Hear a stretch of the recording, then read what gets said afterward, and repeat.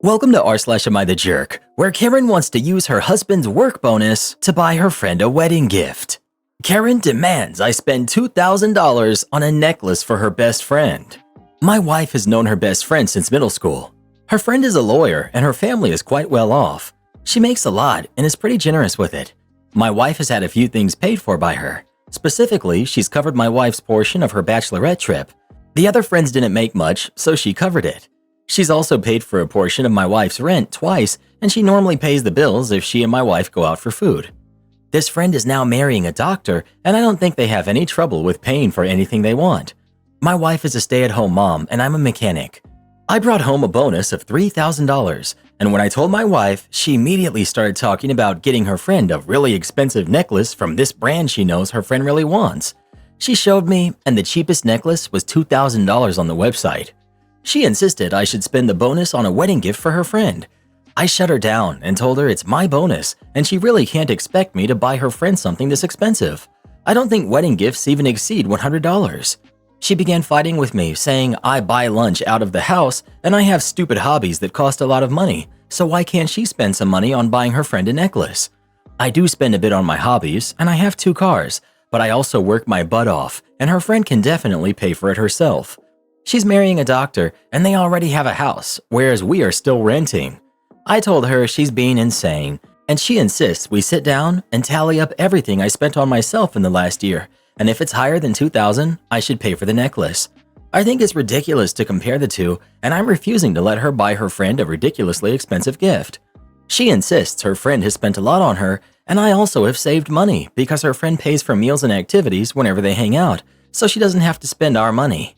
I get that the lopsided relationship isn't the best, but then she should refuse to do anything that costs too much and let her friend decide if she wants to just hang out without doing something that costs money. She refuses to talk to me now, and I'm wondering if I'm the jerk here.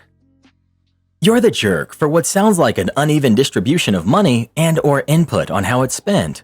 When the spouse is a stay-at-home, the breadwinner can't lay total claim to income, my money versus our money. Supporting your stay-at-home spouse requires more than just ensuring their bare necessities are covered while you spend unilaterally on expensive hobbies and multiple vehicles, then complain about renting instead of owning your home. Your wife has a valid reason to question your cumulative, fun money expenses. If you're legitimately concerned about whether you're the jerk, you should oblige her and tally up everything you've spent this year on yourself. You may find that she's right. You spend big on you, and she gets scraps. Some would consider that financial mistreatment when factoring in the power dynamic play. As the breadwinner, you hold all the leverage. Not the jerk. She's out of her mind to even consider asking you something like that, and so are all of these commenters. I was a stay-at-home mom myself for many years. I know how hard my husband worked to provide for us, and I never would have expected anything like this from him. What is wrong with you people? Being a stay-at-home parent means not having to work, getting to stay home and be a mother. You can't do that without a partner who works hard to provide for you, and you show him your gratitude by expecting him to buy your friend something this expensive? Just insane. It's no wonder young people aren't getting married anymore. What's the point when this is the insanity that you'll be subjected to? Your wife feels guilty for always relying on the friend, and let's be honest, the friend has probably paid more than $2,000 on your wife. To maintain a healthy relationship, your wife feels it's fair to repay the friend with an equally valued gift. It's not about how much money the friend has, it's how much your wife values the relationship. Unless you're in financial hardship, all you're telling your wife is that her friendships don't matter. In the end, it's your decision on how to spend the money, but your wife will always remember that you have financial control. This is why I don't recommend being a stay-at-home mom. Imagine having to beg someone for money. Have you looked at the cost of childcare, housekeeping, personal chef, chauffeur, and hooking up with you? Your money? This is a prime example of why I learned my lesson early that I need to stay in the workforce. You're the jerk. Tell your wife to get back to work because she's gonna need the skills for the day she dumps you. Well, who do you think is the jerk? OP or his wife? Please let us know. Am I the jerk for leaving my husband after years of putting his friends and family above me? I, 31 female, married Evan, 34 male, 5 years ago. We've been together for about 8 years. For the first couple of years, I honestly thought I'd hit the jackpot. He was attentive, thoughtful, and supportive, or so I thought. But as time went on, he slowly became more and more absent, putting his friends and family before me in every way possible. Background: Evan has this group of friends he's known since high school. They hang out constantly, and he's made it clear that they came first, even when it interfered with our life together. We'd have plans, and he'd cancel last minute because they needed him for some urgent video game session or to help out. I didn't think much of it at first, but it got to the point where I realized I was always taking the back seat. Then there's his mom, who's difficult to put it lightly. She's never liked me, and Evan has never defended me or put up any boundaries. When she told me I wasn't good enough for her son at our engagement party, he laughed it off. At our wedding, she accidentally got into a fight with me over a small detail about our ceremony and has constantly undermined me since then. The final straw. I'm currently 6 months pregnant with our first. Recently, Evan sat me down to tell me he's not sure he's ready for the responsibility of a baby. When I told him it was a little late for second thoughts, he got defensive, saying he wasn't convinced this was the right time and that I was putting too much pressure on him. He mentioned he had talked it over with his friends and they all agreed he was just being honest. That's when I realized that in his mind, their opinion mattered more than his family, more than us. The last straw came a week ago. I had a small health scare and he didn't even show up because he was busy with his friends. That night, I realized I couldn't rely on him, and I didn't want my kid growing up in an environment where their father wasn't present and prioritized everyone else over them. So I packed my bags and left. I'm staying with a friend for now, and I've made arrangements to file for divorce. I'm ready to build a life on my own for me and my baby, even if it really hurts. You deserve a partner, not a man-child who still prioritizes his friends over his family. Good for you for putting yourself and your baby first. Am I the jerk for walking out on a blind date my friend set up 2 weeks after my husband passed? I, 23 female, lost my husband, who was 25, weeks ago in an accident. He was the love of my life, and I'm still not used to waking up without him every day. We had big plans for our future, and it all came crashing down in a heartbeat. We met on his uncle's farm. He was a farmhand, and it was love at first sight for me. I'm also 4 months pregnant, but I haven't told anyone. I was planning on telling my friend when I was feeling better. My best friend Lay, who's 24, has been my shoulder to cry on during this time. She helped me with his funeral and anything else I needed, as I'm no contact with my biological family, but that's a story for another time. She's currently dating Barry, who's 24. They usually hang out in a trio with Liam, who's also 24. When I first met Liam, he tried to hit on me. He tried everything, as in he would try and compare himself with my husband, say weird things like our kids would be cuter if we had had them together instead of with my husband. He's also made weird comments like I need a city boy and would motion to himself when I'm a country girl through and through. I typically would shut him down or ignore him, but I would always get dirty looks from Barry. Skip to Sunday night. I got a message from Lay begging me to come to dinner with her because she wanted to treat me as I had been through a lot in the past couple of weeks, feeling not so good about myself, so I decided to go.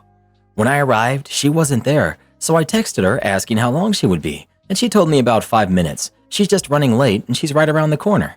So I sat down and ordered a drink. 5 minutes passes and she's still not there, so I gave her the benefit of the doubt and I waited another 5 minutes. When I'm about to call her, Liam comes rushing over and gives his apologies for being late.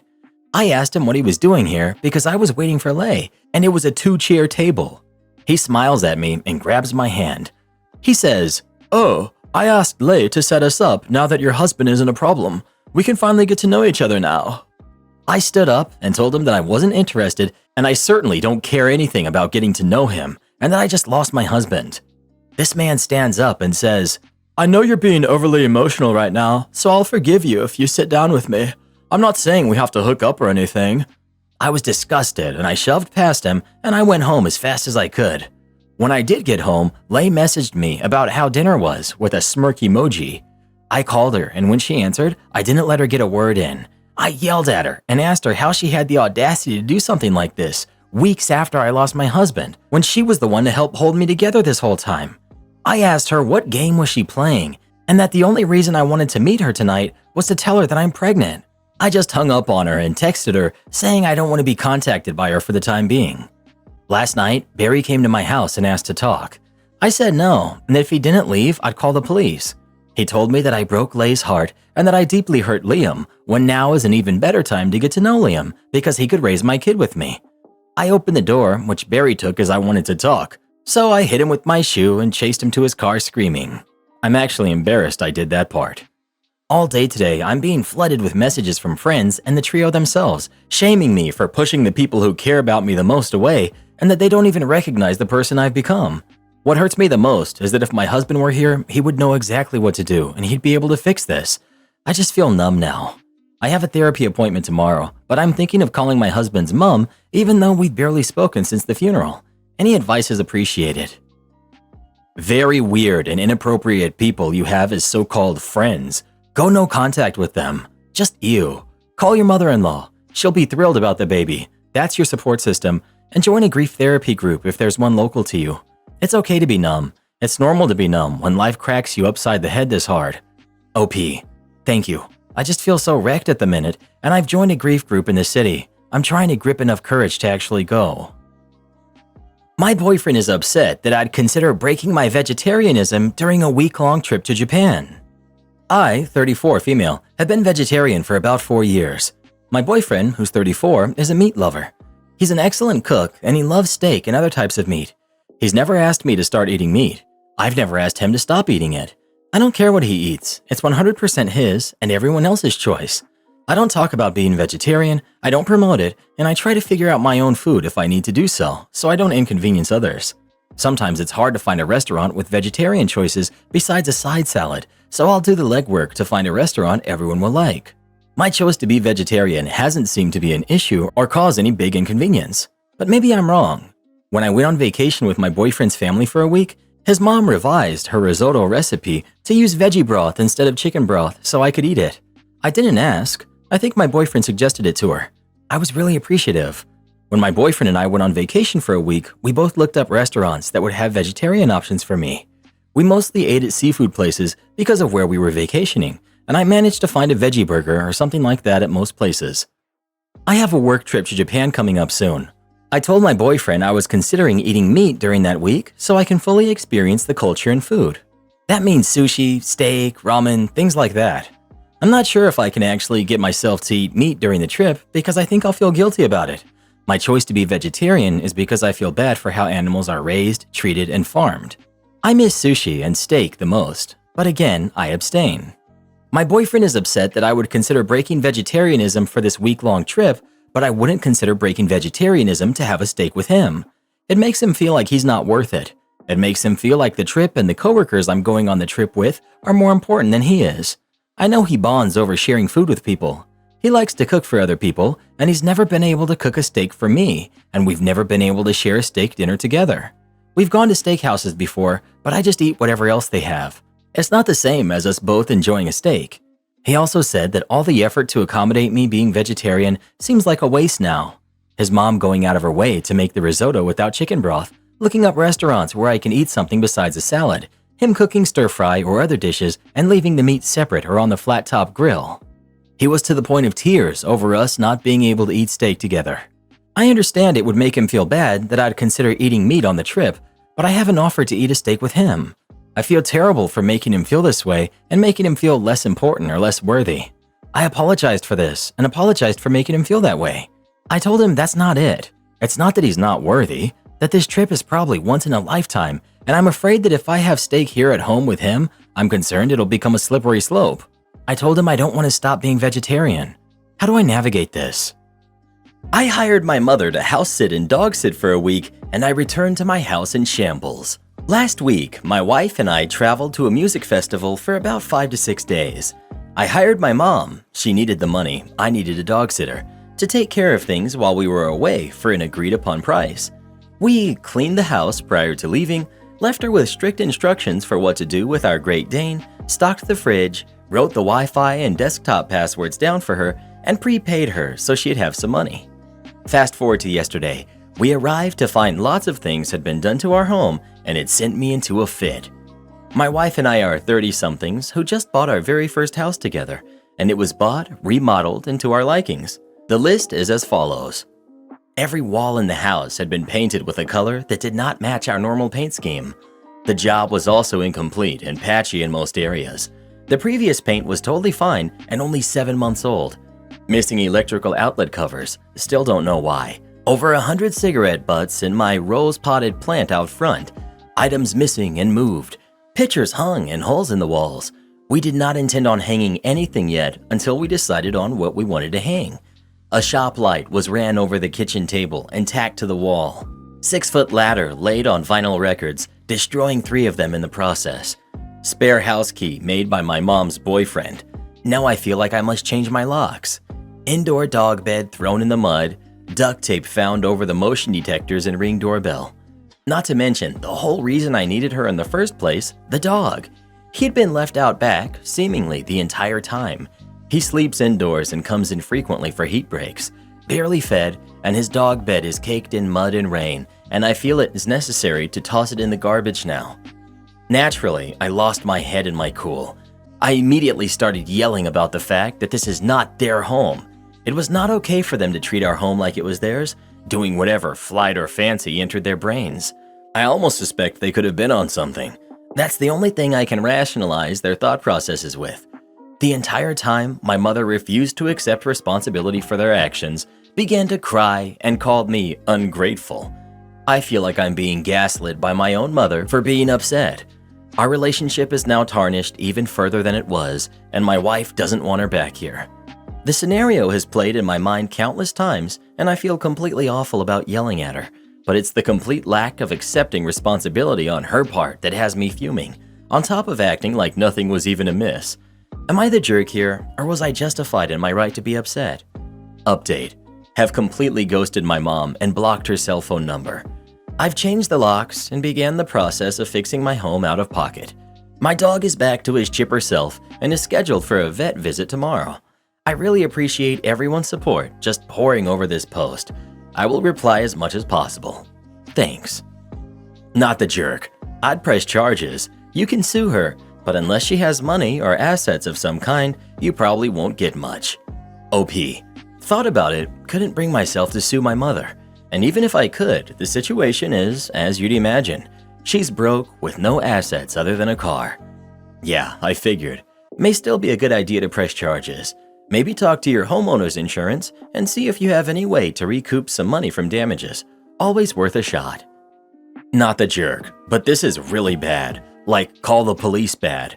I wonder, was it a complete surprise to you that your mom acted like this? She has no relevant history? Because in that case, I would want mom evaluated for neurological problems. If not, if you should have suspected this might happen, you owe your partner an enormous apology, and you must swear that finally the blinders are off and you are no longer in denial. Get your locks changed pronto. Time to tell mom she cannot be part of your life as long as she isn't sober.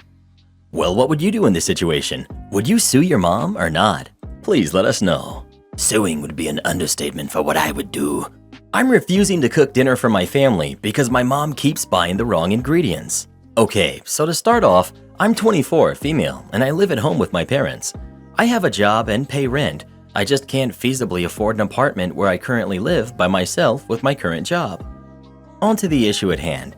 My mother for years will buy the wrong or healthier version of something that we need for cooking or eating. Example, sugar-free Nesquik, margarine instead of butter, fat-free versions of anything that don't need to be fat-free. I have one heck of an Alfredo sauce recipe. It's delicious and I love it. Is it healthy? No, not in the slightest, but not everything needs to be healthy, especially when none of us in the household are unhealthy or overweight. Mom wanted me to make it for dinner and asked what I would need to make it, so I told her. I would need 2 cups of heavy cream, a bag of shredded Parmesan cheese, a stick of butter, flour, spices, and pasta water. All she needed to buy was heavy cream and a bag of shredded Parmesan cheese and some butter. Everything else we already had. I told her this recipe doesn't work or taste right without these specific things and not to substitute anything or I wouldn't be making dinner. What does she come home with? A gallon of 2% milk and a container of reduced fat grated Parmesan cheese, the kind you would sprinkle on spaghetti, and a tub of Smart Balance butter spread. None of these things were what I needed to make dinner with. I asked if the store was just out of everything, and she told me no, but these will work better. I've tried to make this with half and half and grated Parmesan cheese before. It's not a fraction as scrum-diddly-icious compared to when it's made with heavy cream and shredded cheese. I told her that I needed everything that I said with no substitutions and that I wouldn't be making it, and she flipped. She said she didn't have anything else to make for dinner and that she doesn't know how to make it like I do. Yet, she couldn't follow simple instructions. Before any of you say, "Why didn't you go to the store?" I didn't go because she said she would get everything and promised to not substitute anything and just get what I asked for. I didn't care the brand or anything she got. It could be the store brand stuff for all I care. I just needed heavy cream, butter, and a bag of shredded Parmesan cheese. She's now calling me ungrateful and uncooperative, along with a multitude of other things that imply that I'm stupid and have something wrong with me, and threatening to kick me out if I don't make dinner. So, am I the jerk for not making dinner because my mom bought the wrong ingredients? Not the jerk. First off, also, margarine is garbage for you.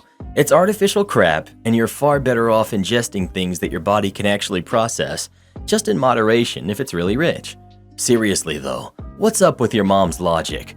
When I make it, it doesn't taste good. That would be because you don't make it the right way. Her mother is the kind of person who leaves those obnoxious comments under online recipes. I made this and it was horrible. I swapped out the cream for skim milk, the butter for margarine, and used nutritional yeast instead of Parmesan. It was watery and tasted like feet. 0 stars. Not the jerk.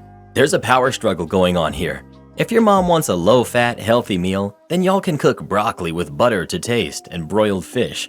Trying to make a low-fat Alfredo is doomed to taste disaster.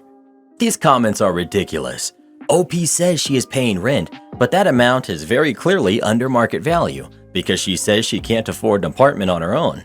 OP's mother probably makes dinner every night and asked OP to make dinner for once. OP expects her mother to pay for ingredients for that meal, and then OP refuses to make the meal because the ingredients are wrong. OP is 24 years old, and you guys are acting like she's 16. Well, who do you think is the jerk? OP or her mom? Please let us know. Never mess with someone's Alfredo. Am I the jerk for shutting down... Am I the jerk for shutting down game nights with my boyfriend and his friends since they expect us to just sit around watching them play video games? My boyfriend and his friends like to play video games together. I have little to no interest in video games. The issue is that for some reason, he and his friends think that them playing video games is the most interesting thing in the world. And you know how guys who are into sports will have their girlfriends come watch their games? He and his friends kind of expect us, the women, to do the same. I'll admit that we tried it once. It was boring and a huge waste of time. None of us had any interest in just sitting there watching them play games.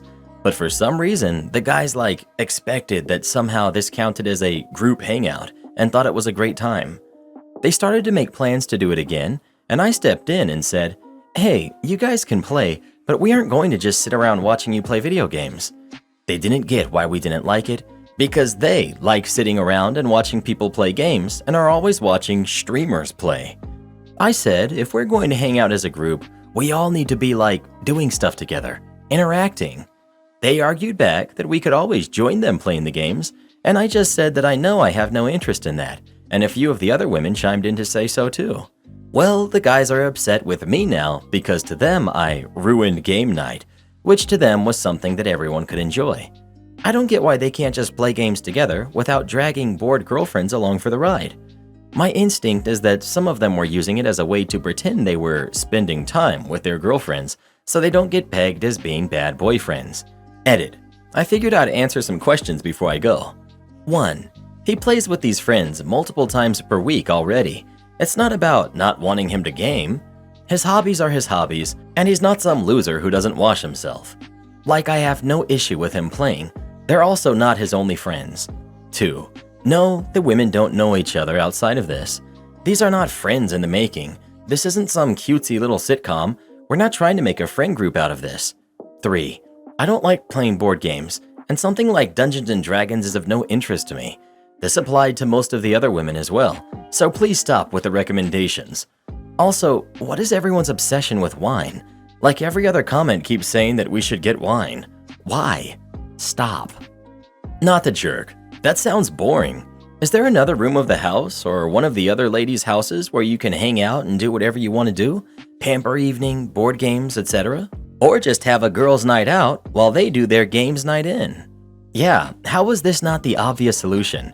My group has been doing that since our wives were our girlfriends.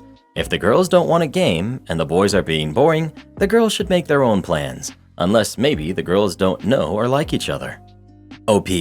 No, we don't know each other. The only thing we have in common is that our boyfriends are friends. I'm pretty sure the boyfriends all have this weird idea that things like Friends and How I Met Your Mother are like real life, and that everyone just wants to hang out in groups just because you're dating one of the guys or something. You absolutely nailed it. The guys are thinking that if everyone is in the same room, it's a group activity and thus spending time together. It's not. It's them selfishly gaming while their partners stare at a screen. Get better boyfriends. You're the jerk. You're mainly the jerk because you said something as nerdy as Dungeons and Dragons. Get over yourself. OP, should I have said geeky?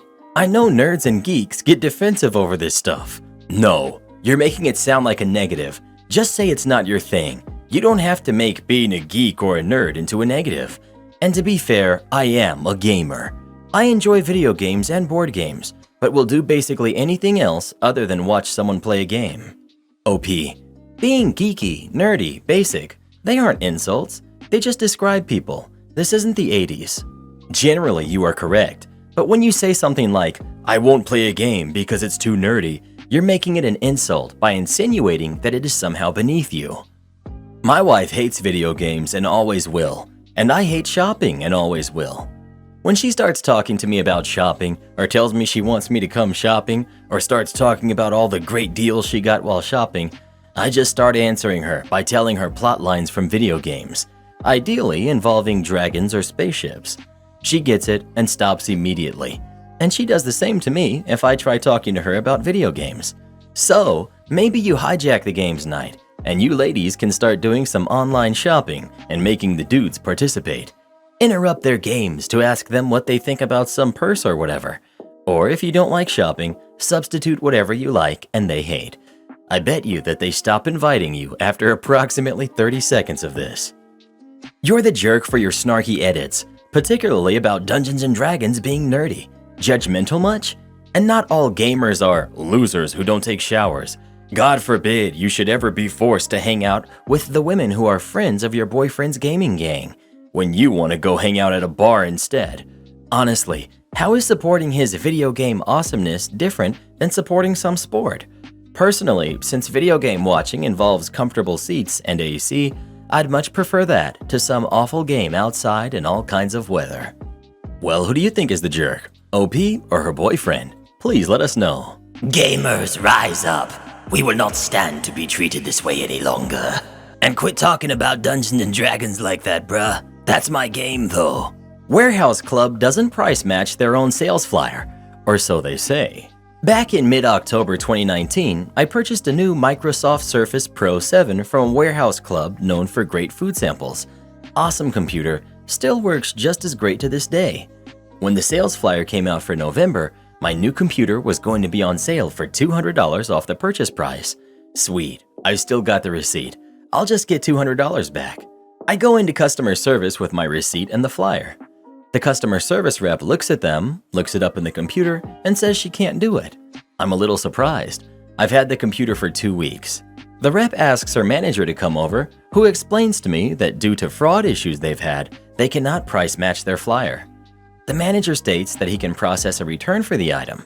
I tell him that I really don't want to return the item because 1, all my personal info is now stored on it, and 2, it's a waste for the company to have to take back my used computer and sell me a new one at a lower price.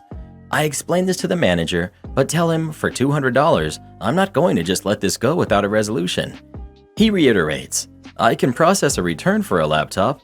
He really emphasized the A and did not say your. The light bulb goes off. I look at my receipt and realize that they do not track serial numbers with purchases. I thank the manager for his time and walk inside the store. I get an exact duplicate of my new computer and purchase it for $200 less than what I originally paid. I then take the new unwrapped computer and get back in the return line. I get a different rep altogether and tell her I'd like to return this laptop. I hand her the unit I just purchased with my receipt for the more expensive computer. She looks it up and realizes that I've bought 2 of the computers, including one just minutes before. She calls over the manager, who looks at me, nods, smiles, and processes the return for the higher priced computer. I got a refund for the more expensive price, didn't have to turn in my computer with personal information, and because I never opened the new one, the company didn't get done out of a new computer and was able to put it right back into their new stick. Wait, what? That would absolutely not fly in New Zealand. 1. You bought it before the special. You don't get refunded the difference because there's a special afterwards. 2. There was no fault with the product. There is no return for change of mind. Honestly, that was really rude of you. I personally don't think you should have been allowed to do this. Why? Because they bought it before it was on sale. If they wanted it on sale, they should have just waited until it was on sale. Who cares? Who is it hurting? So, to circumvent a company policy about fraud, the manager asked you to commit fraud. It's not fraud. OP had a receipt saying they can return this item within this time frame for this amount. OP got back the amount paid, and the store got back the item sold. It's not like OP bought a 256GB version and handed them back a 128GB version. Financially and stock-wise, the company is no better or worse off than if OP just never made the purchase. Companies would rather customers do what OP did, hence the manager having no objections, rather than refusing to shop there in the future because they feel burned that they spend $900 for something that was $700 a week later, and they're out $200 difference. While I'm glad you got $200 back, this isn't how price match works. You bought something before the current sale was active. Once active, you were upset and tried to get the money back. That's a Karen move. But again, glad you got your money back. I tried something like this before, and the manager went off on me, threatened to call the cops, and just raised heck. The issue was at a Walmart where I bought a TV, tossed the box and receipt, and then realized there was a line of dead pixels down the left side. I went to return it and was told I can't return it without a box or the receipt. I bought another one of the same, moved one TV to the other box, and went to return both, and the same manager just flipped out about it. Eventually, he just caved and processed both returns, but you'd think I was forcing him to pay me from his wallet for those TVs. Called corporate about his tantrum, and after that, I haven't seen him around. My friend/colleague found a TV discarded on the road. He's definitely that guy, but he's really talented and we work well together. He plugged the TV in and it was having some issues. Not being the type that gives up easily, he went to Best Buy and bought the same TV in box, brought it home, steamed off the serial number, and put his broken TV in the box. Saved about $3,000. Well, what do you think? Is anybody doing anything wrong here or not? Please let us know. Humans, bruh. Humans. Am I the jerk for telling my always late friends an earlier time so we'd be on time? So I, 32 female, have been friends with this group of people who are 30, 31, and 32 female since high school. I love them all, but when we plan something, they are always consecutively late. Every time, and it drives me nuts. One year, they almost made us miss our flight home, and they always say they forgot the time or they thought they had more and just goofed around. It has gotten to the point where I will meet them because I refuse to get caught up in the drama. Last year, I left on my own accord to the airport because they were all passed out and would not wake up. They missed checkout and had to pay for an extra day. Then they barely made it to the airport in time for their flights. Apparently, I'm pushy for ensuring we leave at a certain time, considering traffic, possible accidents or delays, and even looking up shortcuts in case. Throughout the years, sharing a ride with them has almost made me late to work before. Lesson learned, so now I take an extra day off just in case. Our vacations themselves are fun and easygoing. So this vacation was pretty smooth up until the end. We all decided to choose a night where we would plan all of the events. Mine was Friday. It was a fairly relaxing day. I scheduled a pedicure for 9:30 a.m. and I told them it was at 8:45.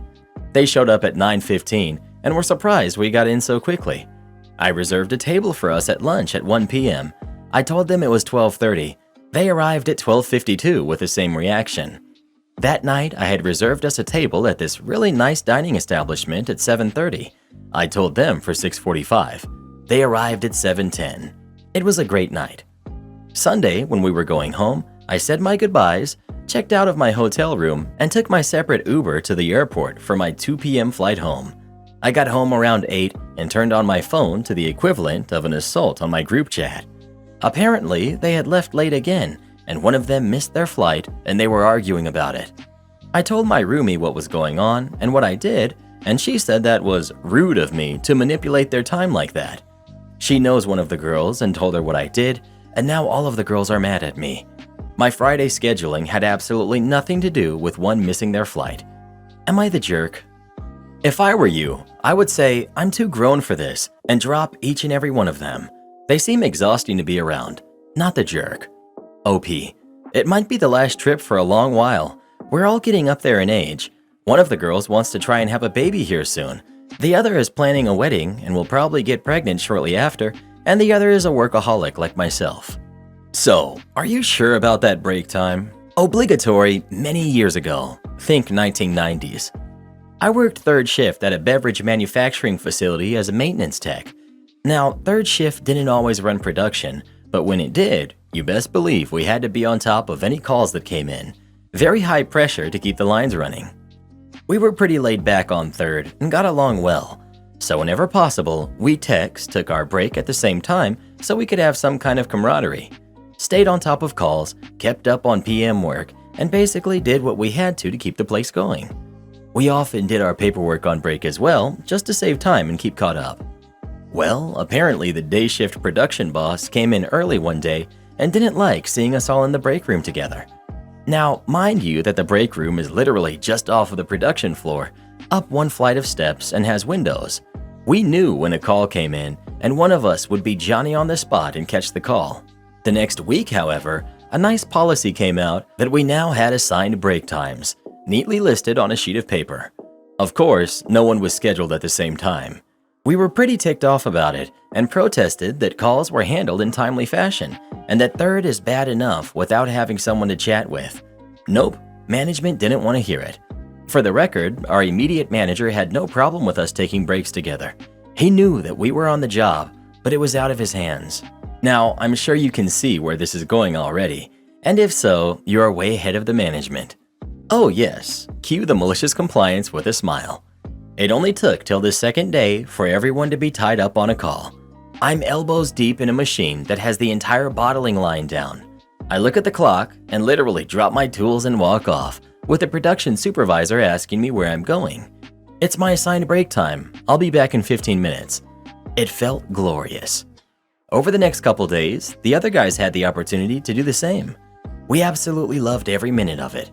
We also stopped doing paperwork on breaks. If we were on break, we're not doing anything else. We got a talking to at the end of the week, but we were firm about, if it's break time, we're taking break. You told us we have to. Next week, the sheet wasn't up, and the boss told us to carry on as usual. He did ask that we try not to all be in the break room at the same time, but whatever. We never did the paperwork again on break either. Good times. Karen thinks she's a celebrity after going on Dr. Phil. Every so often, we get a celebrity in the restaurant. I've never really been there when it's happened. We're not too far from our city's main concert venue, but the owner still has a strict no comping meals for anyone based on star power policy that we're all apprised of when we're hired. His logic being, it'll start as just one exception and turn into all sorts of D-listers sniffing around looking for an ego boost. Ironically, this has never been a problem because the one or two times we've had real celebrities in, they've never expected a free meal. They've paid and tipped well. It's only the D-listers who act all shocked when the check comes. But we almost never get them either, so it's really no big deal. Until last week. We're located right by my college, and a girl who attends my college was recently on the Dr. Phil show. She was not a featured guest. She did not even appear in person. She was just teleconferenced in for like 3 minutes total to weigh in on the featured guests, a friend of hers from high school, I think, relationship. But because she was on TV, she thought she was the hottest thing to have ever happened on campus. I had heard a few people joking about how she was going around telling everyone that she was a celebrity and how she kept expecting people to recognize her. It sounded really cringy and terrible. But I don't know her. I hadn't even seen the show, so what did I care? It was fun gossip for 10 seconds, but I quickly forgot about it. However, this girl's self-absorption wasn't completely baseless. There are a lot more students on the campus than usual this summer because so many took gap semesters to avoid Zoom school during lockdown. Not much is happening around here as we ease back into normal life, so people did get unreasonably excited about someone from our school being on national TV. So she was sort of being treated like a celebrity. She was getting a lot of special attention. She even got some free things on campus and had some people ask to take a photo with her, in an ironic sense, but she didn't understand that. So she decided to start testing the waters off campus, and I guess met with some success because most of the nearby businesses are staffed with students. She soon appeared in our restaurant. She was a nightmare from the moment she stepped in the door. I didn't recognize her at first, but it all clicked as she was demanding a 4-top despite being a party of 1. We were okay with it only because we weren't especially busy. She didn't make eye contact with her server. She wasn't my section, but I ate up every second of her visit with us once I realized who she was. The first thing I heard her say after the server said hi and introduced himself was, "Menu, water, new fork," like she was writing out a list. Her server was only just bumped up from trainee status, and he's barely 16, so it especially sucked that she was dumped on him. He's incredibly shy and sweet. If I had anticipated the crab storm that blew in with her, I would have swapped with him. But this all happened pretty quickly, and I'll usually do anything to avoid serving classmates I don't like. It's rare I don't like a classmate I haven't met, but there's a first time for everything. Of course, nothing on our menu was acceptable to her as is. She had to get a ton of substitutions and additions. Even her side salad of mixed greens had to be, not kidding, unmixed. She wanted each lettuce, but separately on the plate. Her server explained that the greens came pre-mixed, but she just stared blankly past him and went, "So, separated," as though it were the most obvious thing ever. The kitchen actually accommodated all of her requests because it was a really slow day and there were easy enough solutions to each thing, but she still sent at least one of her plates back. In the 20 or so minutes it took for her food to come out, she asked us how much longer it would take 4 times. She demanded we change the music we had on to a playlist of hers instead. She made comments about the lighting. By the time she was finished eating, we were seconds away from throwing her out. He asked if everything was all right and if she needed anything else. She said no, so he said he'd be right back with the check. I could tell from her face, even as far away as I was, that she wasn't expecting a check. She looked all sour and twisted. I was dying internally. It was so satisfying. But then she stood up and calmly just walked right out of the door. I wasn't sure what I was seeing at first. I thought maybe she had gone to get her wallet from her car or something, but this isn't the kind of place where a lot of people drive, and I just knew in my gut I had to follow up with her because her server definitely wouldn't. I went out the door, and yep, she was traipsing down the street, tapping away on her phone like nothing was wrong in the world. I called out to her, and she half turned around, then realizing I was from the restaurant, tried to pretend she hadn't heard me and went right back to her walking, quickening her pace a little. I would have laughed if I wasn't so upset. So I jogged to catch up with her and was trying to keep the situation nice and calm and allow her to save as much face as possible and was just like, "Oh, hi, sorry, there's just still the matter of the bill," knowing darn well she didn't forget, but figuring confronting her would just feed into unnecessary drama. She looks at me in total disbelief and says she was going to Instagram her meal with us, and that's typically enough when she goes out, without a hint of sarcasm or embarrassment. So I did know who she was because her reaction to being on TV was such a laughingstock on campus. But, and maybe this was a little mean, but I couldn't resist. I went, "Sorry, who are you?" And she lost it, insisting I knew exactly who she was and that I was just jealous of her, and that, wait for it, that's why I was forcing her to pay for the food she ordered at the restaurant. I didn't want to be gratuitously mean, so rather than antagonize further, though it was very low-hanging fruit, I just told her, "Look, if you don't plan to pay, we'll have to involve the police." She laughed and said, "Well, if you don't know who I am, you won't be able to find me, right?" Honestly, she had me there, but I didn't need to admit to her that I really knew who she was, because for all she knew, we had security cameras or would just describe her really well. So I let her walk off, and I went back to the restaurant and called the police. It was absurdly easy to track her down because I did know who she was, and she was posting geotagged posts online all day, including a super angry post about how she had eaten at our restaurant and it had been terrible. That positive mention had never happened, by the way, not that it would have gotten her out of paying, but still. So she incriminated herself and led the police right to her. I doubt the cops would have followed up so diligently if it were only us, but apparently she had walked out on a couple of other places that genuinely didn't recognize her and expected her to pay up, and posted angrily about how the businesses sucked, further incriminating herself. They didn't know who she was, but they described her well enough, and that paired with the post was enough for the police to drag her in. Our trainee server actually had to go down somewhere and identify her. He was terrified when he was first asked, but when he came back, he was totally giddy and thought that the whole experience was pretty cool. At least cooler than working his shift. So I wish I had been at work the time John Goodman was here instead, but this was better than nothing. Karen tricked me into eating meat, knowing I was a vegan. I've been vegan for 10 years and vegetarian for 3 before that. One thing to know is that after not eating meat, a person can't jump right back into eating a lot of it without some seriously unpleasant digestive issues. It has to be reintroduced slowly. I found that out by chance when I accidentally got drunk at a bonfire party, got confused between the vegetarian chili and meat chili, and spent the next day and a half fighting for my life on the toilet. Or another time I had a stew with meat by accident and it came out both ends at the same time. That was fun to clean. After these experiences, I've decided that if I ever eat meat by accident again, I'm just gonna throw up real quick, because that's at least better than a day or 2 of stomach issues. So last week, I was visiting my boyfriend and his family, and his parents and brothers have always given me crap for being vegan. They crack jokes about it all the time, but this time they were kinda pleasant, and on the last day said they had made me a meatless family recipe.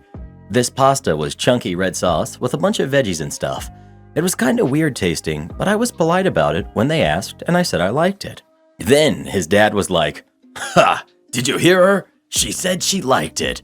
And the whole family, except my boyfriend and I, were acting like it was some big joke. Then his dad revealed it had ground beef in the sauce. I was like, oh no, internally, because I had a 4-hour flight the next morning, and I did not want to spend it in the airplane bathroom. So I was like, excuse me, and I walked to the bathroom. His family was like, what?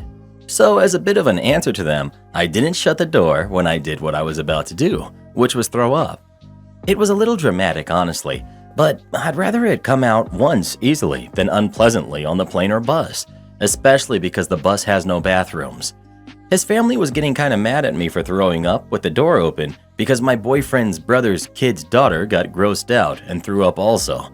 I was upset, but decided it was better to spend my energy just buzzing off, so I was like, better out than in, right?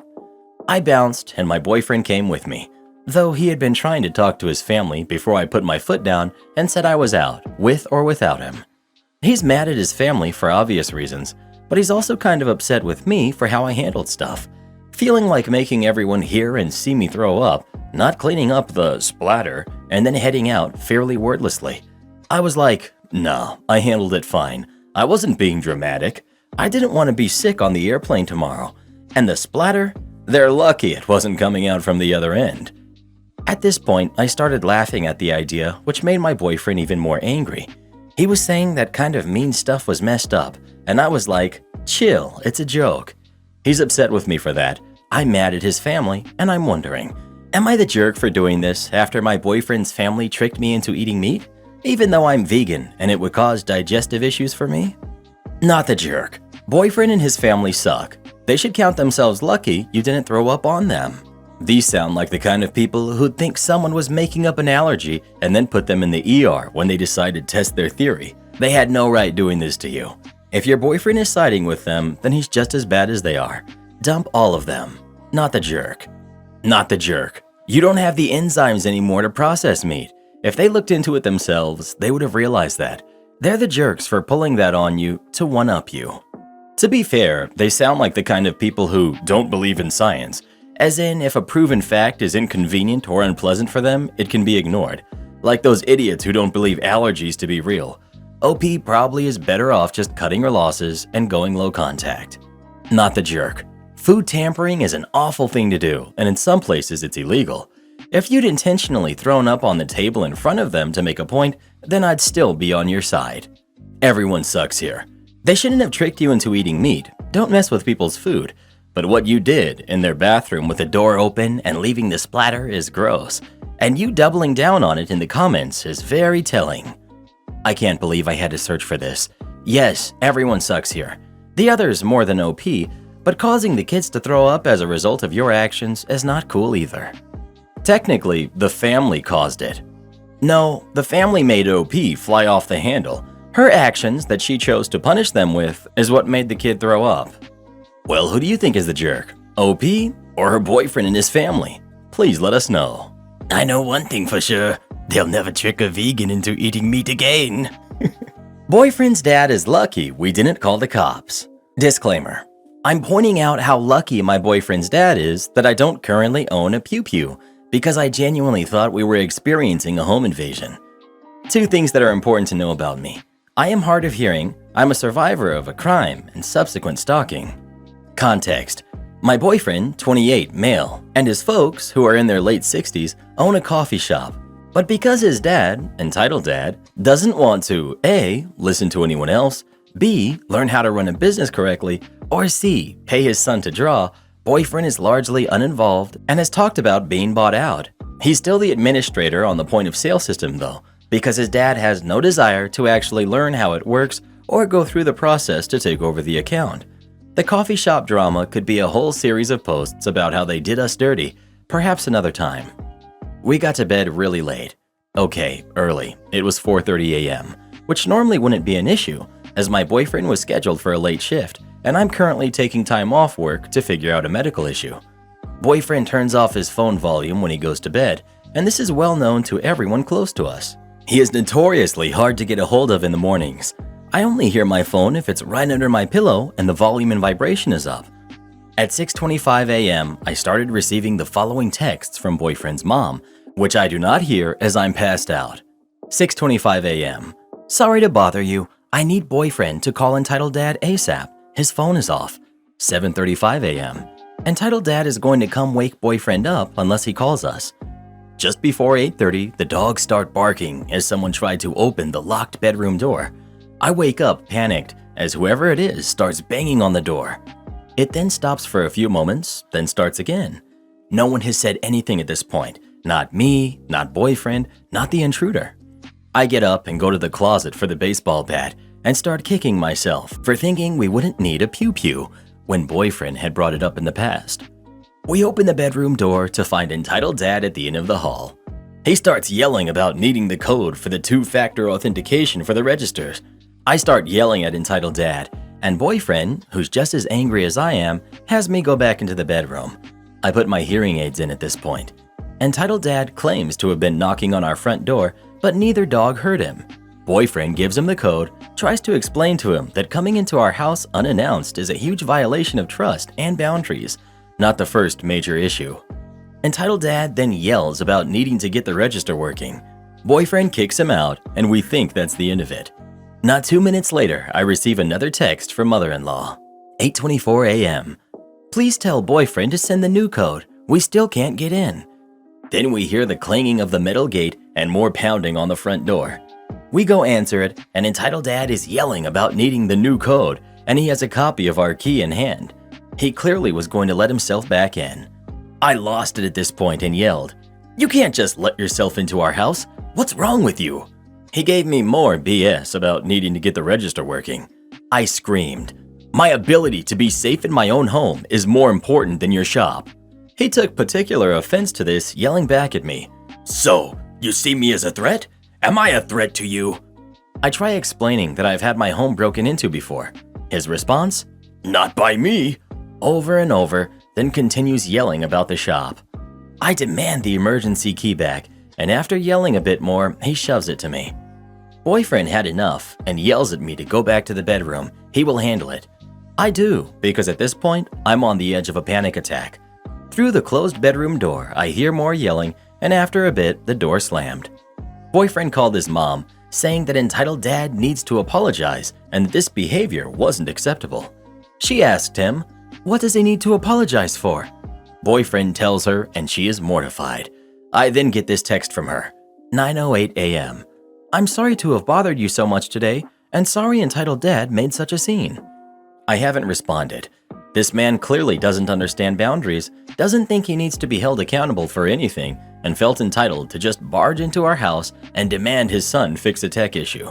And for the record, yes, I do in fact see him as a threat now. Both of boyfriend's parents know about my PTSD.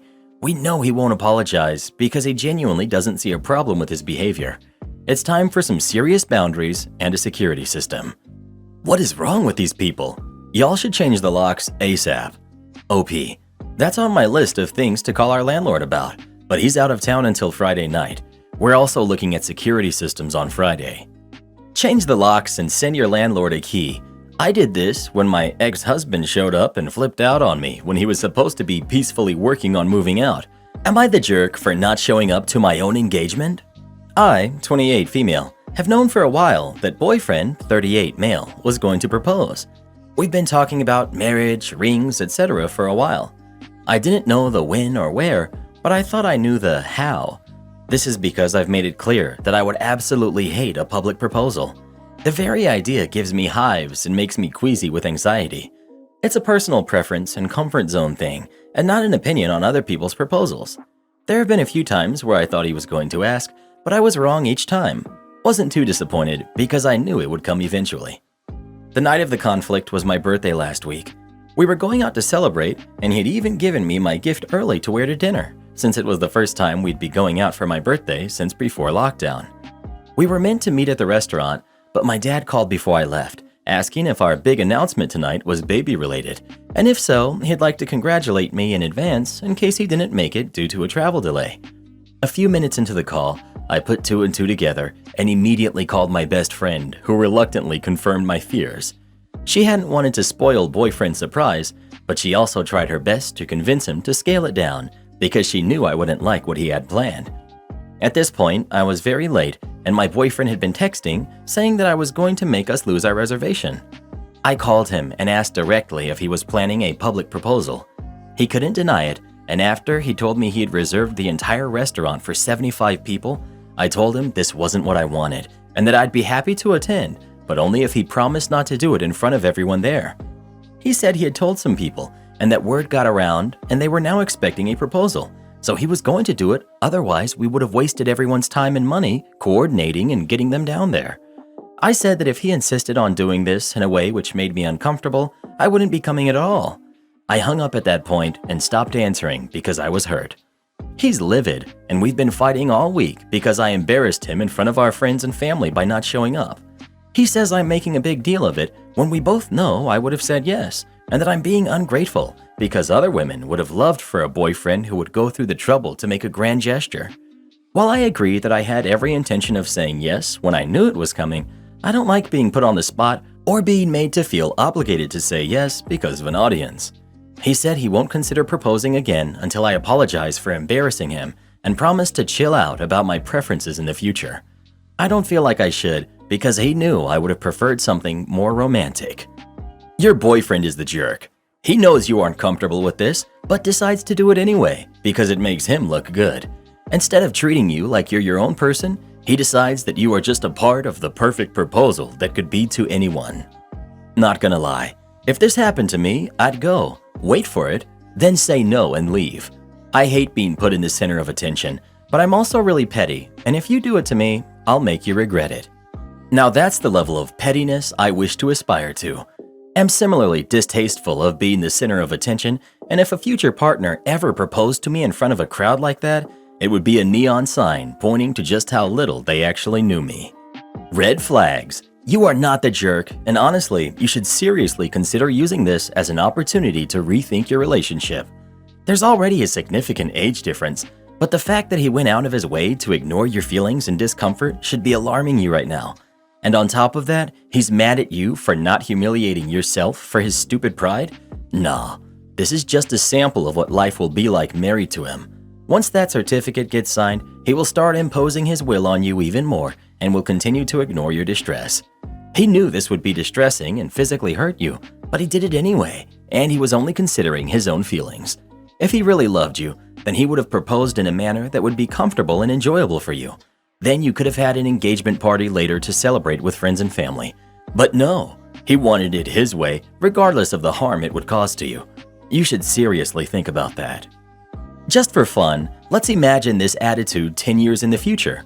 I'll call it, I know you said this, but this. I know you said you want cheese pizza and hate pepperoni, but everyone else loves pepperoni, so I got you pepperoni instead. I know you said you hate surprises, but most people love them, so I threw you a giant surprise party. I know you said you don't want to have kids, but everyone loves babies, so I switched out your birth control. Surprise! I know you said you didn't want me to video the birth of our kid, but everyone loves birthing videos, so I made one and shared it to all our friends and family. That's life with someone who puts what he and everyone else thinks and wants ahead of what you explicitly state that you want. Think hard, very hard, about marrying this man. It might be the last choice you get to make 100% on your own. Not the jerk. You're the jerk. There aren't many places online where you will find more bitter people commenting than here on Reddit. By the way, how are the cats doing, ladies? With these hostile attitudes you all seem to have, those cats are the only ones who will be in your lives long term because they don't have a choice. When my husband proposed to me at our favorite restaurant, sure, I was nervous and uncomfortable. Guess what? You're supposed to be. But then you say yes, everyone claps, and you enjoy your meal. When did you all become so hostile and decide the world revolves around you and your insecurities? Then again, I come from a different time. If I'd claimed to have had anxiety and that I was unable to work because of it, my parents would have laughed me out of the house. If I had complained about being bullied or needing to take a week off for my mental health, I would have been fired and replaced with someone who could actually do my job without complaining. I used to wonder how it was that both of my sons were still not married, both in their late 30s now. They're both very wealthy and own their own companies. They're smart and good looking. They date some of the most gorgeous women I've ever seen, but eventually they break things off once their girlfriends start talking about living together and getting serious. My sons tell me that getting married these days isn't worth what it used to be. Unfortunately, over time, I've come to agree with them. I'd be just heartbroken if one of my sons ended up with someone who stood them up at dinner because they planned to propose. Again, the world doesn't revolve around you, so please stop thinking that it does. This is why good men like my sons and their successful friends are choosing to stay happily single, especially when their married friends constantly complain about how unhappy they are because of their Karen wives at home who think everything revolves around them and their issues. Edit. If you think I'm a mean old lady, that's fine. Cry all you want, but leave my sons out of it. They're some of the nicest people ever. They both do all kinds of volunteer work and donate more to charities every year than most of you probably make in a year. Just because my boys don't want to settle down with someone who is miserable, has baggage, and all kinds of issues doesn't make them bad people. Well, who do you think is the jerk? OP or her boyfriend? Please let us know. If Reddit boy had proposed to me in front of a bunch of people, he'd need a new head. Trust me, Karen, there's a reason I didn't propose to you in public. What? Am I the jerk for using my husband's birthday gift money to buy my daughter a bike after her stepsister refused to share her bike with her? I'm wondering, really don't know if I handled this the right way. Before I start, keep in mind that we aren't doing good financially. So my husband bought his 13-year-old daughter a bike. It was about $200. My 11-year-old daughter secretly liked it and asked if she could get a few rounds with it. My stepdaughter said no, which was understandable seeing how obsessed she was with it the first couple of weeks. My daughter asked again, but was told no even though we tried to compromise on time. It was pretty frustrating for my daughter, especially when she sees the bike. Fast forward a week later. Stepdaughter no longer rides the bike as often, and most of the time it just lays in the garage. The other day, my daughter called me crying. I freaked out and had to go home because I couldn't make sense of what she was saying. I got home and found my daughter on the porch crying. My husband was inside watching TV. I asked her what had happened, and she told me she had asked her stepsister to let her play with the bike, but she refused. And when my daughter pointed out how the bike was just lying in the garage with no use, her stepsister shouted at her, saying she'd rather throw the bike in the ocean and let it rust than let her ride it. My daughter started crying, which made my husband call her an entitled brat and punish her for persisting. I was fuming. I confronted him, and he casually said, "My daughter should not feel like she has to share what she has with anyone. It's her bike, and if your daughter wants a bike so bad and you think she deserves it, then you can go ahead and get her one." I said, "Darn right I can, and I will." I took the money I saved up to buy him a gift, a watch, for his upcoming birthday, and bought a new bike for my daughter and let her pick the color. Not gonna lie, after seeing her sad for weeks, I felt happy for her. My husband and stepdaughter just watched, but when my husband asked where I got the money and knew it was his birthday gift money, he flipped out. He yelled, saying I shouldn't have touched his gift money and said that I promised him, and he already told his friends about the watch. I told him about how he let his daughter treat mine and encouraged the attitude she had about the bike. He got more upset, saying I was punishing his daughter through him, and that by my own omission, he had done nothing wrong other than get his daughter a bike. I said I no longer wanted to argue, but he never stopped losing it on me. Even went as far as to say that I stole the watch money and threatened to exclude me from his birthday. I spent $200 on my daughter's bike, and only $50 was left from the watch savings. Everyone sucks here. Y'all are not functioning like a cohesive blended family. Your stepdaughter is not obligated to share her things. Your daughter needs to learn she isn't entitled to other people's things, no matter how much she wants them. Realistically, the two of you should have sat down and spoken about this before he ever made the purchase, especially since anyone with half a brain could see the outcome of one kid getting slighted. Seriously, how did he not foresee this issue? The fact that your husband feels absolutely no fatherly connection to your daughter and is calling her names is like 20,000 red flags in one. Also, he made his bed and now he gets to lie in it.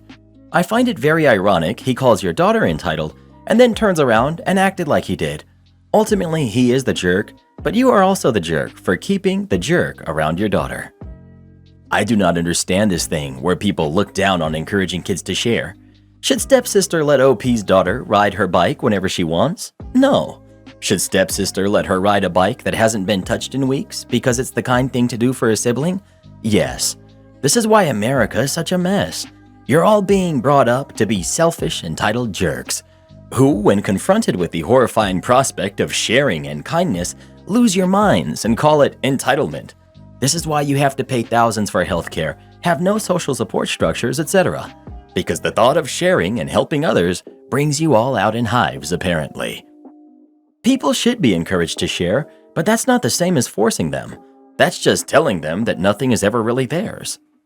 She should be encouraged to desire sharing, though, and I think in the effort to not force people to share, a lot of people have forgotten that it's still good to desire to be a person who shares. I do not share everything, but I share what is convenient or easy for me to share, and I find joy from that.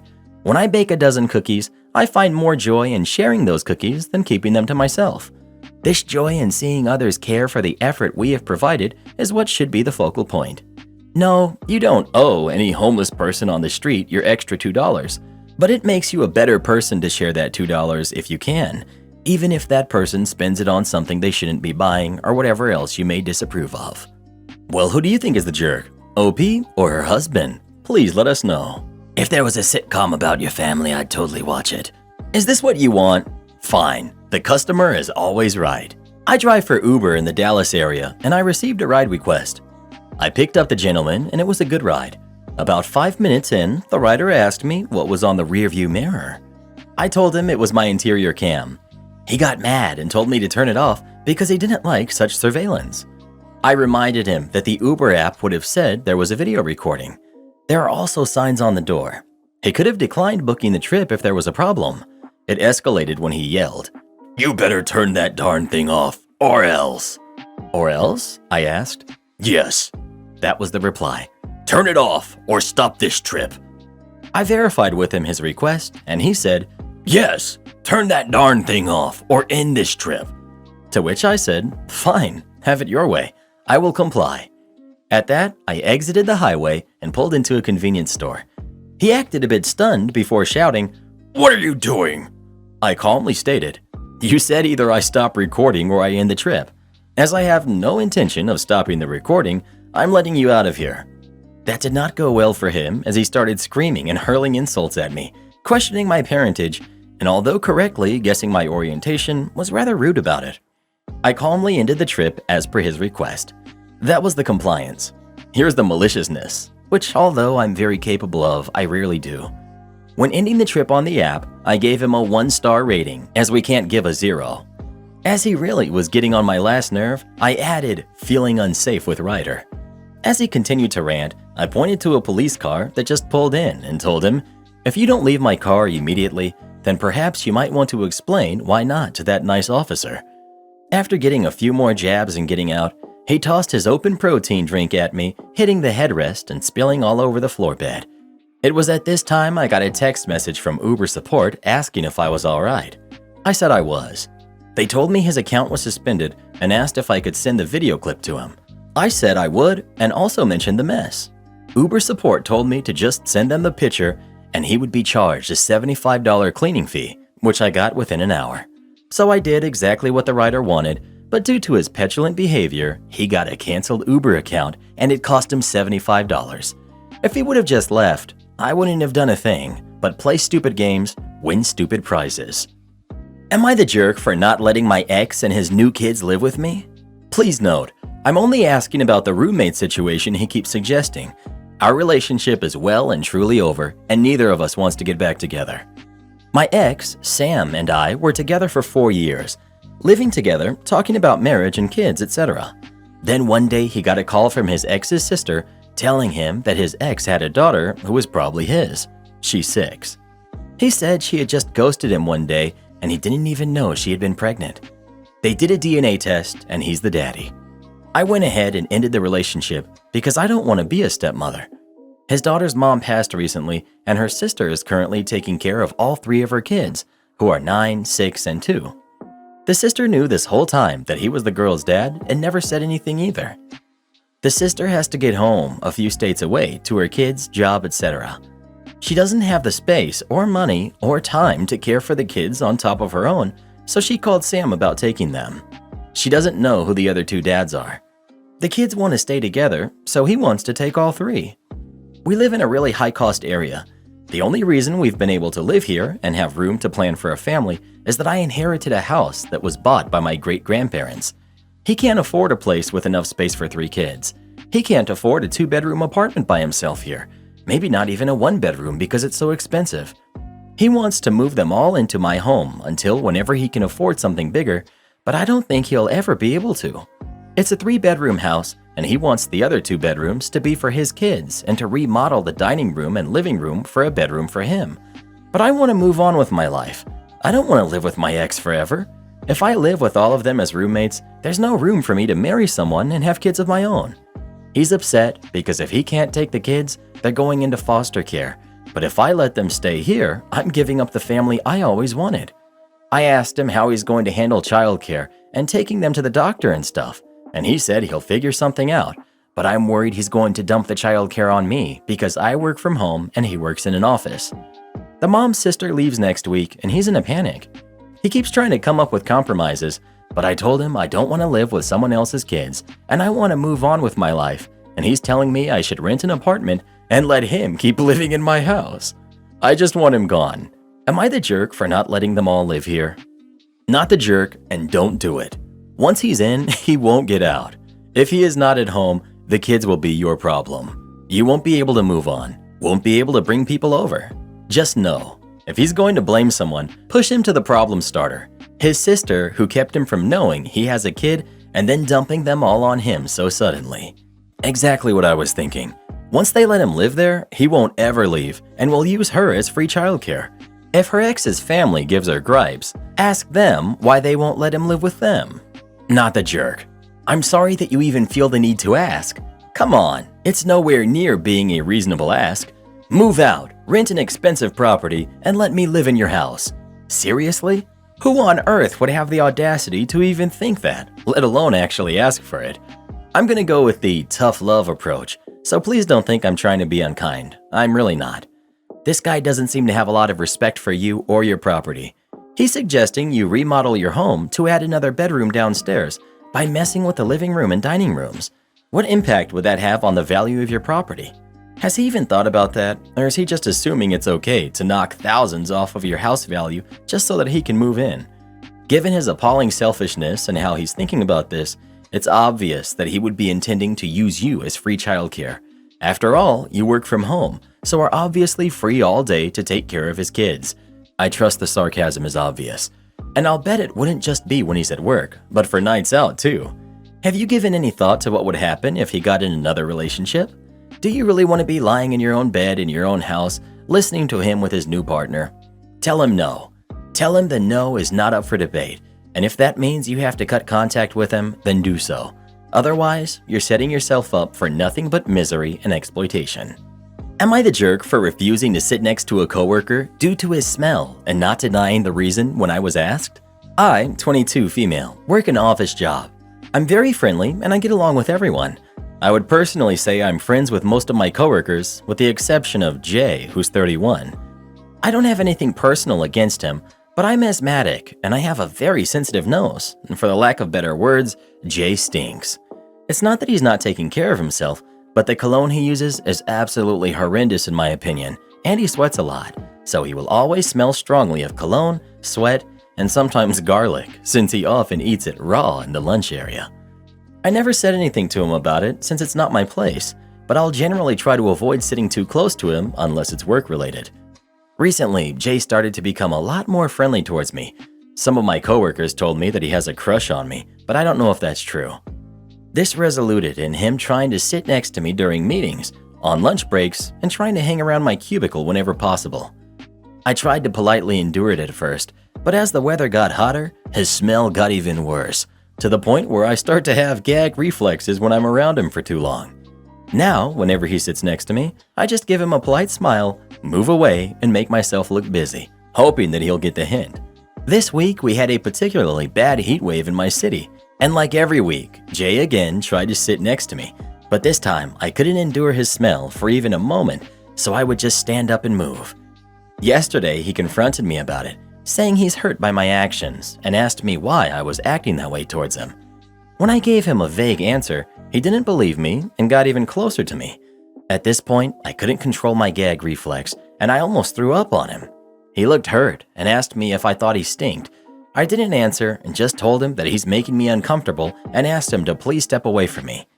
Today I'm off work, but I got a text from another coworker that I deeply hurt Jay's feelings, and now he's super self-conscious of his smell. I'm starting to feel bad, and I don't know if I'm the jerk in this situation, but at the same time, I don't know what I could have done differently. Am I the jerk? Karen loses it when she gets busted stealing at self-checkout.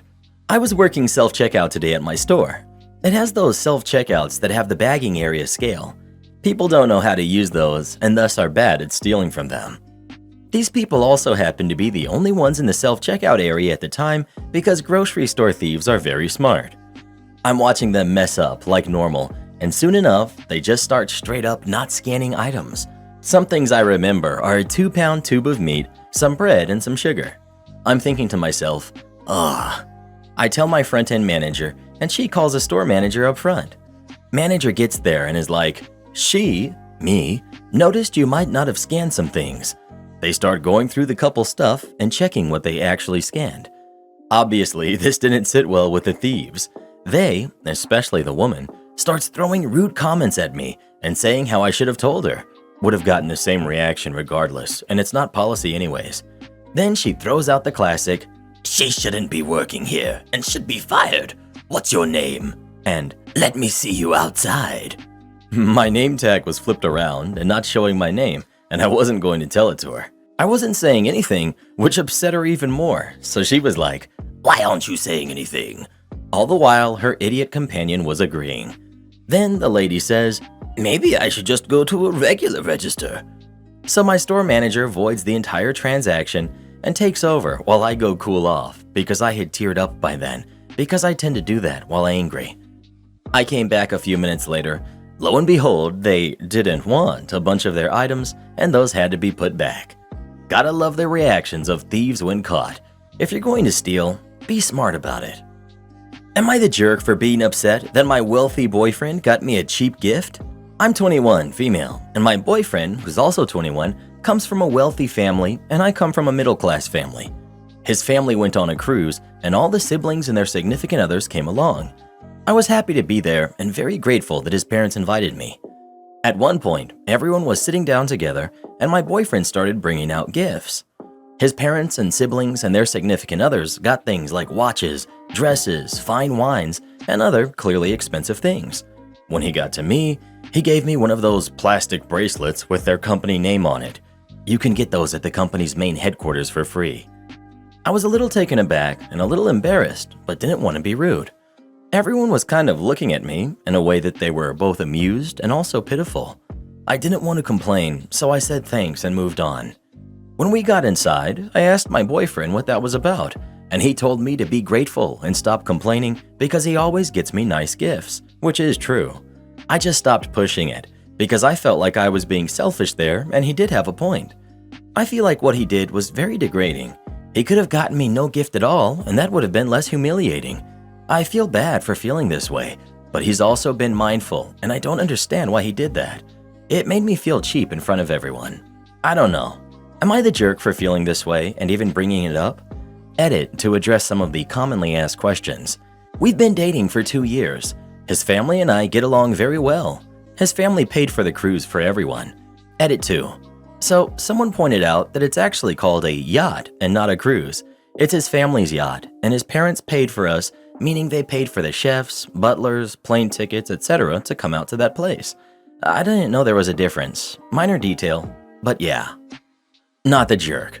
Normally I'd vote the other way and have a chat about entitlement, but girl, that was a pointed dig at you designed to make you feel less than. He did it publicly and in front of all his family.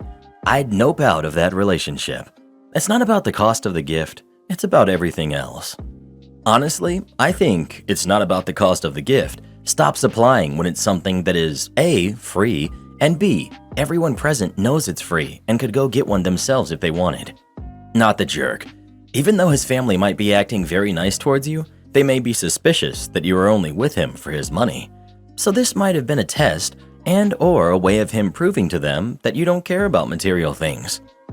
Well, who do you think is the jerk? OP or her boyfriend? Please let us know. If you pulled that crap on me, Reddit boy, you don't even want to know what I'd do to you. We have an open door policy. The front door is always open if you don't like it here. This happened about a decade ago when I first started looking to leave the bank I was then working for. I felt I had hit my ceiling there, plus I couldn't stand the daily commute to the office. So I started looking for roles in my area of expertise closer to home and found one for a local medium-sized building society. I applied immediately. Coming from a Big Four bank, I spoke bankese like the veteran I was, aced all of the online skills and psychometric testing, and knocked my phone interview for 6. A few days later, I got an email invite for a final face-to-face interview with the manager who I would be reporting to, if I was hired. With a time and date booked in, I prepared some answers for questions I thought I'd get. Name a time you went above and beyond, etc., and counted down the days. The day arrived, and about an hour before my appointment, I received an email from the manager himself. Let's call him Dave. Dave said he was looking forward to our face-to-face to get to know me and to get a feel for me as a person, and to please bring a hard copy of my cover letter and resume to the meeting. Thankfully, I hadn't left home yet, so I quickly printed off a copy of each and ran out the door. I got to the head office at the building society, let the receptionist know I was there to have an interview with Dave. About 5 minutes later, Dave appeared, all smiles, shook my hand, and ushered me into his office. After exchanging a few pleasantries, Dave asked me if I had any questions before we began. A mentor of mine at the time told me that if presented with an opportunity to ask questions in an interview, a good go-to question is, what's the work culture like here between reporting lines? Do you have an open door policy if people have questions or need help? So I asked that. Dave seemed to take a moment before responding. We have an open door policy. The front door is always open if you don't like it here, before laughing. In that moment, I kind of didn't know what to do, so I laughed as well, thinking it might have just been his sense of humor. Before I could ask anything else, let alone a clarifying question, Dave asked me for my cover letter and resume. I passed them over to him, and he started flicking through the pages. He then asked me a question I was expecting. Can you tell me a time where you went above and beyond to achieve a goal? I gave an answer. Dave's face didn't change as he nodded and kept fiddling with my cover letter and resume. Dave then asked me another question.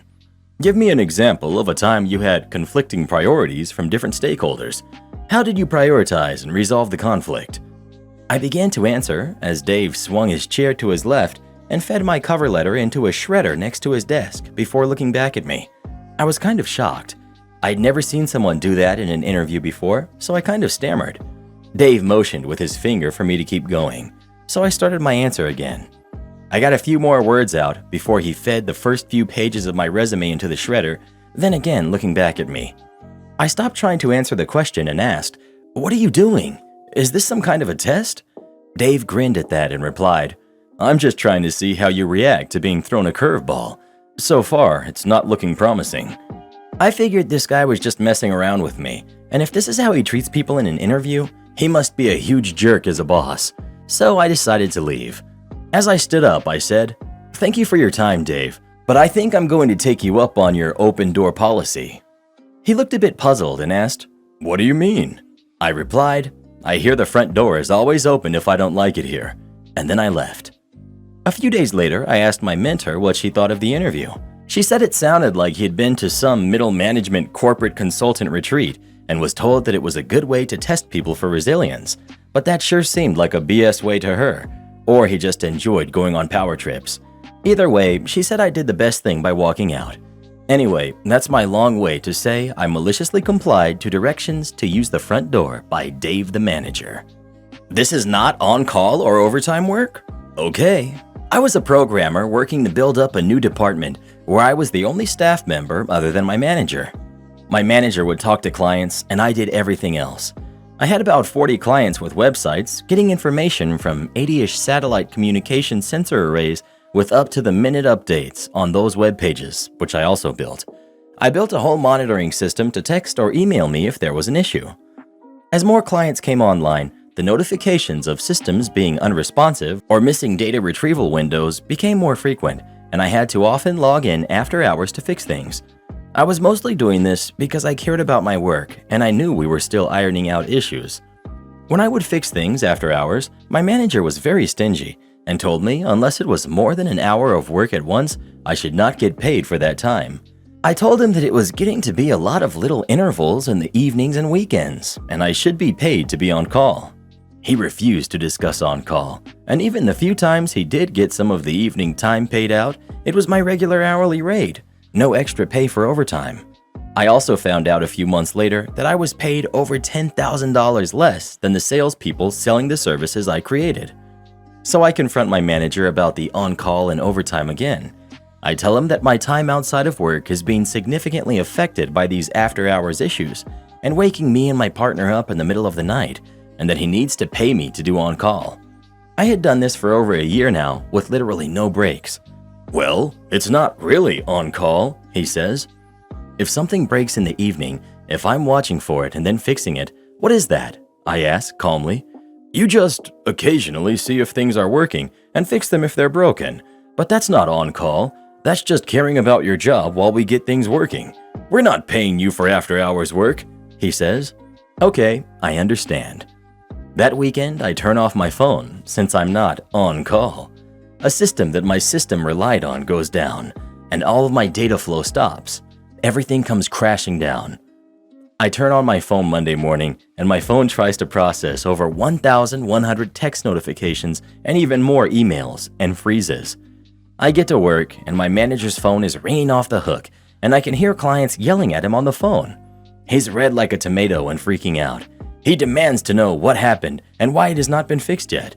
I reply, I don't know. I wasn't on call, and I walk out of his office to leave him with the angry clients. I quit a month later. Am I the jerk for flipping out on my fiance for canceling all of the vegan food options from our wedding food menu behind my back? My fiance, 31 male, and I, 25 female, are getting married soon. There wasn't much that we disagreed on during the wedding planning except for food. Me and my family are vegans, and there's so many reasons why we chose this lifestyle, and one of them being that we have a history of health issues. My fiance and his family are the complete opposite. They're huge meat eaters, which is fine by me, obviously. However, when deciding on the wedding food menu, I wanted to add 4 to 5 vegan options. My fiance and his mom objected, saying it was a waste of money over food that isn't real food. They also argued that this would be offensive to their guests and suggested my vegan options just be the good old salads and appetizers. His mom wanted cupcakes. I said no because for one, it's me and my family who's paying, and two, I want to make my guests feel welcome and not treated as second-class citizens for being served salad. My fiance made a face and said, "Isn't that what vegans eat?" I refused to argue about it and said it was final. The other day, I found out that he had canceled all the vegan options, then took them off the menu completely and behind my back. I was seething. I called him at work, but he just kept hanging up on me. I went straight to his workplace and confronted him there and just flipped out on him. He was stunned to see me. He at first said it was his mom's idea, then told me to go home because I was making a scene at the office. The fight continued at home, and he defended himself by saying that I sort of made him resort to doing this after I kept brushing off his thoughts and input and refusing to accommodate his family. But there were plenty of meat options. Why can't I get 4 to 5 vegan options when I'm paying for it? He yelled that it was his wedding too, not my family's. My family said it was fine and they'll figure it out and told me to let it go, but I refused. Am I the jerk for putting my foot down on this? Update. So his mom messaged me earlier to try to get me to listen to what she had to say after I kept ignoring her phone calls. She spent long walls of text just to address what I did at her son's workplace, calling it all kinds of stuff from immature to unhinged. She then went on to explain how she's noticed that me and my family kept acting dismissive of her son's input and contributions to the wedding.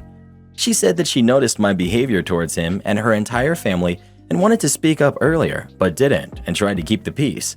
She then went on to address the food menu issue and denied her involvement in the cancellation of the vegan option, but that didn't mean she doesn't support her son's decision. Moreover, she thought it was so responsible of him to make that move because of my continual refusal to see how this stuff is a waste of money. She also pointed out how I kept saying I paid for it and said that technically this isn't just my money, it's mine and his because we're getting married. She suggested I wisen up and get rid of my money, I paid for it mentality. She finally mentioned how bad this whole situation is making me look and said that she and her son had already offered a number of compromises that I chose to brush off and decided to make it my weird hill to die on. She said that not only her son is upset, but she and the family are as well after hearing about it, and suggested I just agree on their compromises and be done with it. This upset me beyond belief. I responded by letting her know that I'm still standing my ground on this, even if I'll have to call the whole wedding off because of it. Because honestly, this is just ridiculous. My mom and dad, they don't even know what to say anymore. Apparently, my fiance saw my response to her. He's with her and is now trying to call me, but right now I'm waiting on him to get home and see if he's still insisting on the stance he took. Not the jerk. And for the love of goodness, don't marry this man. I'm on my knees begging her to see the giant red flags. Not the jerk. So he, 1, has no clue what vegans actually eat and no interest in learning.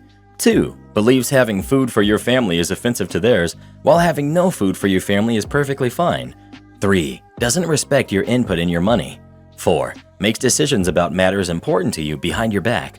5, either can't stand up to his mom or uses her as his scapegoat.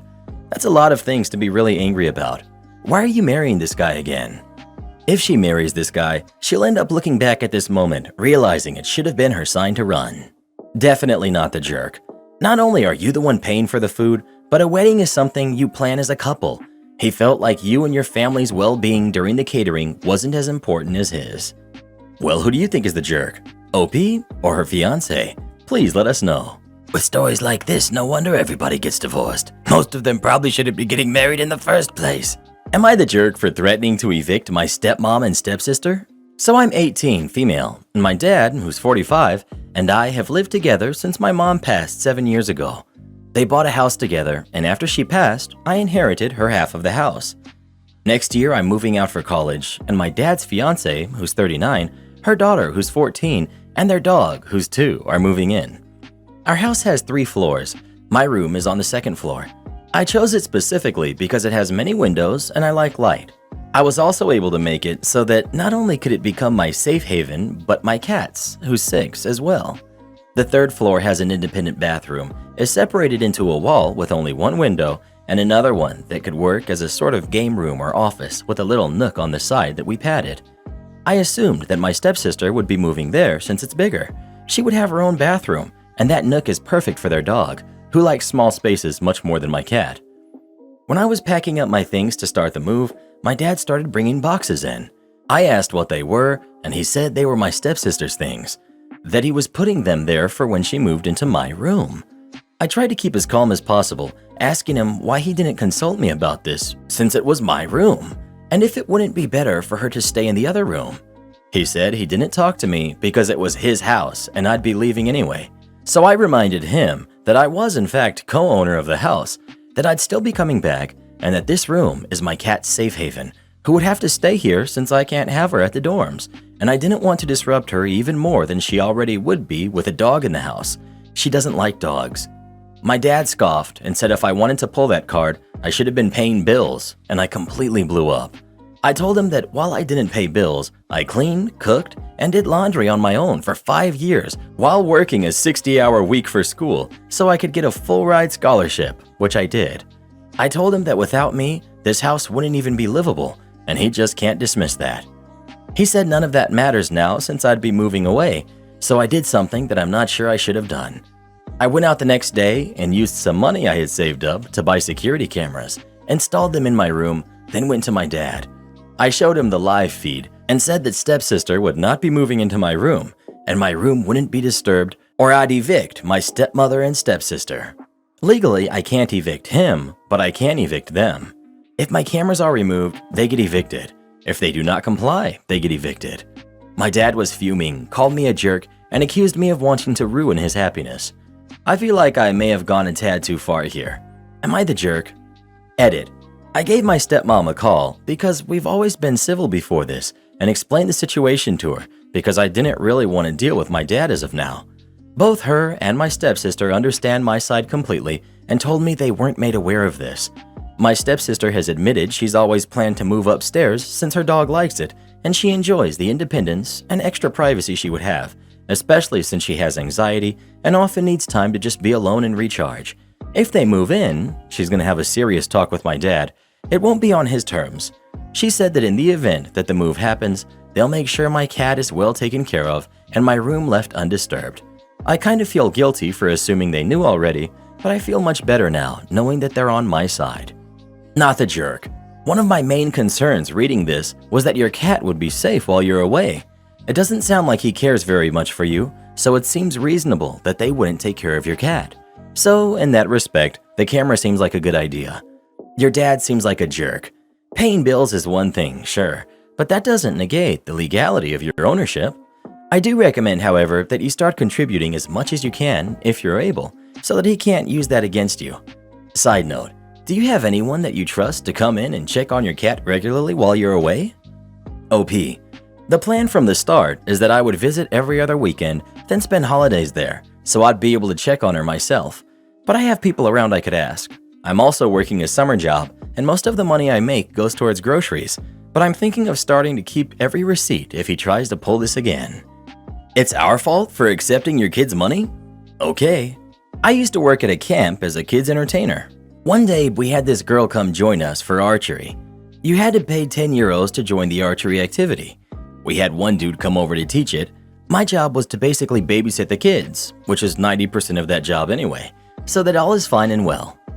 Now, this girl would not listen to me, or to the archery dude. Whenever we said, wait until everyone has shot all their arrows, then go pick up your arrows, she would just shoot her arrows and immediately get them, while the other kids were still shooting theirs. This is obviously very dangerous. After warning her multiple times, I decided that enough was enough, and I told her to leave the activity. Fast forward a couple of hours. I just finished another activity, and I see her and her mom coming towards me. Now, I've seen this before, and generally I get the, now what do you say? Sorry, I can't hear you. Ugh, I'm sorry. Unfortunately, this wasn't the case here. It was the opposite. The mom wanted me to apologize to her daughter, and then also give her money back. Neither of which obviously was going to happen, but it gets worse. Apparently, this girl stole 50 euros from her mom's purse. She decided to pay for her archery thing at the service desk, and with the leftover 40 euros, she went to the shop and bought 40 euros worth of candy. And the mom wasn't mad at her. She was mad at us for allowing her to buy that much candy and buy a ticket to the archery thing without her permission. It was all our fault. So we all came together and decided that if that was the case, she would not be allowed to do anything without her mom's permission. Going to buy some bread at the little shop in the morning? Better get your mom. Want to join the arts and craft hour? Not without your mom's permission. Want to pay a €1 deposit on a locker for the swimming pool? Nope. They quickly tried to backtrack, but we didn't. The mom had to constantly supervise her daughter, which means she was also witnessing all her bad behavior. It was still all our fault though. Am I the jerk for asking mother-in-law not to sit on my piano and kicking her out of the house when she yelled at me? My daughter, who's 7, is developing an interest in music, and I mentioned getting her lessons. Mother-in-law insisted that she should give her lessons, as anyone offering them on the internet was probably a loser. Mother-in-law has had a long career on and off Broadway, as well as writing and composing, and won multiple awards. But the thing is, she's crazy, and my kids don't even really like her. My husband pushed the idea because he's cheap, and mother-in-law was willing to do it for free. My daughter was okay with it because she did see mother-in-law perform live once and wants to be like her, though still doesn't really like her. So the day of the first lesson, mother-in-law got there 20 minutes late, said my house makes her claustrophobic, and then jumped up on my piano like it was a beanbag. I asked her to please be careful, and she rolled her eyes. She proceeded to give my kid half-attempted lessons and sat on my piano the entire time. I finally asked her nicely to get off of it and said I would get her a chair. Mother-in-law scoffed and said she sits on her own all the time, and hers costs way more than this crap. I said she can do whatever she wants in her own house, but she is in my house. Mother-in-law said she likes sitting on the piano and to leave her alone. My daughter even told her she should get off of it, and mother-in-law called her no fun and told her someday if she makes it, she's going to want to sit on the piano too. Finally, I snapped and threatened to spray her like a cat. She got down and looked shocked. Mother-in-law told me I was just a teacher and I know nothing about music. I yelled at her that at least I know something about respect. Mother-in-law began to tear up and said I was calling her fat. She's not, nor have I ever implied she is. Then she said I humiliated her with the water. I finally told her to just leave, so she did, but she called father-in-law. Father-in-law called my husband and lost it on him for a solid 5 minutes. He also texted me that I'm disrespectful and ugly. Most people I've talked to are on my side, but my mom said I'm the jerk because people sit on pianos in movies, and obviously mother-in-law knows what she's doing, and I'm probably just jealous. My husband thought it was funny, but wants me to talk to her while I'm cooled down so she can continue the lessons. I'm going with not the jerk. You asked her to get down several times. She didn't. I thought telling her that you were going to spray her like a cat was a little much, but I mean, you warned her many times. She insulted you. You didn't insult her back. I think lessons should be canceled. Not the jerk. Mother-in-law is unhinged and insufferable. Please consider a professional in teaching your daughter. She was being disrespectful to you in your own home. I personally thought the spray thing was mild. I would have done it and told her to buzz off, but that's the pettiness of me. Not the jerk. You asked her not to sit on the piano, she refused, she insulted you, your home, your boundaries, your parenting, and got father-in-law to back her up with more insults. It's not about piano, it's about ego. And speaking as someone entrenched in the entertainment industry, a lot of performers are total narcissists. Mother-in-law fits the bill, and husband is too broken down by it to fight her, so he's fighting you instead, choosing the path of least resistance, because he's learned that the best way to keep mom happy is going with her insane flow. Well, who do you think is the jerk? OP or mother-in-law? Please let us know. I think mother-in-law sounds like a real trip, to be honest. I mean, I'd let her sit on my piano. I bet you would, Karen. I bet you would. Want me to rush the work? Okay, pay double and wait longer. Just some background info.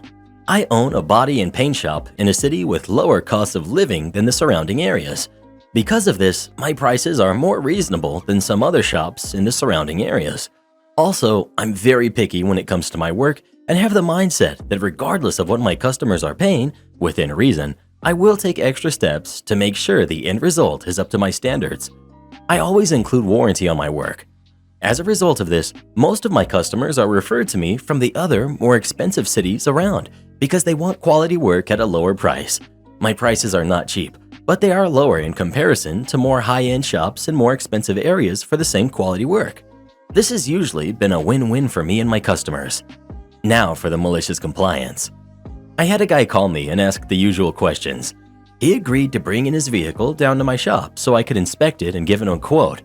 The following day, he brings his vehicle down to my shop and I immediately realized that the vehicle has been previously painted. Experienced painters can usually tell. In this case, it was obviously not done correctly as the paint was already beginning to fail. He wanted to do a full restoration of the vehicle to factory condition. I explained to him that due to the fact that the vehicle had been repainted before, there could be a chance that the time frame or price could change depending on what is underneath the paint once I start sanding. For example, improper body work or prep work done by the previous painter. I also tell him that if I do find any issues, that I will run them by him before continuing to make sure that it still fits within his budget. We agree to the terms and a rough time frame of 3 to 4 weeks, so long as there are no surprises. He leaves a deposit and I begin work on his truck. 3 days later, I have the bed removed as well as the front end, doors, and interior, leaving the truck as basically a skeleton. I start sanding the parts and I get through the paint layers and see that there is some previous body filler on the panels, which is normal on older cars, especially when they've been repainted. Most of the time, it's no biggie when the previous repairs are done properly, meaning that the body filler should never exceed 1/8 inch thick. But I quickly find out that the cab of the truck had had a pretty severe impact before, which the previous body shop had not pulled out before doing body work, and the panel had a full 1.5 inch of body filler. I stopped what I was doing and called up the owner to let him know. After discussing it, I sent him a video of the issues. We agreed to adding an extra 2 weeks to the time frame and additional repair costs. I began the proper repairs, and about 2 weeks into the original drop-off date, I get a call from the owner of the truck. He tells me that he needs the truck to be done by the following week because he has a buyer for it and he doesn't want to wait any longer. At this point, I have the truck completely torn apart. I have only finished the bodywork on the cab and the front end and just started the repairs on the bed and doors. We had agreed to an additional 2 weeks on top of the original time frame, which still had not come yet, for a total of 5 to 6 weeks. I explained to him that it would not be possible for me to get all of the remaining work done within a week without me having to hire more people, which would add to the cost of the job. He followed up by saying that he would not pay a penny more and that if his truck was not done by that date, he would be at my shop with a tow truck and law enforcement to take it, and he wouldn't pay the remaining balance. Now, I knew that he would not be able to get away without paying the balance and that the law enforcement would back that up. In my state, I am allowed to place a lien on any vehicle that has a balance on labor already performed and agreed to it by the customer, which he had. Now for the malicious compliance. At this point, the customer has begun making threats and insults, so I tell him I would get the truck done on the conditions, the warranty would be void, I would not be responsible for any previous work done to the truck that may fail, and the outstanding balance would be paid in full on the day of pickup, and the job would be considered complete. He agreed to the terms and told me to do what I had to make sure it was done. I proceeded to finish the repairs I had started, still doing them the way I should, but for the remaining parts, I simply sanded the paint a bit and proceeded to paint the truck. Sure enough, the paint showed issues immediately, but the truck was finished on time. The owner comes to pick up his truck and is livid at the results. He proceeded to call the police because he did not want to pay. The police arrive and I show them the paperwork he signed as well as all of the text messages backing up my explanation. The cops then tell him that unless he pays the balance, he would be forced to leave the truck and pay storage fees until it was paid. He reluctantly paid the balance and proceeded to take the truck to another shop, which the truck sat at for an additional 4 months. He had to pay almost double the price I was charging to have them redo some of the work. The parts I took my time on before the whole issue arose were left alone. Smug Karen takes my car keys because I can't possibly be the owner, earns herself a ride in the back seat of one of our county's finest. This is just a throwaway because I don't care to stick around for long, but this incident was so stupid that I can't really help but share the story since my friends keep telling me to. What I find most weird about this is that my car wasn't anything super special. It was just a yellow 09 V6 Chevy Camaro with black stripes. When I bought it, it was super cheap because the passenger side door had been smashed in somehow, and there was already 130,000 miles on the odometer. But the title was still good somehow. No idea why, nor do I really care. It was sold to me via a proxy. All I know was the car looked like a good deal, so I bought it. A friend of mine who works in auto body fixed it for me. He said that the most damage was done to the door itself, and I just needed a new door, and after he made a few tweaks to make sure everything was straight. Together, we managed to find a door at a salvage yard that was the same color. A little work, and the car looked almost new, and it became my fun ride to commute to work or drive around when I didn't feel like using my other car. I didn't do any modifications to it. I'm not one of those guys that's into speed or crazy mods. I liked the car because it looked cool and the gas mileage wasn't so bad with the V6. In fact, I wanted a V6 Camaro because I heard that they're usually in better condition than the ones with a V8 because people drive the V6 more for looks than power and don't gas it as much. I drove that Camaro for a year before running into a random Karen at a supermarket last year in September. Those places tend to draw Karens in regularly. especially in the state that I live in. I've seen many Karens, but was lucky to hardly ever be noticed by them. I was shopping for some stuff to make dinner and was about to head home when I found the Karen with her son all over my car after exiting the store. I'm guessing the kid was around 4 years old, and his mother was taking pictures of him sitting on my hood while the kid kept smiling and gleefully saying, "Bumblebee." Yes, I understand the reference, and I've heard it all before. I don't like people messing with my property, and I told the kid to get off. The Karen took one look at me and told me to mind my own business. Now I'm 29, male, but I have a bit of a baby face, and my casual clothing made me look like a teenager. So I guess to her, I couldn't have been someone who would have anything to do with such a nice car. That's actually a pretty common car. I told the Karen to get off my Camaro, and she bluntly told me that there was no way it was my car because I'm too young.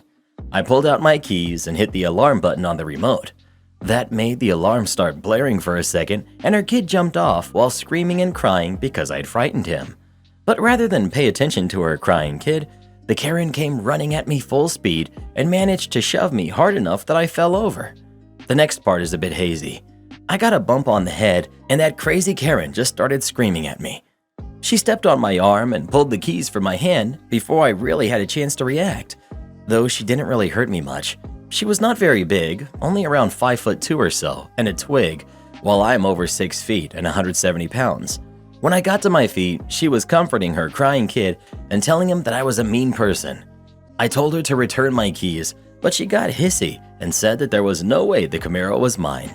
I again stated it was, and I would only give her one more chance to return my keys. She didn't. Instead, she handed them to her kid, who proceeded to start playing with the buttons on the remote and unlock the doors. I had enough and got my phone out to call the police. When the Karen saw I was on the phone, she started screaming and charging at me again, though this time I easily dodged her and she nearly fell on the asphalt and screamed that I had attacked her. I never even touched her and said as much out loud.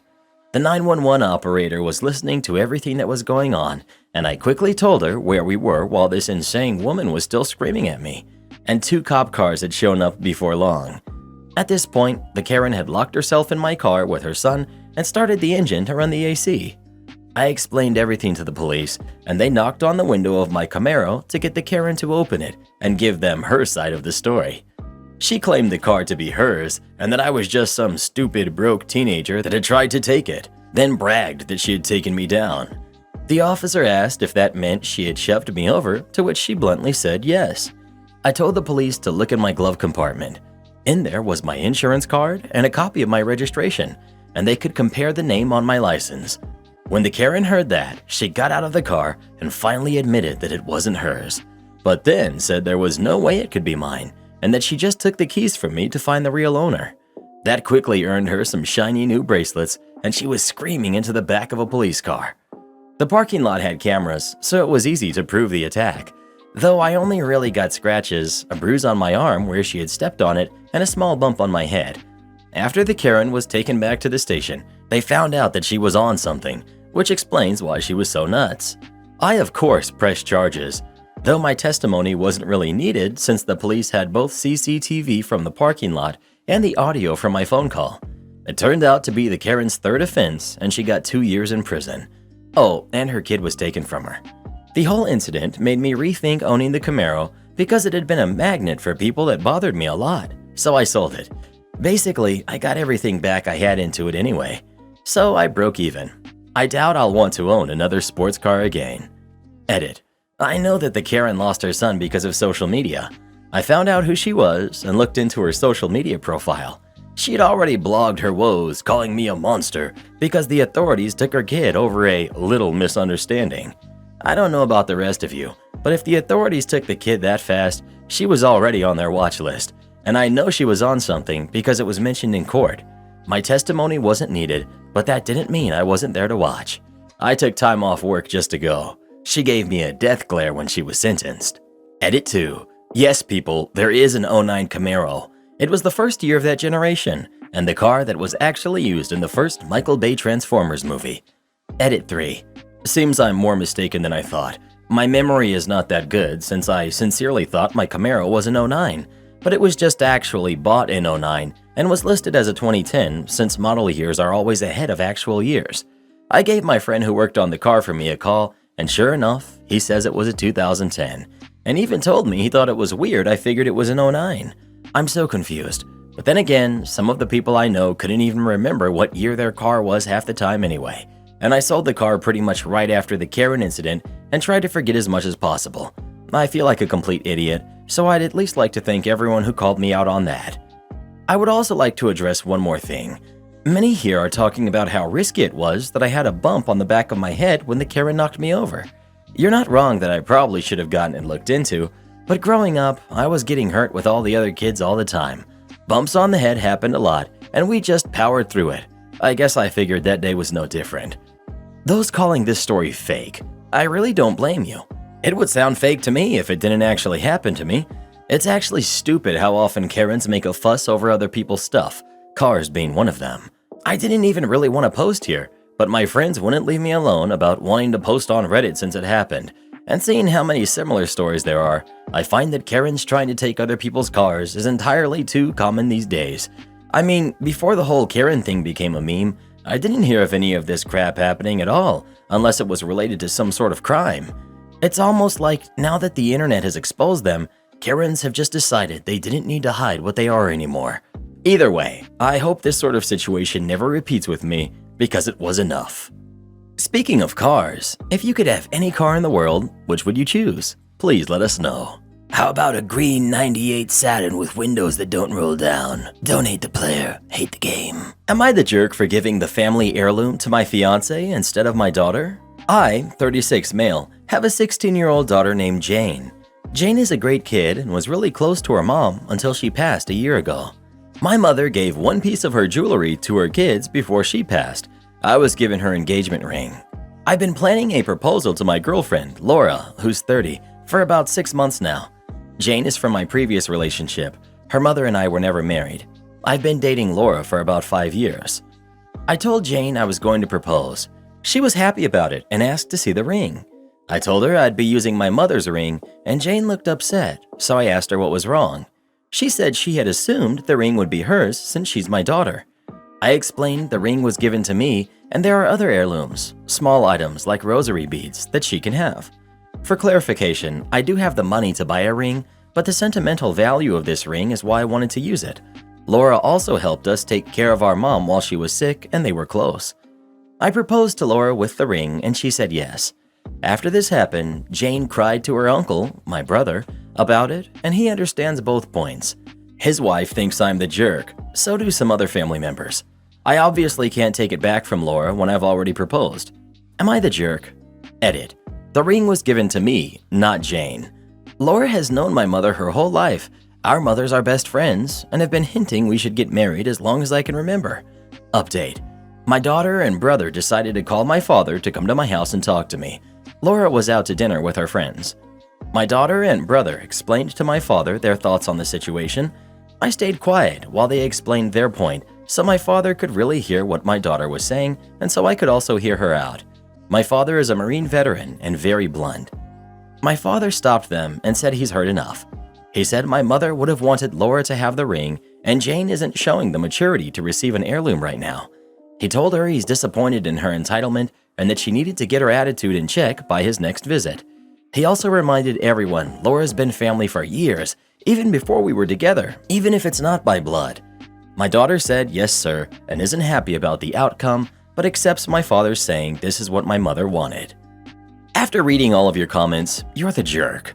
Of course, you can speak to your fiance and tell her that you hurt your kid's feelings and made a mistake. You communicate with her and buy her a new ring. Before reading your comments, I was like, not the jerk. Your daughter's feelings are valid. It's a family heirloom.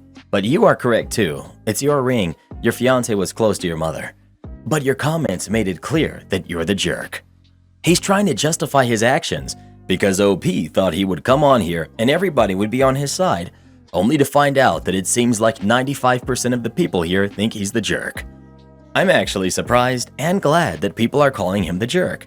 I expected every comment to be like, not the jerk, she's not entitled to it. You're the jerk. The ring should have been Jane's. Find out if Laura would accept an exact duplicate of the ring and exchange that for the heirloom for Jane. Otherwise, I predict you will have a very unhappy daughter who will resent both you and her future stepmother for a long time. If I were Jane, I too would be deeply hurt that a ring that belonged to my grandmother was given to a non-blood relative. If the ring should have been Jane's, then her grandmother should have given it to Jane. But she didn't. She gave Jane something else and gave the ring to her son. Jane isn't entitled to something just because she wants it. You're the jerk. How does a 5-year relationship, mother of an SO, become more important than a 16-year bond with a grandma? Sentimental jewelry is typically passed down from generation to generation, and you basically skipped over your daughter. Doing this soon after your mother's passing makes you an even bigger jerk. There was no reason you couldn't have just bought her a different ring instead of one with sentimental value to your daughter. This decision has certainly injured your relationship with your daughter, perhaps beyond repair, as you've made sure she will resent you and your fiancé. Don't be surprised if in 2 years she moves out on her birthday and goes no contact with you. ETA. Just read your comments about planning to have more kids with your significant other. You have essentially picked your significant other of 5 years over your daughter and plan to have kids that will go on to inherit a piece of jewelry that means so much to your daughter. If you do actually wind up having more kids, don't count on your daughter wanting anything to do with them because she will likely resent them as being the proof you chose a potential family with your significant other over your existing family. Second ETA. OP has clearly been doing some damage control. A few things I would like to clear up for new viewers.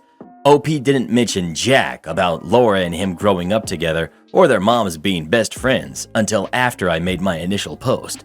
The relationship between the significant other and one's kid is completely different than one with the child of a family friend.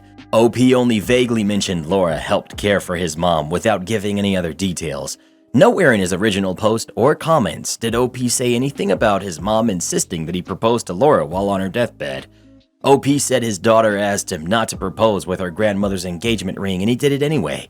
He completely disregarded the feelings of his daughter, even though he could afford to buy Laura an engagement ring without breaking the bank. Legally, OP did have the right to do what he did, but morally, he was a major jerk. Well, who do you think is the jerk? OP or his daughter? Please let us know. Call me crazy, but if Grandma wanted her to have the ring, why wouldn't she have just left it to her? Stop acting like a Karen Jr. Let's continue. IT director is not being helpful? Time for some malicious compliance. I'm an IT director, male 51, though I'm the only IT person in a nonprofit with 45 plus employees. The place I work is a toxic nightmare only because of the CEO. Everyone else is awesome. I didn't want to leave my job and my coworkers, but I was left with no choice. I was quiet quitting for several weeks while I interviewed for new positions. I took home all personal items from my office. The job market for an IT person of my caliber is like Candyland right now. I quickly found a new position, and the day they officially welcomed me to the new company, I submitted my 2 weeks' notice. Granted, I had been considering giving no notice and leaving with a fire and brimstone approach, but I read a lot of articles about resignation letters and avoiding any negativity, so I backed off and just gave a boilerplate, 2 weeks' notice resignation letter, nothing positive, nothing negative. A coworker who wears several hats was tapped to be the interim director. I met with that person and the COO to develop a transition plan to avoid as much chaos as possible.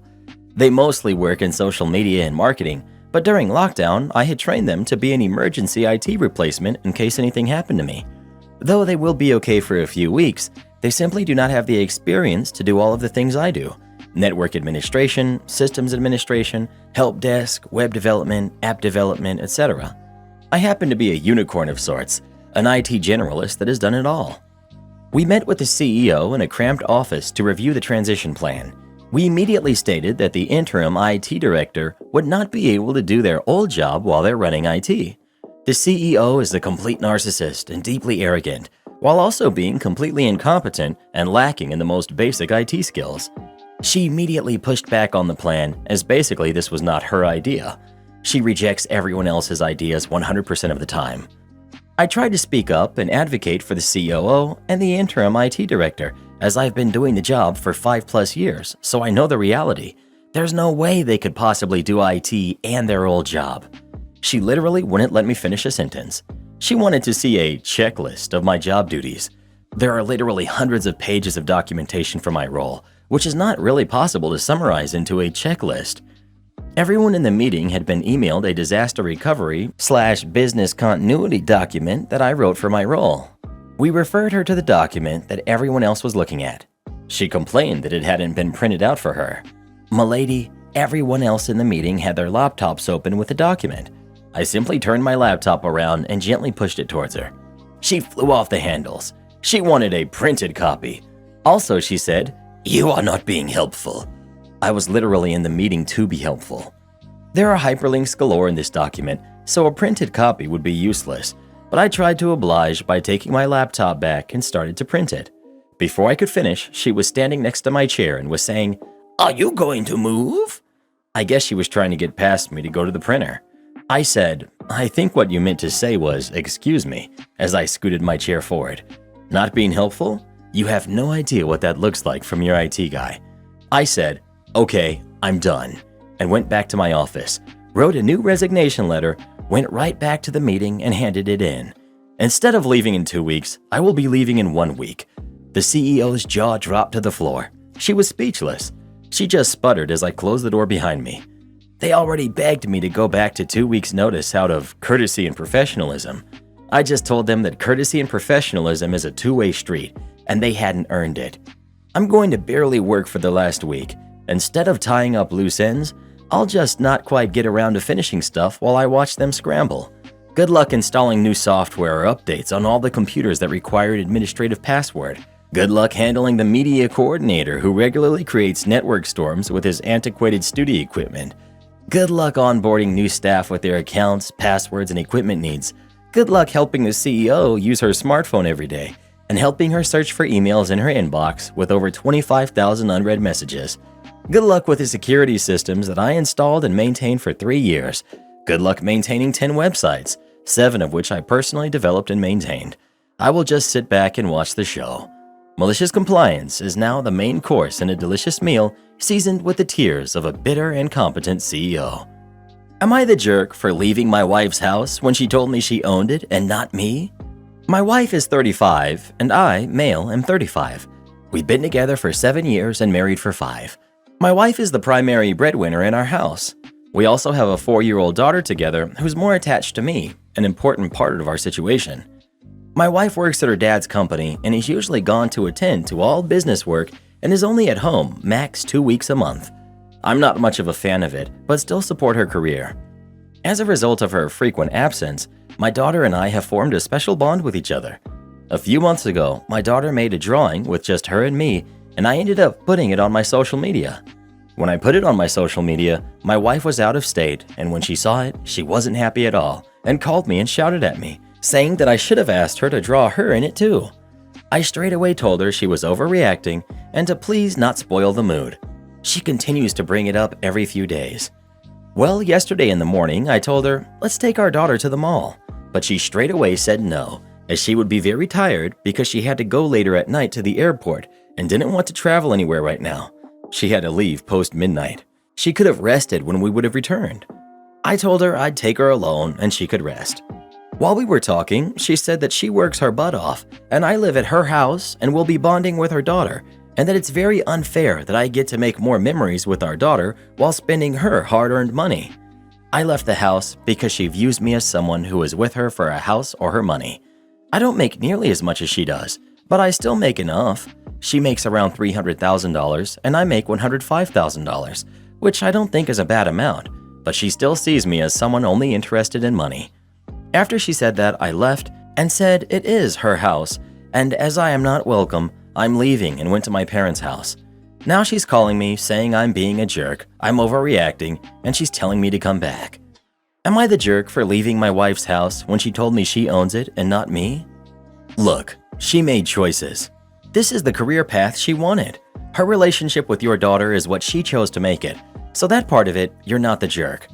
But this money business? Okay, does she normally make power plays like this? Granted, she's pulling in some serious green, but you're not doing badly either. Why this play for dominance? And why are you living in daddy's house when you're both making enough to buy a home of your own? Something is seriously wrong between the two of you, and I think your father-in-law has something to do with it. Do not leave your kid in the middle of this. This will make her life horrible, and both of you need to get out of daddy's house and into one of your own. far away from these power plays which will destroy your family. You're not the jerk. OP. I think I will be calling her and saying if she wants us to live together, we will be moving out and buying our own house, or buying the house from her dad and having both of our names. Not the jerk. You're a team. You're married. Maybe she's starting to realize she's away a lot with your daughter not drawing her, and she's taking her guilt out on you. Not the jerk. Right now, she's upset that you're making the memories and she's being forgotten, literally. Your daughter made a drawing that mommy isn't in, and the day you left and left your daughter there, mommy dropped her off at her parents' house and went to work. It's a sad situation that she has created for herself, but she needs to understand that it isn't your fault and she has no right taking it out on you. As for the house, you pointed out that she doesn't own the house either, and maybe she needs to be reminded of that you both live in her father's house for free. Y'all need counseling. Talk with her, and maybe she can pencil her family into her schedule for some counseling. Can't believe how easy everyone here is going on the wife and her attitude. If the roles were reversed and the husband was the breadwinner acting like this, y'all would be telling her, OMG, leave him. Red flags, take your daughter and get as much child support and alimony as you can from this deadbeat. But as usual here on Reddit, you're all just making excuses for why this wifezilla is acting like a monster. And you wonder why rich men refuse to get married these days. Every time my parents hound me about finding a good woman to marry, I tell them the same answer. Thanks, but I'd prefer not to risk losing half my stuff. Then my sister calls me selfish, says there are so many single mothers out there who would be so happy with a man like me. I could be the father figure to their kids. I tell her, yup, the same ones who wanted nothing to do with me in high school because they were too busy running around with the jocks. Oh, you've got 4 kids now from 4 different guys? None of them are in the picture and you work delivering pizza for Domino's? Guess you shouldn't have rejected all the guys like me who had a good head on our shoulders. Well, who do you think is the jerk? OP or his wife? Please let us know. Shut my mouth and get out of your bar? Okay. I used to work at a bar as the only female security. This bar got in legal trouble all the time. Fire marshal closed them on some busy weekend nights for being way too over capacity.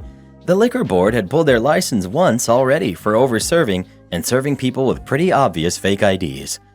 I was one of the new security hired to help resolve all this. It was so bad, we had to be trained by a government ATF person and get a card to prove we knew how to spot and stop over-serves and spot fake IDs. I think the real reason they hired us was to have scapegoats on the ready for next time they did this. So I worked there a while, doing my best. The owner's wife was the worst. She was always drunk, always had her friends in the bar, and bent the rules for them. She thought she was Lady Jesus, and we should all be kissing her feet because she was the owner's wife. I mostly stayed out of her way and had no issues, but many coworkers complained about her. One night, some dude gets sick on the way to the bathroom. I cut him off. He ends up getting escorted out by his less drunk friends. I notice a man sitting at the bar watching this. He had creased slacks, a jacket indoors on a summer night, and no drink in his hand at a busy meat market dance club. I started watching him and noticed the badge under his jacket. Aha! He was here to watch for over-serving. A little later, a woman came to the bathroom, drunk enough to need to hold on the walls for dear life. I cut her off. She screams at me, then goes into the bathroom and tries to wash off the giant black Sharpie X from the back of her both hands. I warn her that she will be kicked out of the club if she continues. She screams again and staggers out of the bathroom. About 5 minutes later, owner's wife is in my face screaming. The woman I had cut off was one of her friends, attending a bachelorette party in the VIP section, and I was supposed to somehow magically know she was a VIP. I was also apparently supposed to break the law for her because she was a VIP. So she and I start a screaming match where I inform her that her husband had hired me to make sure that the law was followed. I also started to inform her about the police officer at the bar, but she screamed in my face to "Shut your mouth and get out of my bar." She fired me on the spot. I didn't bother waiting to see if her husband agreed. It was known she wore the pants. I complied, I shut my mouth and got out of the bar.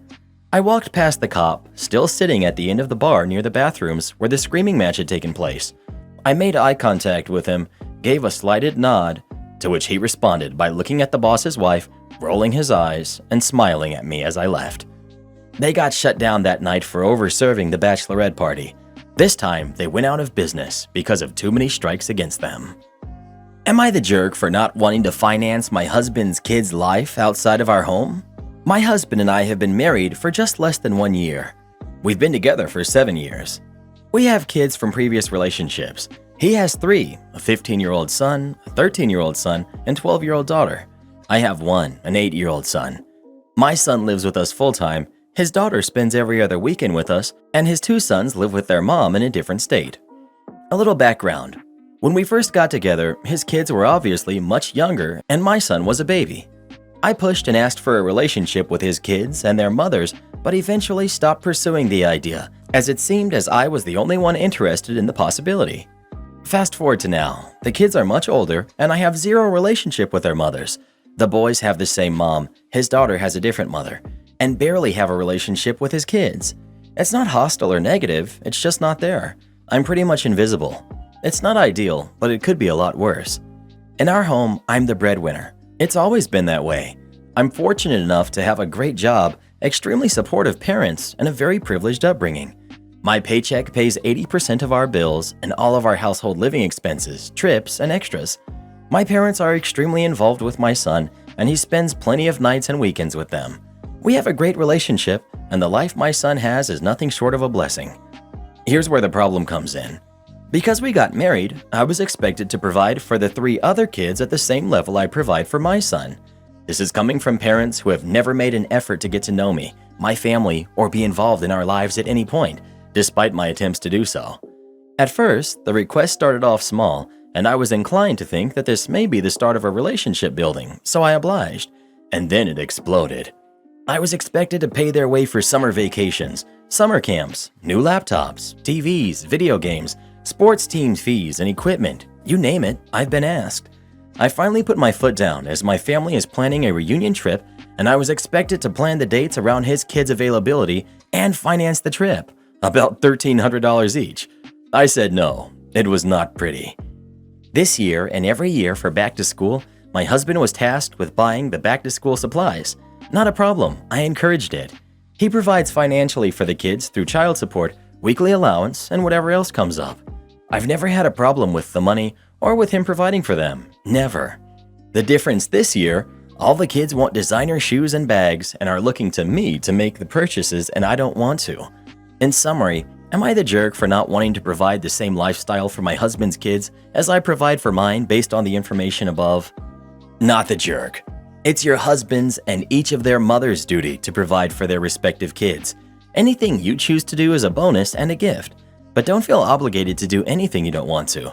They are the jerks for treating you as a wallet instead of taking advantage of the chance they had to have another loving adult in their lives. Not the jerk. Petty me would tell your husband that if he has that expectation, then the costs of the household will have to be revisited and he will need to increase his contributions to 50-50. Not the jerk. In case you haven't caught on yet, your husband is a toxic grifter. Behavior like this. My husband is furious and doesn't understand why I will not provide for his kids the way I provide for mine. He constantly starts fights and makes slick comments about things I do with and for my son.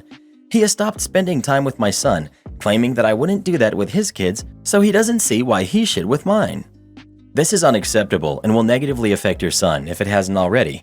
You owe it to your son and to yourself to remove this man from your home and your life. Your husband let his mask fall off right after you got married. Do you think that was a coincidence? He thinks he has you trapped. Divorce him now before it's too late. You could end up paying him alimony and supporting his kids anyway if you stay in this marriage much longer. Well, who do you think is the jerk? OP or her husband? Please let us know. So, why did you marry this guy again? Karen Boss tried to use a joke I made to get me fired. I reverse Uno. About 15 years ago, I moved across a few states to where my wife was starting her new position as a professor at a local university. We had the first 3 of our 4 kids, and while I was going to mainly stay home to take care of them, I wanted at least a part-time job for extra money and whatnot. So I took a full-time position as a cook at a retirement home and care facility in the town we'd moved to. I have a culinary degree and years of experience working in small kitchens, hotels, and a previous university kitchen. This was a very small kitchen and had a lot of the hand-me-down practices that have managed to avoid professionalism and efficiency. Basically, whoever ran the kitchen just did what they felt like doing if they thought it made sense. The current head of dietary, who actually hired me, had years of experience, but she was retiring and her position was being taken by a kitchen staff member who was brought into the kitchen from being a housekeeper. She had very little training and no certifications, but was taking the courses as she started the position on the facility's dime. At first, it was very friendly and casual. We all got along fair enough. It was my new supervisor boss. We had me, we had the main cook, Queen, who had plenty of experience in small-town kitchens, and the next truck driver, King, who had no experience, but could follow directions and sort out, assemble, the meals as directed. Our facility director, Big Boss, ran the entire place and all departments. I had a habit of maintaining a professional demeanor wherever I worked until I could test the atmosphere and relax into whatever environment it turned out to be. I learned from this incident not to do that and always maintain a professional face at work no matter how relaxed it is because of this incident. After some months in the position, all was mostly fine, but Boss had issues with the way I performed my tasks. I used pretty standard practices for preparing, cooking, and expediting meals that she was familiar with. An example would be prepping meal components during downtime as residents of the facility would come to be fed. She was used to just standing at the window, waiting for the nurses to come and give the name of the resident and their meal choice. Then, as the aides cleaned up, she'd rush to prepare food. I would come to the window when a nurse approached, but otherwise be prepping food to go into the ovens and stovetops for the impending lunch hour, or prepping food for the next day's meal. This not only managed time better, but allowed me to avoid many snafus and possibly prep something extra for the independent residents who would request something at the last minute for lunch when they came for the morning meal. They had a tendency to just trickle in, and there weren't more than maybe 40 residents in total. One event would be the morning she came in early to do paperwork, and she saw me preparing 4 full pans of pork chops to put into the cooler until oven time. She was terribly confused. Boss: What are you doing? Me: pork chops for lunch. But it's breakfast time. Yes, breakfast is ready on the steam table. But you're supposed to be serving breakfast. Me: I am. As they get here, I get them their breakfast. I've already prepped the veggies and potatoes. After I get these pans in the cooler, I can start the cake for tomorrow's dessert. Boss: But it's breakfast. And so on. This was the start of her trying to change my methods to hers, but almost every time she'd try, I'd resist. At first, she pulled the I'm in charge thing, but not often because I had more experience than her and I could explain how my method was standard practice or made more sense than hers. She never had a reasonable explanation that what I was doing shouldn't be done other than, I don't like it.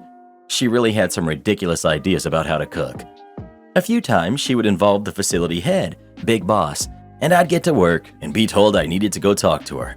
Every single time I managed to defend what I was doing and get agreement from Big Boss that what I was doing was professional and acceptable. More than a handful of times I demonstrated how things Boss expected of me not only weren't efficient, but sometimes skirted or even violated serve safe and food handling safety. A big one was she'd been angry that she now had to bend over to lift out meats out of the boxes on the bottom shelf instead of on the second shelf where she had them previously, above the shelf where we had boxes of lettuce and other raw veggies. I'd been told to continue what I was doing, and Big Boss would then talk to Boss, who would stare daggers at me for the rest of the shift.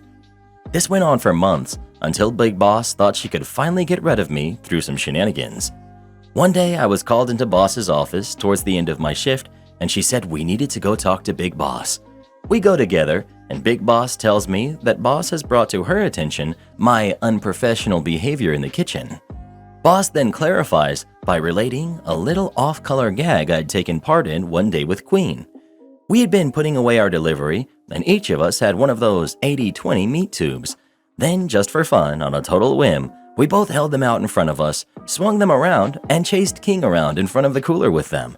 Yes, it was unprofessional, but this wasn't an isolated incident of tomfoolery, and it was the same sort of play the Boss herself had taken part in.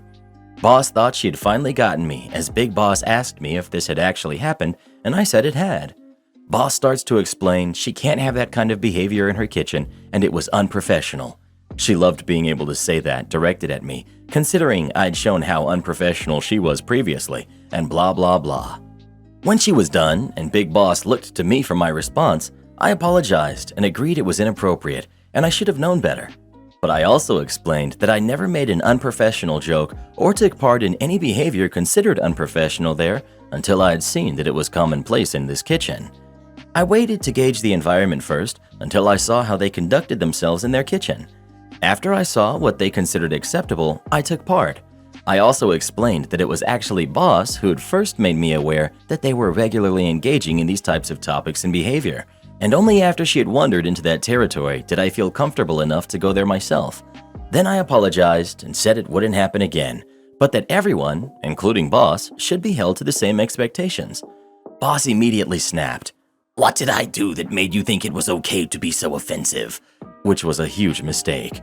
Me, Boss, who's Henry? At this, she clammed up and her eyes grew wide as she turned so red it was kind of scary.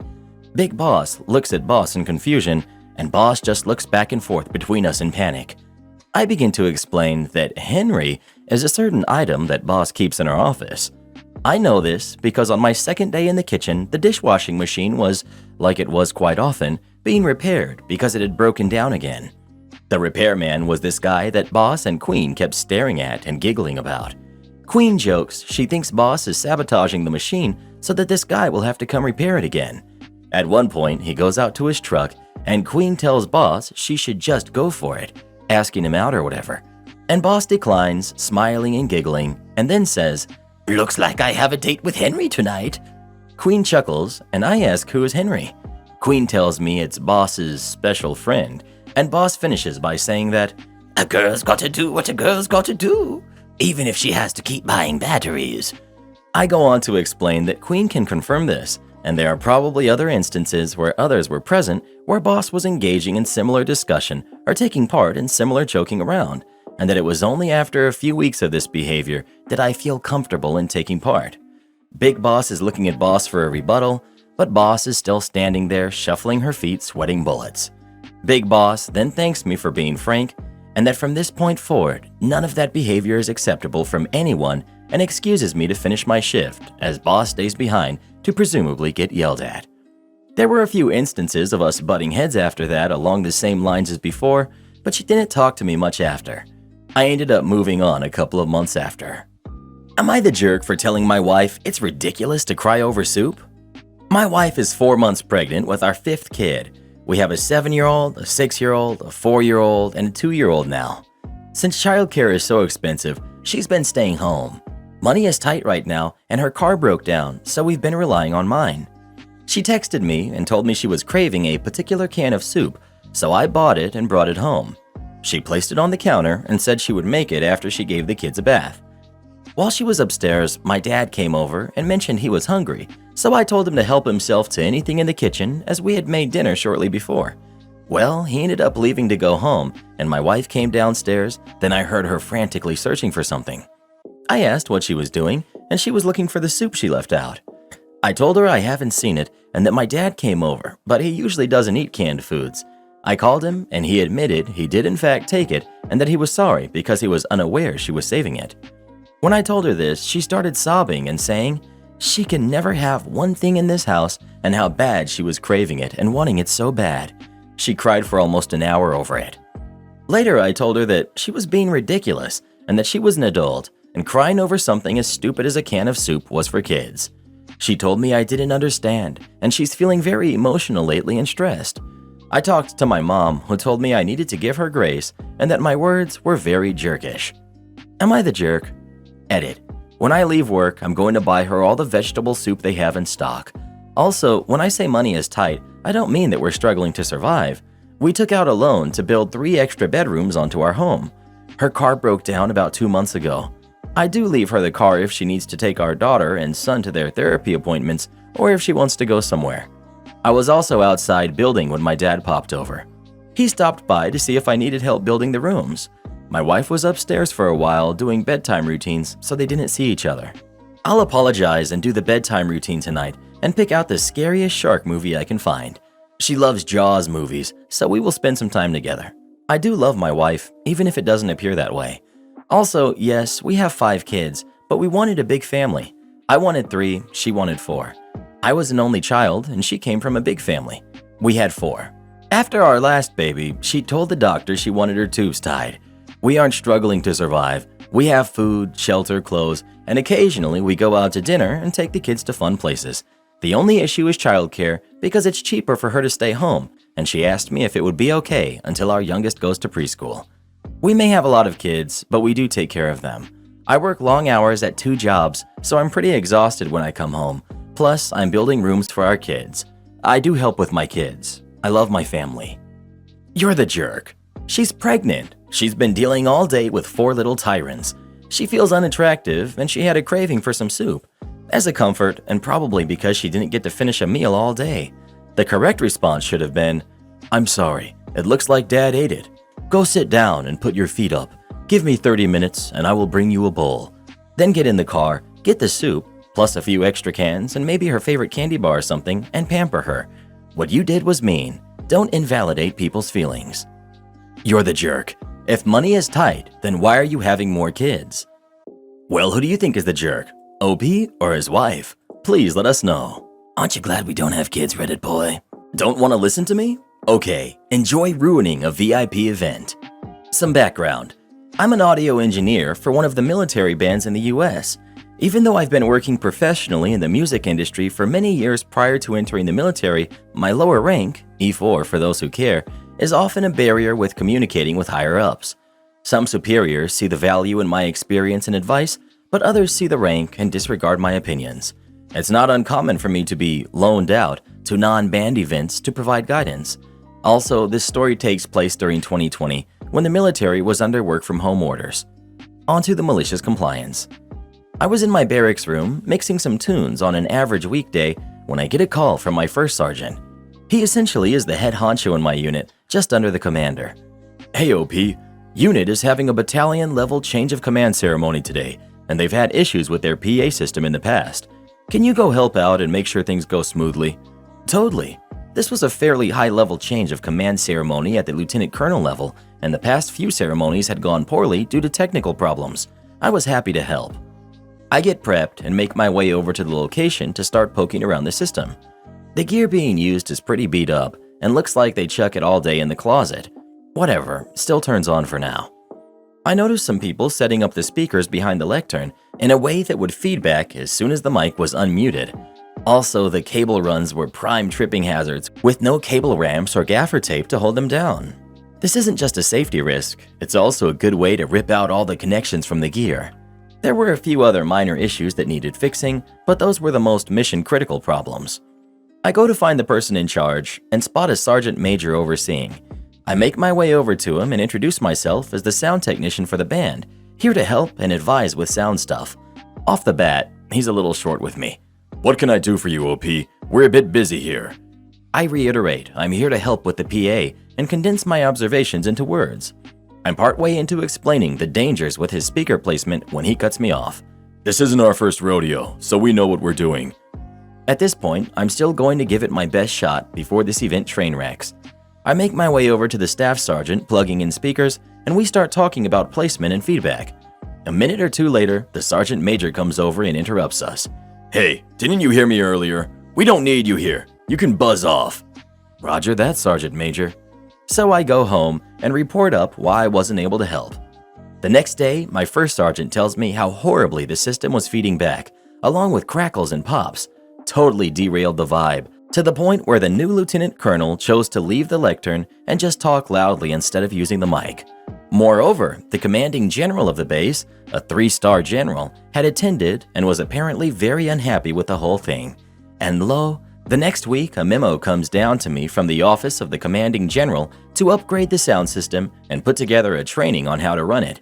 Still makes me laugh thinking what the sergeant major's face must have looked like when they figured out that the only person qualified enough to advise them was the one he had told to buzz off. Site manager neglected to take care of my property, so I cost the property manager company over $500,000. Some background. I, 35 male, own a 72-unit apartment complex. When I bought it, it was in a good shape, and I spent several million getting all apartments renovated.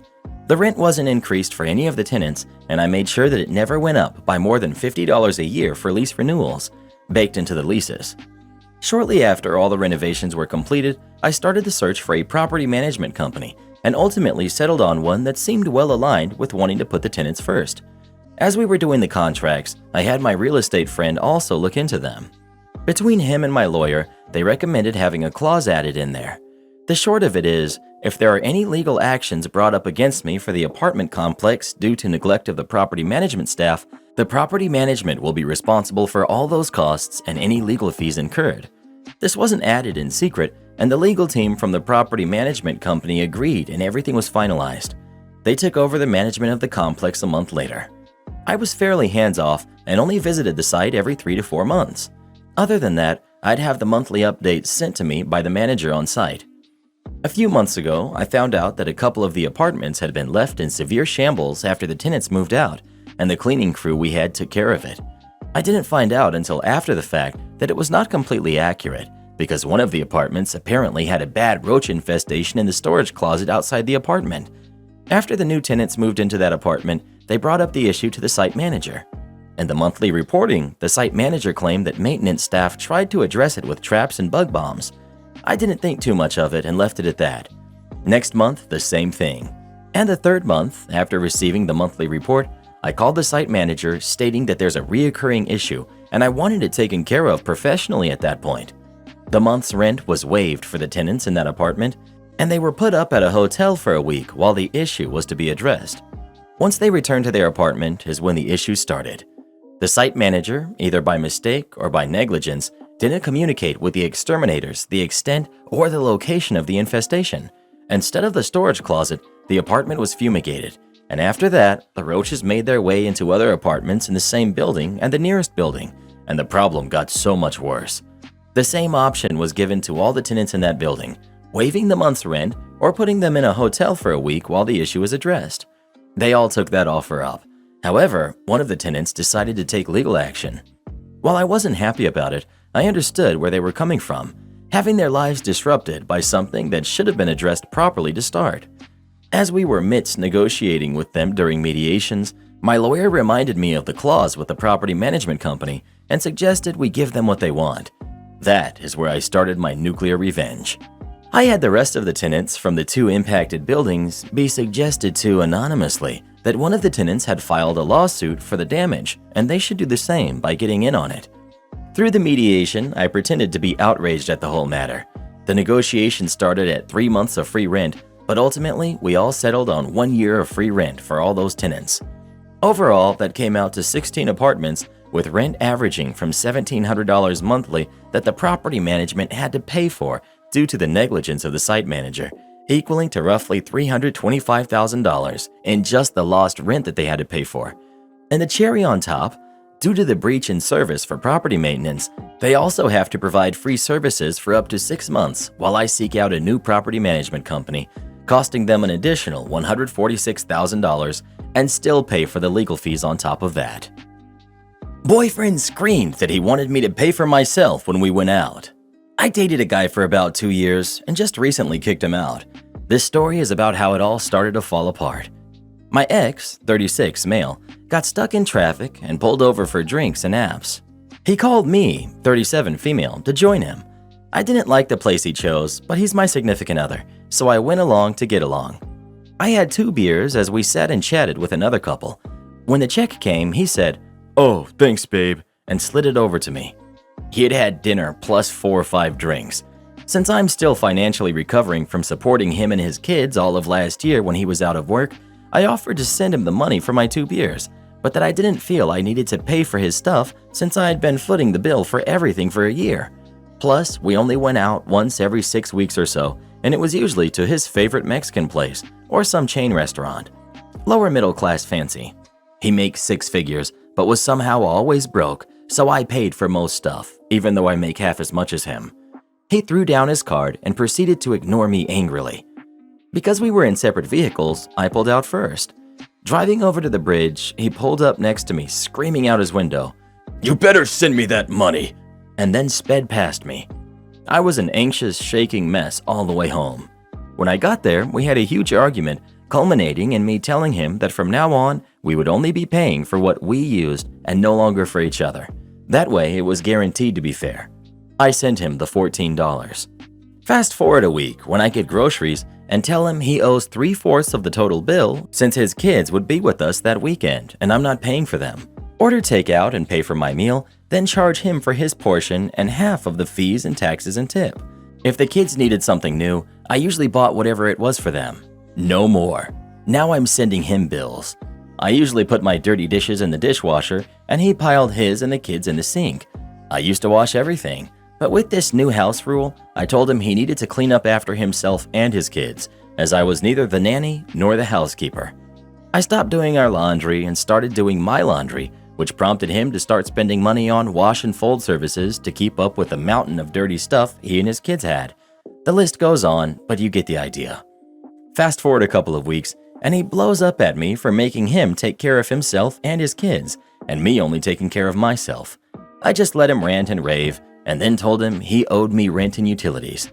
If only he would have just paid for my 2 beers, he could have continued saving himself hundreds of dollars a month, having a nanny, housekeeper, laundry service, etc. And now he lives with his dad. Am I the jerk? Roommate is furious I got a camera for my bedroom. I, 25 female, and my roommate, 23 female, have been arguing for a few days because I got a camera for my bedroom. About a week ago, I went on a trip to Florida to help my friend get settled who just moved there. I put a camera up in my room so I could check on things while I'm gone. For context, I live in a horrible neighborhood that's had a ton of crime this year. My roommate saw the camera before I left and didn't say anything about it. A few days into my trip, I check my camera and see a video of her walking straight into my room and putting the camera down so I can only see the ceiling. I call her and ask why she put it down and if she can put it back up. She hangs up on me and doesn't reply to any of my texts. A few hours later, she puts my camera back up. I call her that night and she's mad, saying I was interrupting a work call and that she didn't feel good. I told her I was sorry for interrupting her call, and if she would have told me that she was on a work call before she hung up abruptly, I wouldn't have been texting her. She also said she was mad I was using a shared camera in my room, which I understood, even though she never uses it anyways. So I ordered my own little camera for my room. When it came in the mail, she seemed very weird about it and was asking me to tell her if I have it on in my room. I'm starting to think she's doing something in my room when I'm not here because she's so concerned about my camera. I told her I would never put a camera in a shared space, and I wouldn't care if she got one in her room, and gave her multiple reasons why I wanted a camera in my room. That night, I leave to spend the night at a friend's house, and on my way out, she asks me if my camera is up. I tell her yes, and she starts freaking out on me, blowing my phone up with texts and calls, asking if it records sound, and just being super sketchy. She's trying to turn it around on me, saying I don't trust her, and I'm lying about the reasons for my camera. At first, the camera had nothing to do with her, and it was just to make me feel safer in my own room. But now I'm starting to get worried she's doing something in my room, because I don't see why it's this big of a deal since she shouldn't really be in my room anyways. She started saying if I want to move out, just to be honest, and calling me a liar and all these horrible things, putting words into my mouth. The camera does not record sound, and I told her I would keep my door shut at all times since she's uncomfortable about it. However, she's still upset and saying hurtful things to me, as well as talking smack about me to her family and friends. I'm not sure what to do at this point. I honestly didn't really care about having the camera at first, but after seeing her reaction to me having it in my room, I feel I really do need it. Am I the jerk? Not the jerk. Girl, buy a lock for your door. And get a nanny cam, but get it delivered to somewhere else so she doesn't know about it and put it up in your room secretly, OP. Yeah, that's what I was thinking. Take the visible camera down, but put up a hidden one. Roommate is definitely doing something sketchy in OP's room, and OP deserves to know. Am I the jerk for spending my estranged father's money? My dad and I had a very bad toxic relationship. When I, 31 female, was 20, I told him that I never wanted to have contact with him again. I haven't spoken to him since. He passed unexpectedly a few months ago at the age of 56. My dad was always a bit of a slacker, and it turns out he slacked off in writing his will and managing his post-mortem finance plans. Basically, I was listed as the only inheritor of almost all of his stuff. I had no idea about this until he passed, but I probably wasn't supposed to get all of his money because he made it clear that he despised me.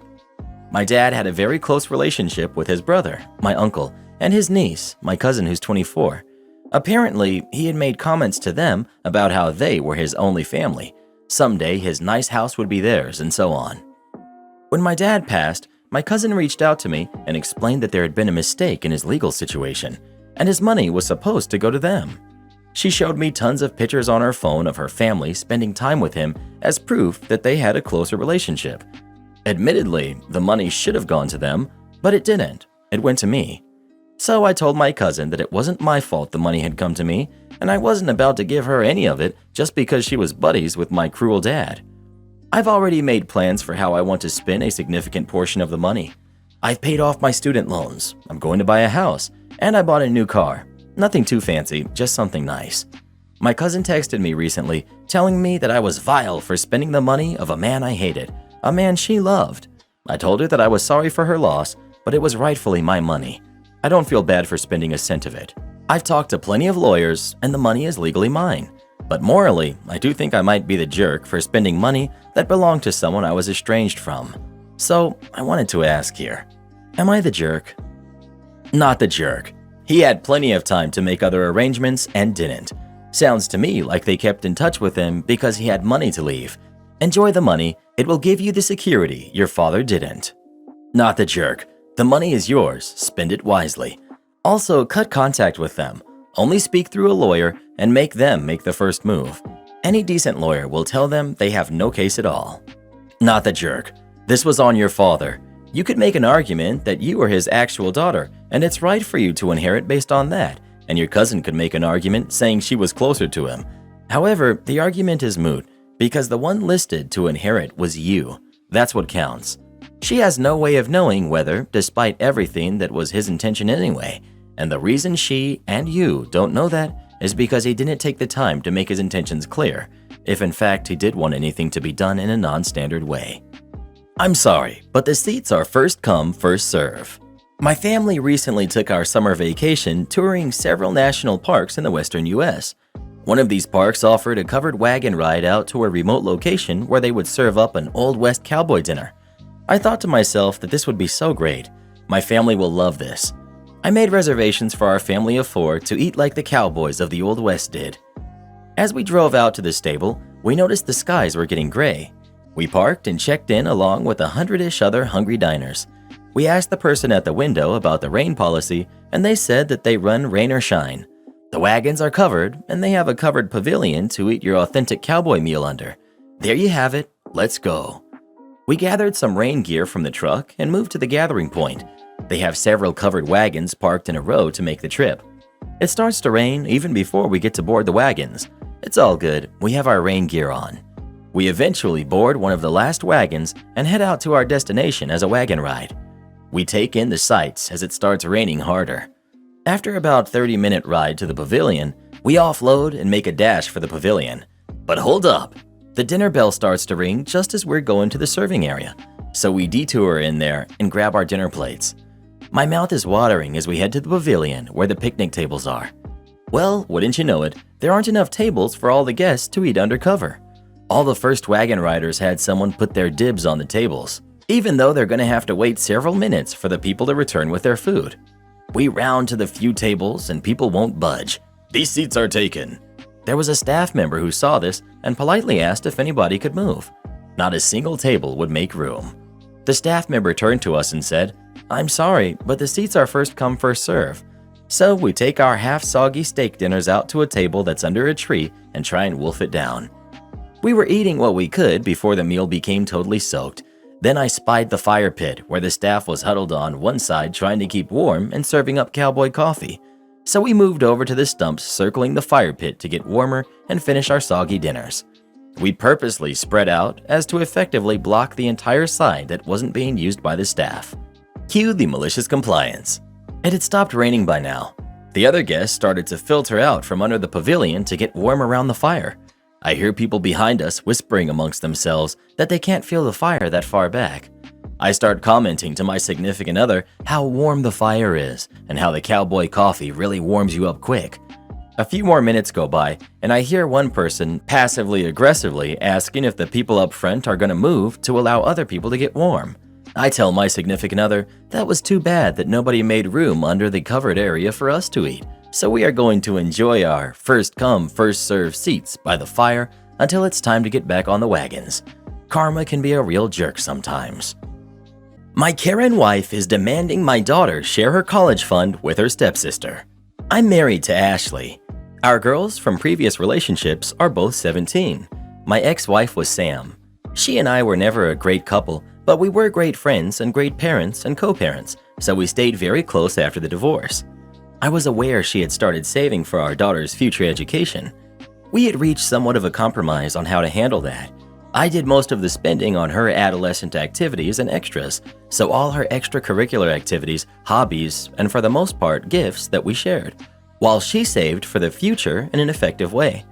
I never knew how much was in the account until 2 years ago when my ex passed.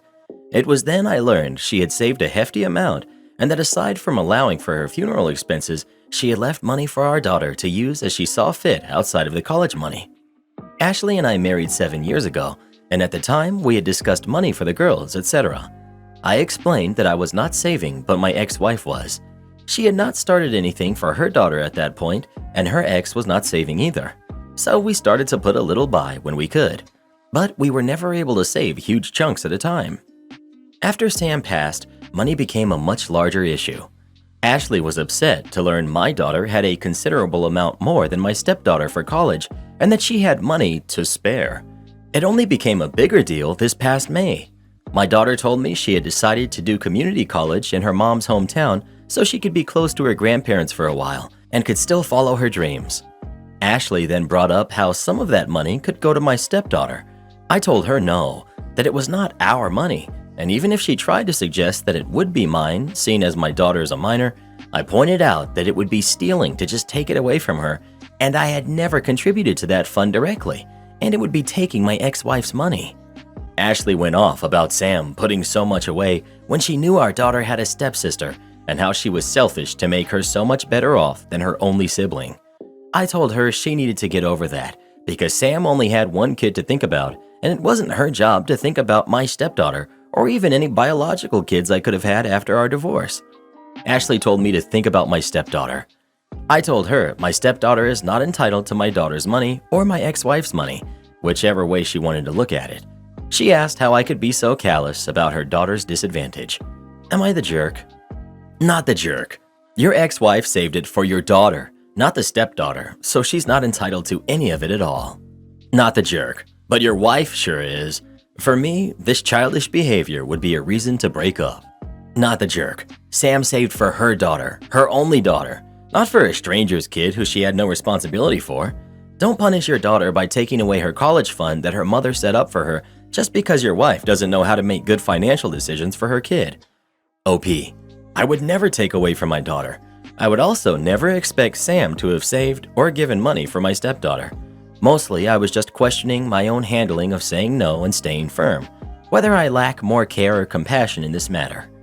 Not the jerk, but definitely explain to your daughter that it's her money left by her mother. It seems like she has a good idea of what she wants to do with it. Maybe talk to her about financial responsibility and all of that as well. I feel like your current wife might be the type to try and guilt your daughter into giving up some of the money or sharing. OP. I don't believe my wife would go for that. I do believe this might not be over with her and me, but it will change our marriage incredibly if she continues to push for this. My daughter wouldn't share with her stepsister. Neither would my stepdaughter. The girls are not close and don't have a sisterly relationship. It's fine, but they are not each other's biggest fans.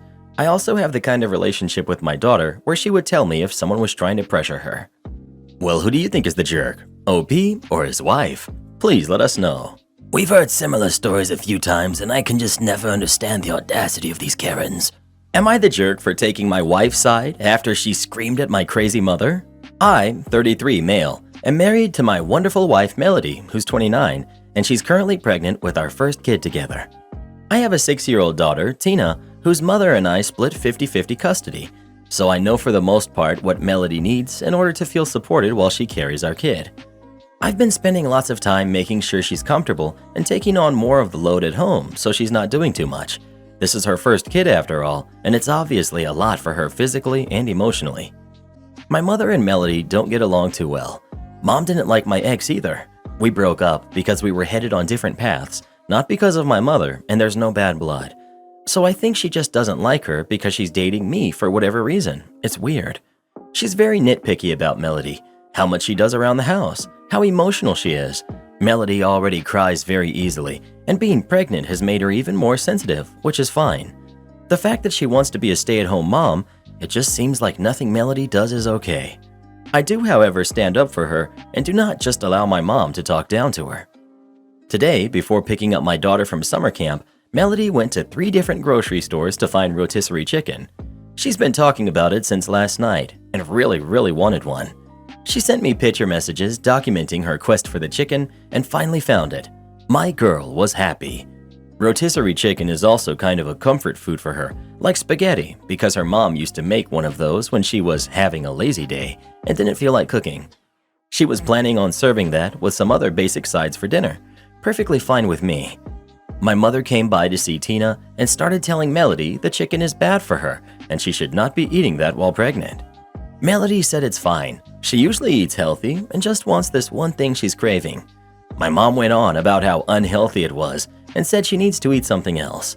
Melody said no and went to the backyard to FaceTime her family, out of state. When she came back, my mom had thrown out the food and ordered takeout, a salad for Melody and pizza for everyone else. Melody asked where the chicken was, and my mother told her she needs to start being a responsible mother and eat correctly for the baby. Melody screamed, "What's wrong with you? Why are you always such a jerk to me?" She then started crying and called me home. I came back and asked my mother to leave after hearing her story and said she's not to come back until she apologizes for how she treated Melody. My mom went on about how I'm choosing another woman over her, but I just think enough is enough, and Melody reached her limit. She apologized to me for blowing up when Tina was in the house, but I told her it's okay, things happen. Tina is okay, and I went to find her another chicken before the store closed. My dad thinks I'm right for taking Melody's side, but my brother thinks I should always defend mom, so am I the jerk? Edit. Okay, not to be that guy, but I did not expect this to get so much attention. I woke up to so many notifications, and I'm going to try to go through as many as I can, but thank you for all of the support. Melody loves all the kind messages from all of you, especially the mamas and soon-to-be mamas who get it, as she put it. 1. My mom claimed it was the seasoning and fat and grease that made the chicken bad for her. It's all BS, but that's what she claimed. I'll talk to my dad first, then have a family meeting. 2. I do plan on having a sit-down with both my parents and my brother. I'll talk to my dad first, then have a family meeting. A lot of you asked why I would still want my mom around, and honestly, maybe I'm just weak, but that's my mother. However, if she cannot learn to change and respect my family, then we will just have to go no contact. It's hard, but it is what it is. Melody doesn't even want to completely cut her out, she just wants change as well. But I will protect Melody at all costs, and if that means cutting off my mom, then so be it. 3. My ex and I did not break up because of my mother. We had different ideas of where our lives were going. Tina was not planned, and we were already heading towards our separate ways before she was pregnant. We tried to make it work for Tina, but that's not what relationships are about, so we split, and it's working great. My ex and Melody get along great. Tina is happy, and we work through things as one big blended family. My ex and Melody have talked about my mother with each other before, and that was when I realized I needed to see a therapist to work through my childhood with a mom like mine. It's a process. I'm working through it as best I can. 4. Some people asked about our culture. We are all Black American, so I think it's more of a mom-son thing than a cultural thing. Not the jerk. Glad you went on a hunt for chicken to replace the one that your mother threw away. Great husbanding on your end, OP. What is wrong with your mom, though? OP. I couldn't let her 3-store quest be for nothing. She really wanted that chicken. I have no clue what's up with my mom. I want her to be able to be in my kids' lives, but we need some serious boundary work. I don't know what to do, dude. Not the jerk, but your mom sure is. As a former pregnant woman, if my mother-in-law would have thrown away food I was craving and ordered me a salad instead, I would have thrown her on a rotisserie and spun her around until she apologized. Am I the jerk for taking in my niece despite my husband's complaints even though we are child-free? I'm 25 female and husband is 27 male. Niece is 3 years old. My sister asked me if we would take her daughter since she had to go out of town for a surgical procedure and wouldn't be able to care for her daughter while she recovers. I ran this by my husband, who immediately said no and shook his head. I said it was my niece, and that just because we weren't really fans of having kids ourselves doesn't mean we can't do a favor for family.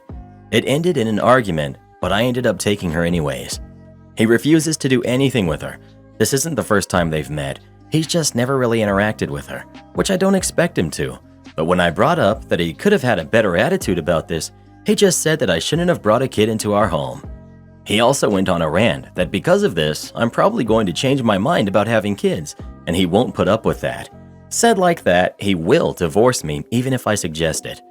My niece hasn't even been much of a problem.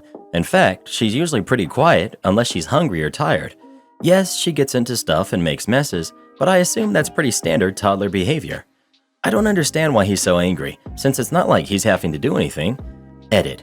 I should add that she'll only be here for about a week and a half, maybe longer if my sister has complications, but we don't know yet. Also, I told him he should have a better attitude towards her because I read that kids can tell when you don't like them, and being away from her mom is already hard enough for her.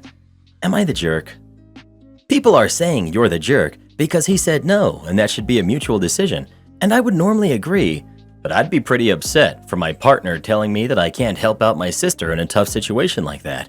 It's not like it's permanent, for no real reason apart from him not liking kids. This isn't a social visit, it's a family emergency. And then the comments about divorcing at the mention of wanting kids? That's a big leap. Shows where his head is at. Spoiler, not focused on sister's surgery and well-being of niece, and just a pretty jerk thing to say in general. This is at least an everyone sucks here, but personally I'd say not the jerk. Exactly. I'm child-free myself, but when my best friend donated a kidney to his wife, I was ready to be with their kid for 2 months if need be while they recover. Thankfully, I didn't need to watch the kid for 2 months because his father flew in from out of the US to be with him. But I was ready to do so if needed, no matter how I feel about having kids. That's what you do for family, chosen or not. It's his family too, and he should have never said no. He should care enough to sacrifice his freedom for a couple of weeks. The sister wouldn't have asked if she had better options, I assume.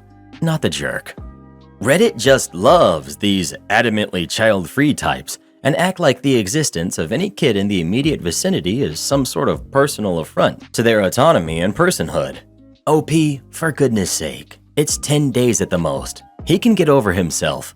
God forbid this isn't just the first warning sign of a long life with a guy growing gradually more mean about kids over time. Not the jerk. Not the jerk. I'm surprised some people are voting you're the jerk here. OP did a favor for her sister who's having a complicated surgery. I'm sure the sister tried finding other means of childcare. This is what family does for one another. Doesn't mean she is entitled to do it, but OP has the empathy to do so, which OP's husband is seriously lacking. Some people think that if someone declares themselves child-free, they must not be asked to be in the presence of any kids ever again. And because they are child-free, they should never be asked to even watch a kid for 5 minutes or else they'll be cursed with being a parent or something. It's weird. OP is not the jerk. At first, the headline made me assume like she's taking the niece in permanently. But a week? That's just doing your sister and niece a huge favor and something people with good relationships do. It isn't like she dropped her off on your doorsteps. I'd rather take care of a 3-year-old than a newborn or a baby. You're the jerk. Sure, this is how it starts out. Let's watch my niece this weekend. My nephew wants to go to the zoo. Let's take him. Before you know it, it's, hey, the kids are staying with us for a month while their parents go on vacation. Then it's, my niece is having problems with her parents. She's going to stay in the guest room until she goes off to college this fall. I know my examples may sound extreme, but trust me, you have to put your foot down early with this type of stuff, or your house will become the free daycare for the whole extended family. You and your husband chose to be child-free. That doesn't make you the designated babysitters. I went through this same thing with my wife before I left her. There was no way I'd be spending my time and money raising someone else's kids when I specifically chose not to have any because I dislike them. Well, who do you think is the jerk? OP or her husband? Please let us know. I don't get how so many people dislike kids. How could you dislike something that's loud, rude, dirty, disrespectful, and smells like cheese? Am I the jerk for reporting my colleague to HR? Background. I, 26, female, just started my first job after finishing my master's and work in a department with another colleague, 27, female, Thea, who joined the company 2 months before me. She's currently in graduate school, and I'm amazed at how she is very efficient and fast in her tasks. I noticed that Thea is always assigned complicated tasks despite being new to the company, and I wanted to join the project she's in so I can learn from her. Initially, Thea was fine with it, and I learned that she is someone who will implement very strict timelines in order to get things done. I had trouble keeping up because I wasn't used to having such deadlines, but she would just tell me to be faster next time and move on. Recently, she put up a huge whiteboard at her desk which detailed all her meetings and tasks for the month. I was very impressed with this setup and asked her what the tasks on her board meant. She became very irritated when I asked if there was room for one more teammate, and she finally snapped and said, "Not everything with my name needs you involved." I was surprised at her hostility, but just thought she was having a bad day. But ever since then, she's been very distant and just generally difficult to work with. She wouldn't be as helpful as before when it came to retrieving documents that I need, implemented tougher deadlines, and would just avoid me by going home earlier. I felt that she was creating an overly hostile work environment that was affecting my productivity, and felt like the right thing to do was to report her to HR. I did so after collecting some evidence, and HR said that they would talk to her. Well, the talk didn't seem to go well, because now our boss has told me to just stay out of her way and removed me from all projects that involve her. Thea has even been moved to another section in the office closer to our seniors, who I've heard have been trying to placate her to stop her from leaving. I'm conflicted as I don't want to ruin my workplace relationships, but it was very difficult to work with her, and I did what I thought was the right thing to do to advocate for myself. Am I the jerk? Edit. Okay, so I posted this on my way to work, and I didn't know my story would be so riveting to all of you. I see that there is an overwhelming vote of "you're the jerk," which I didn't expect, and I can't reply to every comment, but I'll address some below. 1. Why did I mention her still in graduate school? Because she's doing her Ed.D. I'm so impressed at her ability to manage post-grad and her job. I couldn't manage it in my master's, so I just wanted to know how she did hers. 2. No, she's not my senior. We both have the same title but different levels, as per the norm in our country. This is also her first job, as before she was doing some other stuff. 3. The evidence I presented to HR included how she gave me earlier deadlines than the rest of the team, which she claimed was because I was slow. So even if I was late on my deadline, I was still on time with everyone else. How she would keep telling me to go find the documents I'm looking for in the folders that she had already prepared, even though she doesn't tell me exactly where I can find it, and how she would send me a lot of condescending texts about not being late with the submission of work. Why didn't I follow the hierarchy in reporting? Our seniors didn't find any issue with her methods, which she was open about, and our manager was more concerned about meeting deadlines and not angering our main business partner, which she is the main person handling it. 5. I'm not trying to ride on her coattails. I was asking about the tasks she had listed because they sounded interesting, and I was curious to know why I hadn't been included. Oh no, I'm afraid the way you handled this was way outside workplace norms, which isn't unexpected. You're still new at the workplace. 1. She wasn't being difficult to work with. She was just declining to keep coaching you. Gathering evidence and accusing her of creating a hostile work environment was a wild misread of the situation. 2. You were leaning on your coworker more than workplace norms call for. She isn't there to mentor you. If you want to improve your performance, read blogs, take classes, and watch and observe to see if you can learn from others. But don't ask them for coaching on how to adapt their methods. It would be okay once in a while, like once a year, but it sounds like you were leaning in hard. 3. When you've been struggling to meet deadlines and keep up with a team is not the time to ask to be put on more projects with them. Work on your time management skills and get your performances up. When you're starting to get positive feedback, that's your cue that you can ask to get on more projects. 4. When you have a challenge with a coworker, first start with a conversation with them to see if you can resolve it. Next, have a conversation with your boss to get their take. Then, and only then, go to HR. They're really to be used only in case of emergency.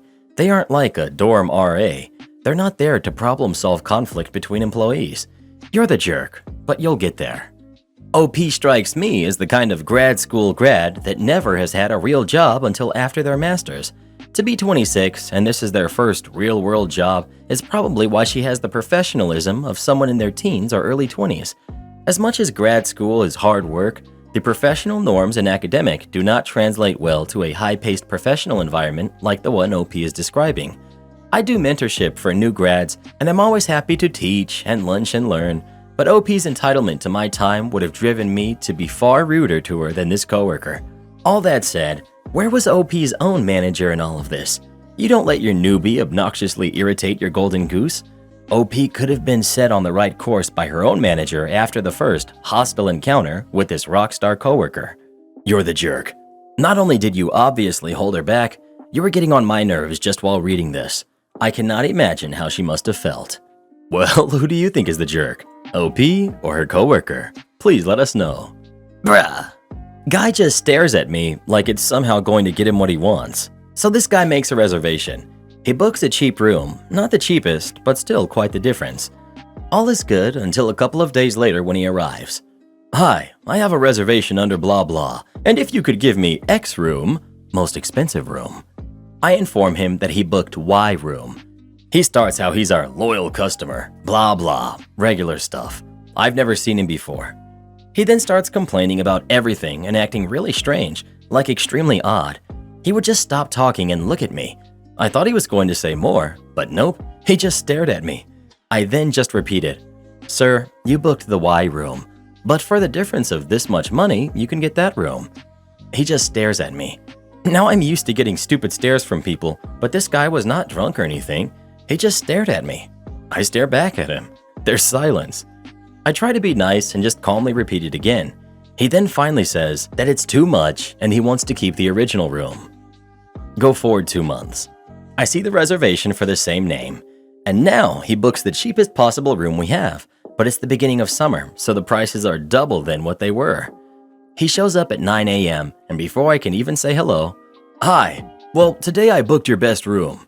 I'm thinking to myself, what? You booked the cheapest room we have, much worse than what you did the first time. Anyways, I first inform him there are no rooms available yet as we were full the day before, and the current guests are still eating breakfast, that he needs to come back later. He just smirks and gives me his stupid stare again. I ask him to come back later and the room will be ready for him at this hour. I also inform him that he has not actually booked our best room, but the cheapest room. He just stares at me like I'm stupid again. I inform him again of what he booked and that unfortunately we have no other rooms available today, aka we're full. He keeps staring at me and smirks again. This time I just decide enough. I stare back at him. I just didn't care. He was obviously a bad guest in my book, and I really don't care anymore for his weird staring trick. He just kept staring at me. I wait for him to say something. It's his turn. He doesn't flip out or start yelling. He just says how unprofessional I am, and what do I have against him? I let him know I have nothing against him, although I do, because his staring is just weird and obvious that he's trying to put me in a strange position. He continues with, Well, what are we going to do now? I booked your best room. I tell him the facts again. He just stares and stares and stares. And then he flips out. What do you have against me? You really don't want me as your guest, right? I, totally calm, disagree with him and tell him he just made a mistake and I would be happy to cancel his reservation for free. Please just leave, I think to myself, and stop with the staring. He stares. Think to myself, forget it. I'm just gonna go do something else. He starts yelling at me how unprofessional we are and that we're going to get what we deserve and he's going to write it. At this point, I'm just like, Sir, you can get a free cancellation. He insists that it's not possible and shows me how he's paid already for the best room. I try to show him what he booked. He keeps moving the phone away, just showing me that he has paid.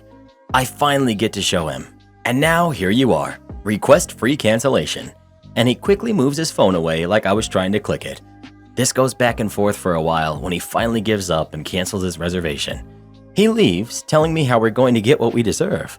Thank you, and please don't come back. Completely destroyed my morning and the rest of the day. Not to mention I'm alone today and have somewhere around 80 checkouts and I'm totally unprepared and already exhausted. I googled him later and see that he's a public speaker, has some strange wannabe TED Talks, and his weird videos and portfolio. I'm thinking to myself now, dude, your strategies might work on some people, but staring like that is just weird and puts people in uncomfortable situations where they just start talking, I guess. Which I guess was your intention with me. But I have a job here and I'm used to BS and just staring at me won't change anything. Did you expect me to pay for your room out of my pocket or something? Get out of here and stop being a creep. Edit.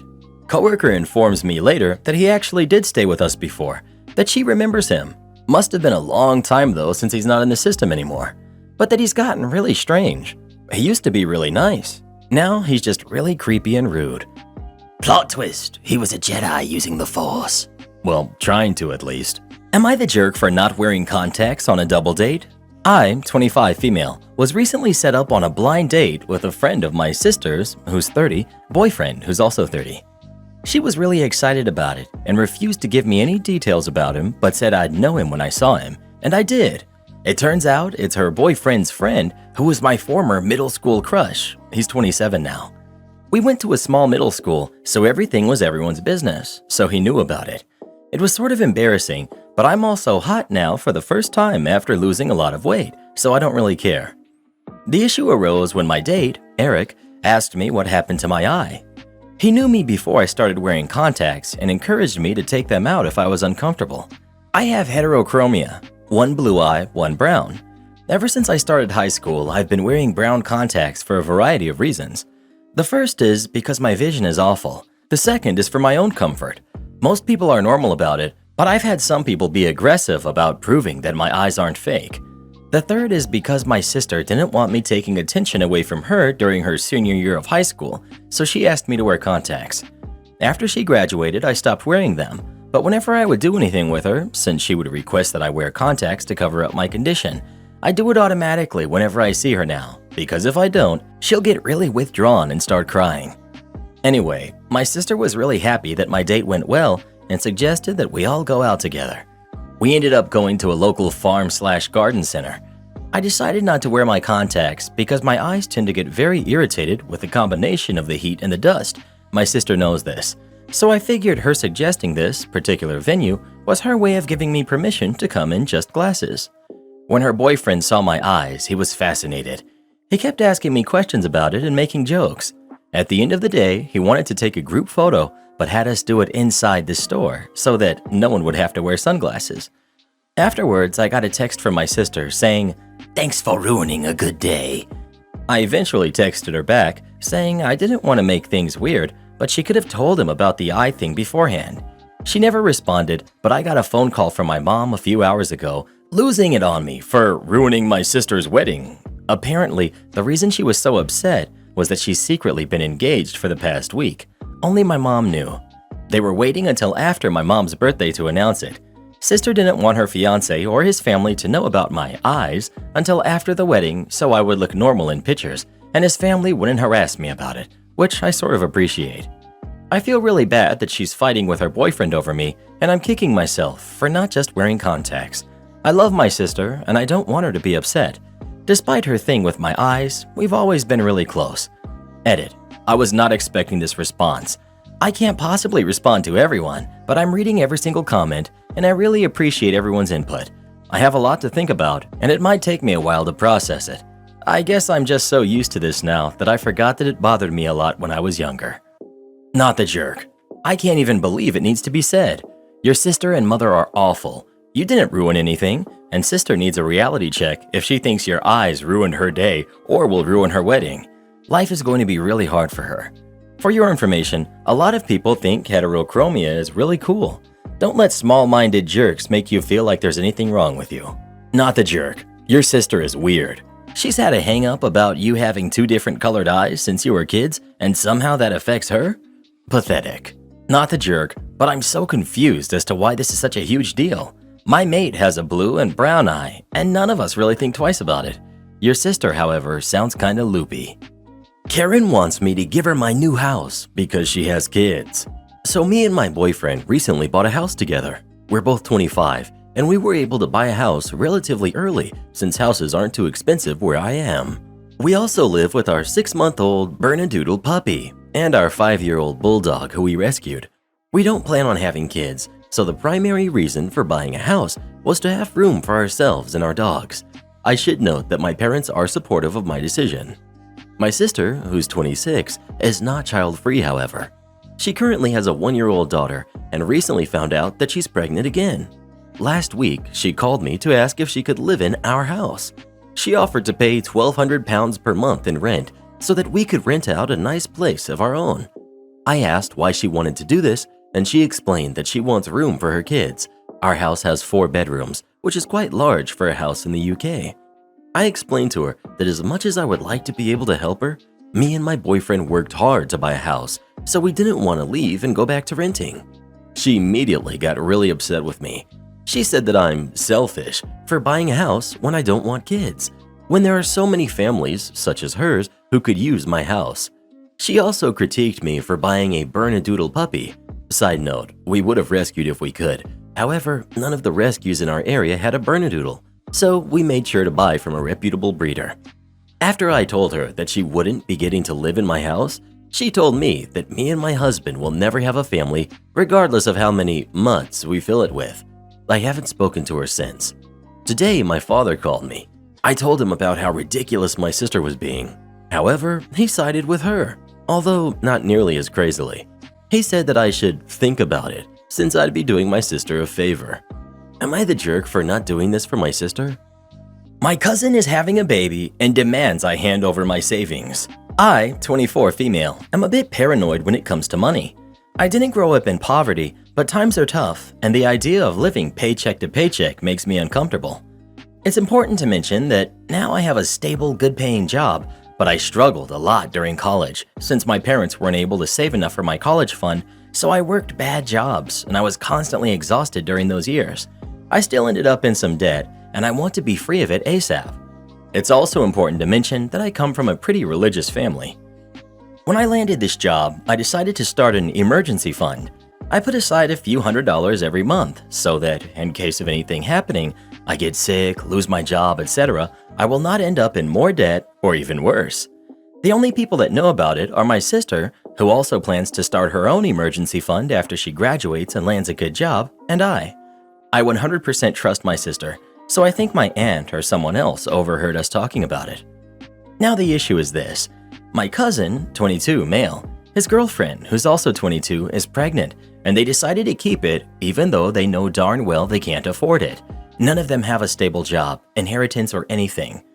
A few days ago, he came to ask me to give him my emergency fund since he's having an emergency.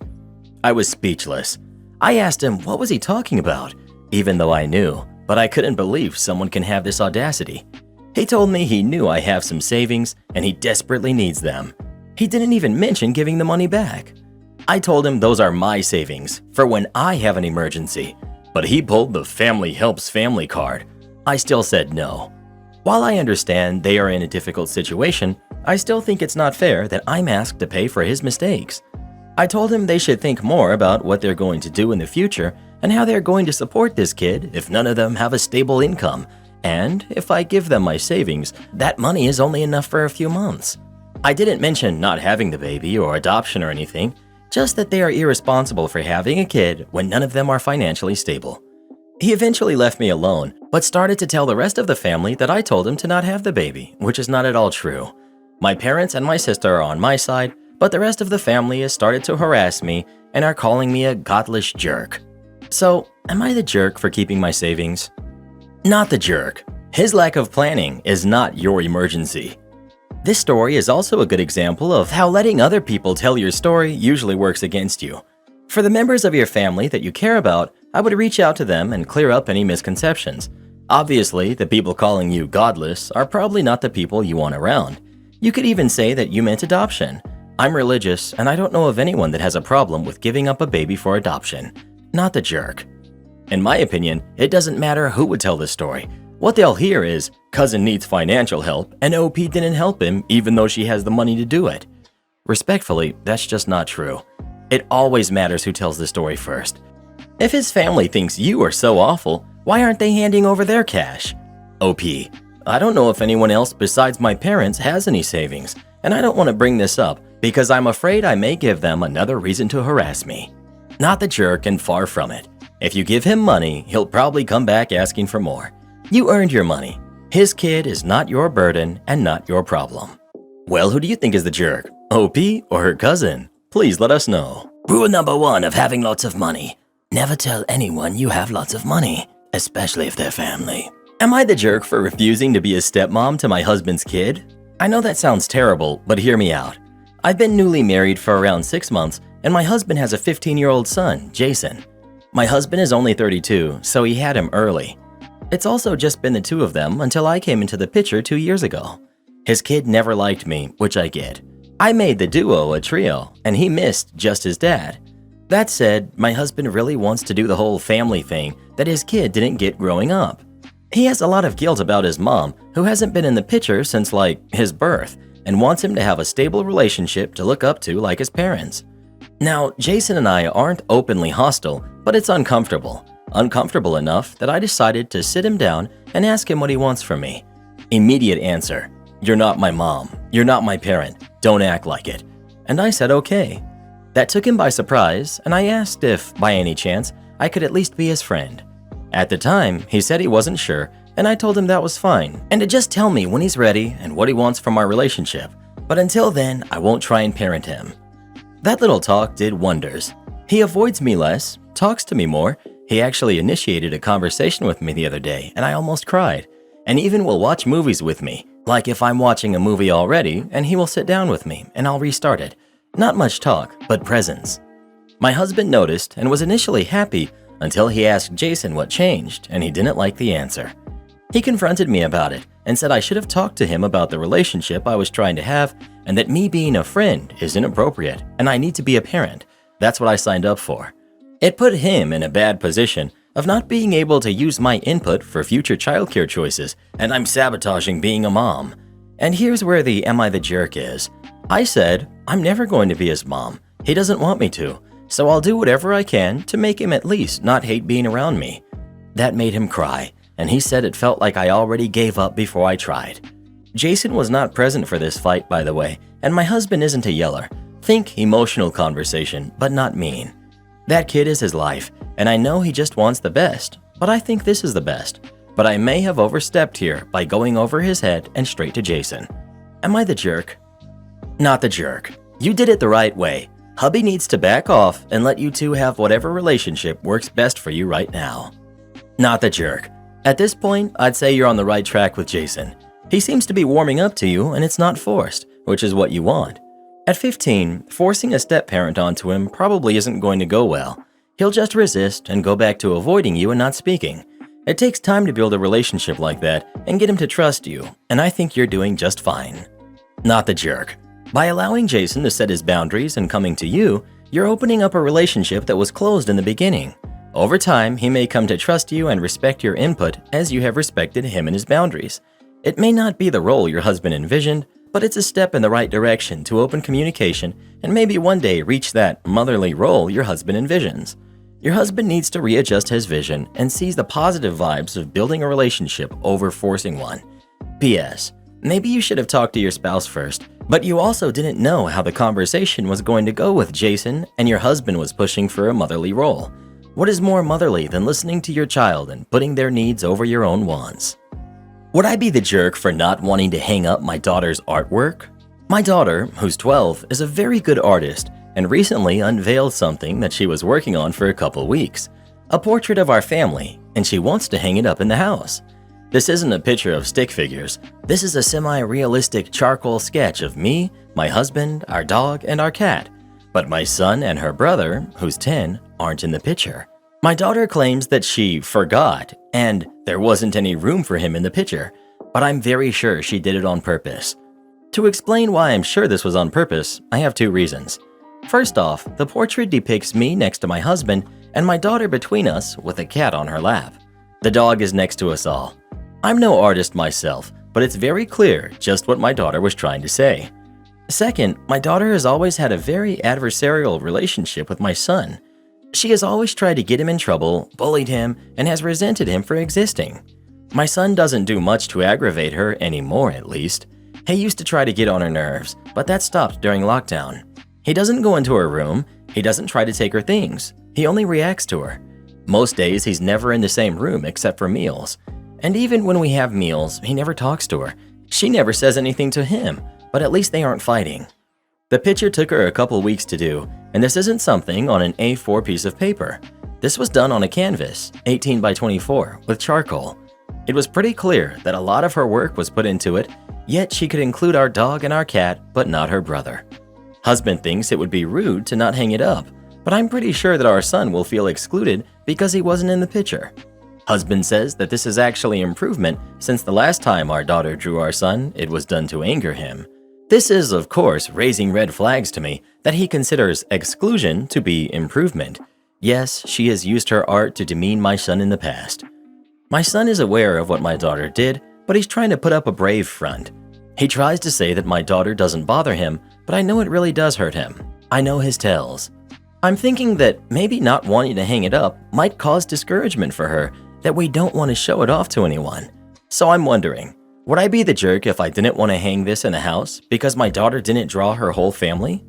How about instead of debating what artwork to put on the wall, you take your kids to therapy to deal with whatever the underlying issue is here? Don't stop at the kids. I think it needs to be the whole family. For real. And if Hubs won't, the daughter definitely needs it. Hubs needs it because he thinks it's okay what daughter did. Son needs it because of his feelings and the family dynamics, and OP needs it to figure out what happened to her family. You absolutely should not hang that in a common space in your home. Tell your daughter she can hang it in her room, but that only family portraits that include the whole family will be on display. Hanging it anywhere your son could see it would be a slap in the face. 100% this. I would absolutely let her hang it in her own space. It's not a family portrait if it doesn't have the whole family. It can't go in a family space. But there also seems to be a bigger picture issue here relating to the brother. That requires some investigation, some reflection, compromise, therapy, and huge boundaries, like only family photos go on the family wall, just as a start. I'm not convinced the son hasn't previously done something to elicit this behavior from her, especially since you state he doesn't do anything to aggravate her anymore. Okay, what did he used to do? You wouldn't be the first parent to wave away their son's wrongdoing. Edit. You're the jerk. Just confirmed my suspicions. Absent parenting led to this, and the son is just as much to blame as the daughter for them not getting along. But you've unfairly pinned all the blame on the daughter. Well, what do you think? Should OP hang up this artwork in the living room or not? Please let us know. When I was little, my brother and I were always fighting. I guess I just thought that was normal. Am I the jerk for expecting my husband to cook for us while he's not working? My husband broke his ankle and had to have surgery. He has a cast for now and crutches to get around the house and has been home less than a week.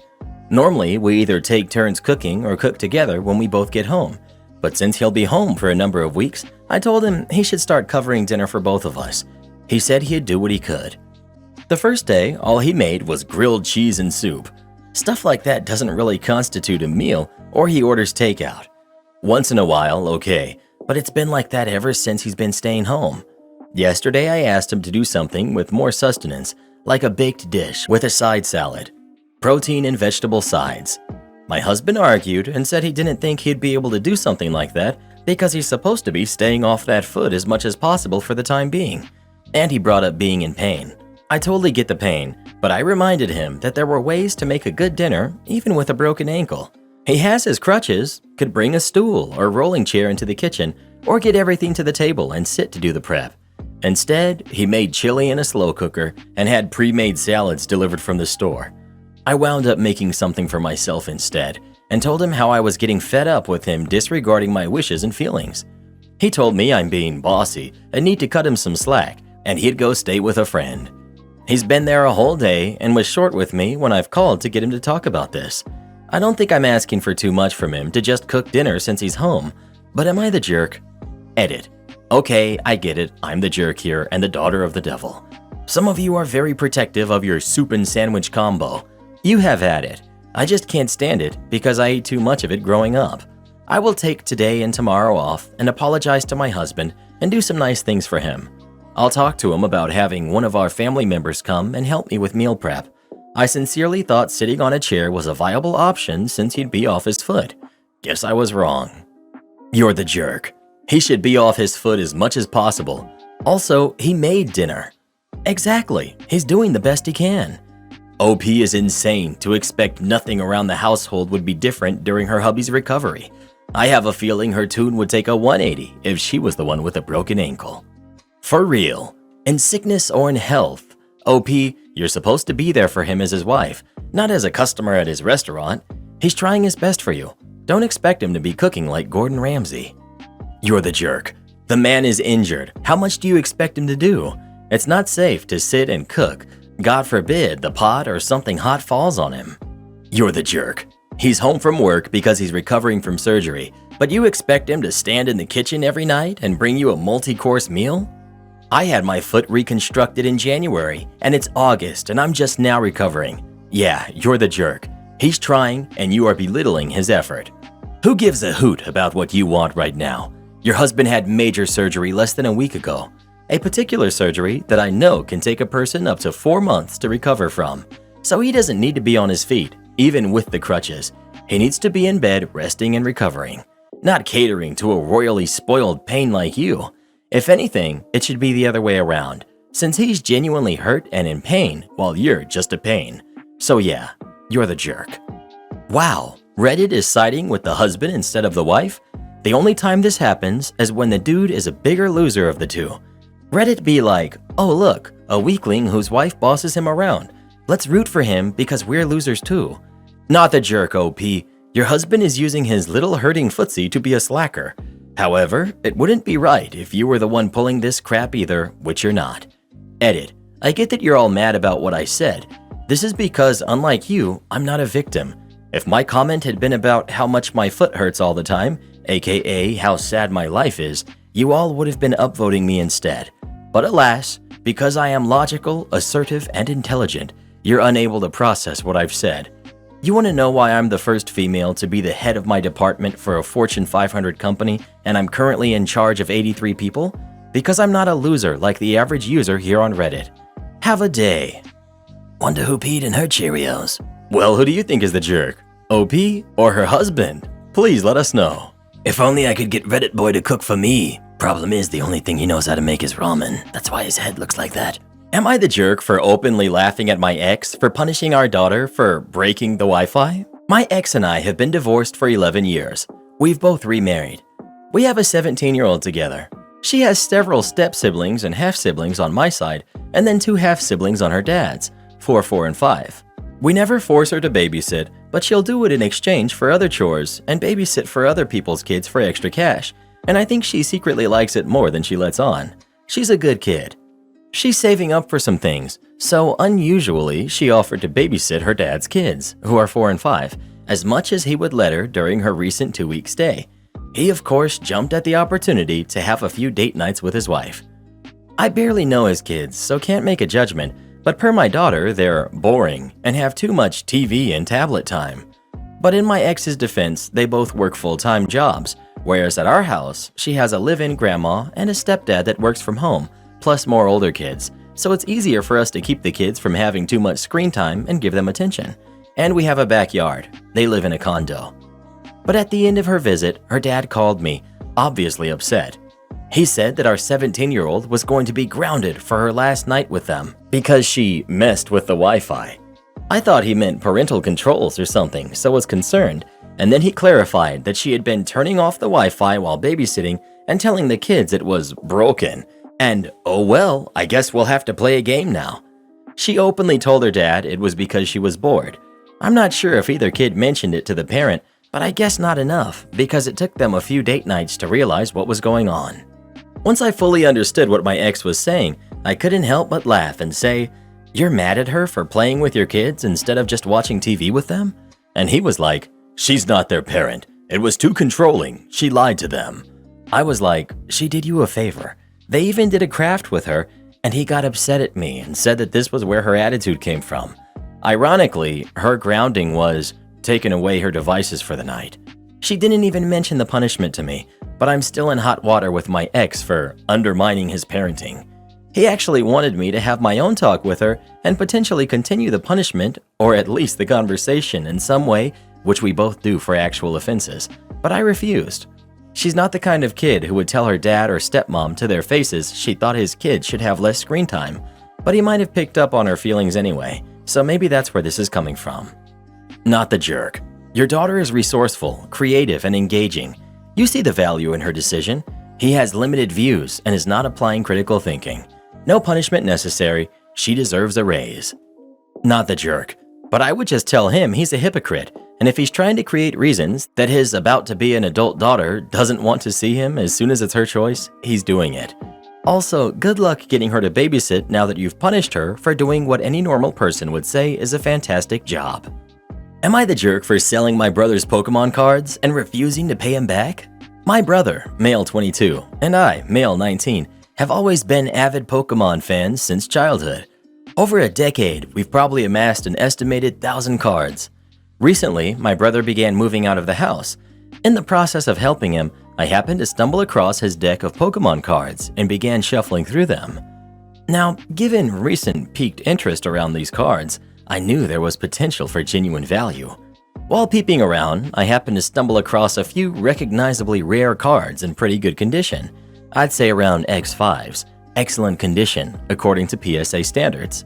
I got the cards appraised the next day, and their value was estimated at around 4.3 thousand altogether. I ended up selling them for a higher price through a private, organized sale with a collector. I eagerly told my brother about the earnings, but he became infuriated. He says I'm the jerk for refusing to give him the full value worth of the cards. I told him without me, they never would have even seen the light of day. I tried negotiating, giving him a cut of the profits, but he refused to even consider it. Now for the past few days, he's been sulking around the house, refusing to even acknowledge my presence. It's bad timing. My brother is leaving in a few days, and I don't want to end on bad terms with him. So, am I the jerk? Key details. My brother and I are extremely close. It is likely that those cards are both a combination of mine and his. I only request a cut of the payment as I'm the one who put in the effort to find the cards and appraise them. You're the jerk and a criminal. All of the money is his. What you're doing is theft. Felony theft at that. You're the jerk. You stole something that you agree belonged to him, valued it, and illegally stole it. Selling anything that isn't yours just because it has a high sale value is not acceptable, especially if you plan to keep the proceeds for yourself. You don't have the right to sell them or the money just because you put in the effort to appraise and sell them. Not even to ask his brother first before selling them. What if, even though they were buried away, they had some sentimental value and you just sold them without asking? Now they're just gone and no chance of getting them back, because doubt some collector will part with them now. Not the jerk. Your brother should be thanking you for getting rid of that crap, to be honest. I've seen so many guys who are in their 20s and 30s and still into their Pokemon, Nintendo, anime, and all this other stuff that is made for kids. Being obsessed with that junk into your adulthood will stunt your mind, development, and growth. I've had tons of friends over the years, and any of them who are into that crap into adulthood never made it anywhere. Myself and all of my friends who actually have decent lives, we don't want anything to do with that kind of garbage. This reminds me of my cousin who constantly complains that women don't like him. Well, gee, maybe it's because you're obsessed with anime, Nintendo, and stupid magic fantasy cards. You really think you're the kind of guy that a woman will want? It really is sad how many guys play video games past the age of 18. They never get anywhere in life, but to be honest, it's completely their own fault. Speaking of Pokemon, who's your favorite Pokemon of all time? Please let us know in the comments. I always thought Reshiram was pretty cool. A compiled list of irritating things customers commonly do. This is a list I've created over time while working in a restaurant. It includes all of the most common complaints I hear from servers talking about their customers, and honestly has been quite entertaining to make. Here we go. Parents asking you to wait for their kid to say thank you. I don't have all day. Train your dog, Rebecca. This applies to people who expect me to wait around a good 3 to 6 minutes. Customers who say they're ready to order so that you stay at the table, then make you stand there for approximately 7 business days. When they bring you into the argument about who's taking the bill, I'll tip more. You probably both won't. When they seat themselves, bonus points if it's a reserved table on a busy night. When they complain that their well-done steaks haven't come out within 8 minutes of them ordering. Customers who ask you for something multiple times when you haven't even left the table. Yes, I remember that ketchup you asked for 4 seconds ago. Yes, your appetizer is on its way, like I said. I cannot just spawn it into existence before I step away. Customers who ask you for something and then ask the next server they see for the same thing within 60 seconds. When they ask if you can make their food fast because they're in a hurry. Don't go out to eat 20 minutes before a concert on a Saturday night. I don't know. When they hand you the gift card and a credit card at the same time and say, run the gift card first. No crap. I was planning on running the card first and trashing the gift card. Parents who allow their kids free range of the restaurant as if it were a daycare. If I accidentally run into little Timmy and I spill all my drinks, you're buying the tab. Customers who act like they're your best friend and you're the best server they ever had, then stiff you, tipping with kindness. Customers who ask you to turn the AC down. Yes, ma'am, let me call corporate for you really quick. Split tabs in a large group. If all 10 of you have 10 separate cards, then I'm sure you have Zelle and can send money to a friend. If you don't trust your friends, then maybe don't go out to eat in a large party with them. Customers who claim they have an allergy just because they really don't like something. I make sure to tell them it'll take extra long since we have to decontaminate the whole space, then see how they really feel about that allergy. When a new server doesn't understand seat numbers and you have to auction off, but no one remembers what they got or cares to listen. So you're standing there with food for 5 minutes. When customers just straight up ignore you. If I get to the table and they don't even look up, I walk away. It's basic respect. I'll come back when you're ready to place your drink order and get started, because you clearly are not ready right now. When you already gave them something they asked for, but they're too distracted to have seen it, so they get irritated and ask again. It's sitting right there. Customers who decide to wave their arms around or snap for your attention. If you can't use your words, I can't use mine. I guess we'll be miming at each other for the rest of the night. When they ask for things one by one every time you get back to the table, that's when you start taking a long time. So next time you come back, they have time to think about everything they need and list it out. When they modify dishes and don't like the modifications, I always warn them if it's weird, and no, I won't take it off the check because you specifically asked for it. Customers who ask 20 questions about things that are all clearly listed on the menu. If you need to know the 10 ingredients in the salad, it's actually all listed right there. Edit.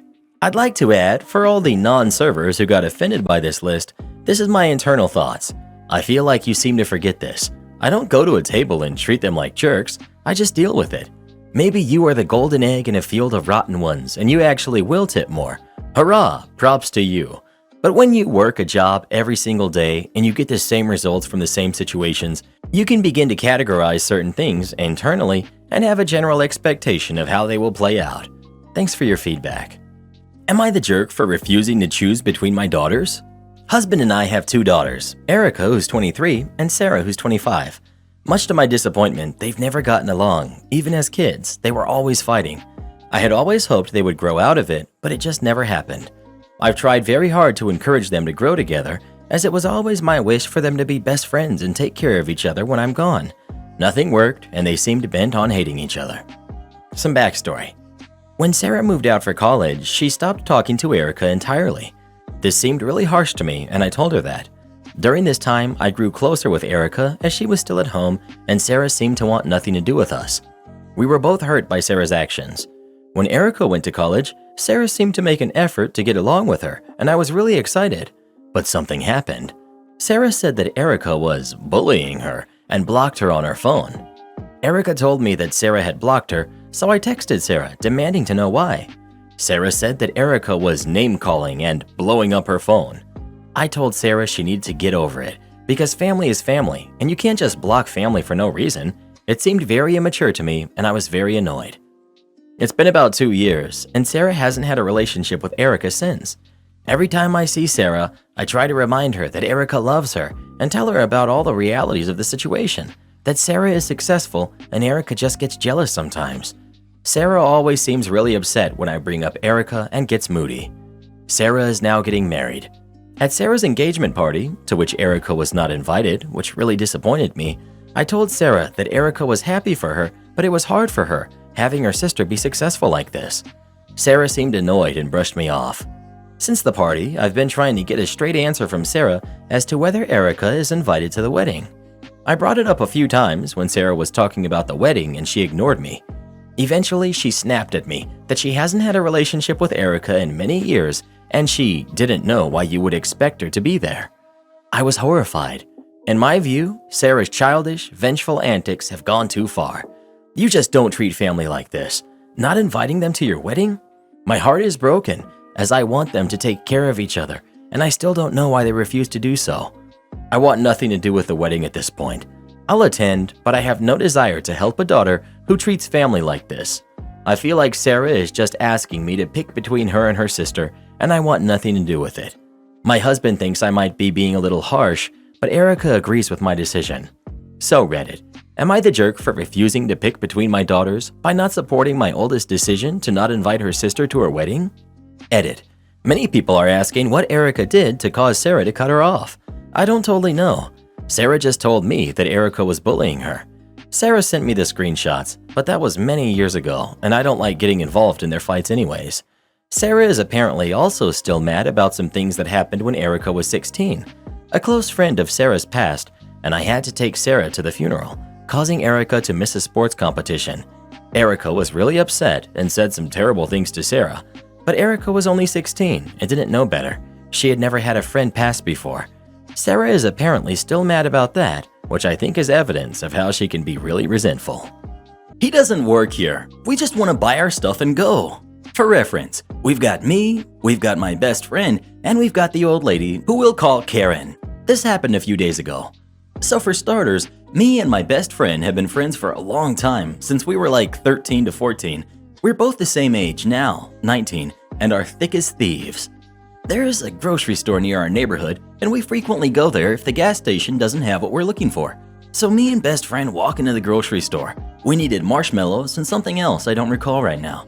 Now for context, both of us wear alternative styles. I wear a large, long hoodie, baggy black pants, and a tank top. My hair is dyed 2 colors, and I have lots of facial piercings, something that is typically not allowed for in-store employees at this grocery store. Best friend is wearing something similar. All black get-up and platform boots. He doesn't have piercings, but he is wearing eyeliner, so neither of us look like any of the store employees. We get our marshmallows and go looking for the next item. We find the aisle it's in, joking between each other like normal, when suddenly there's a loud, "Excuse me." Now, both of us bristle at the tone.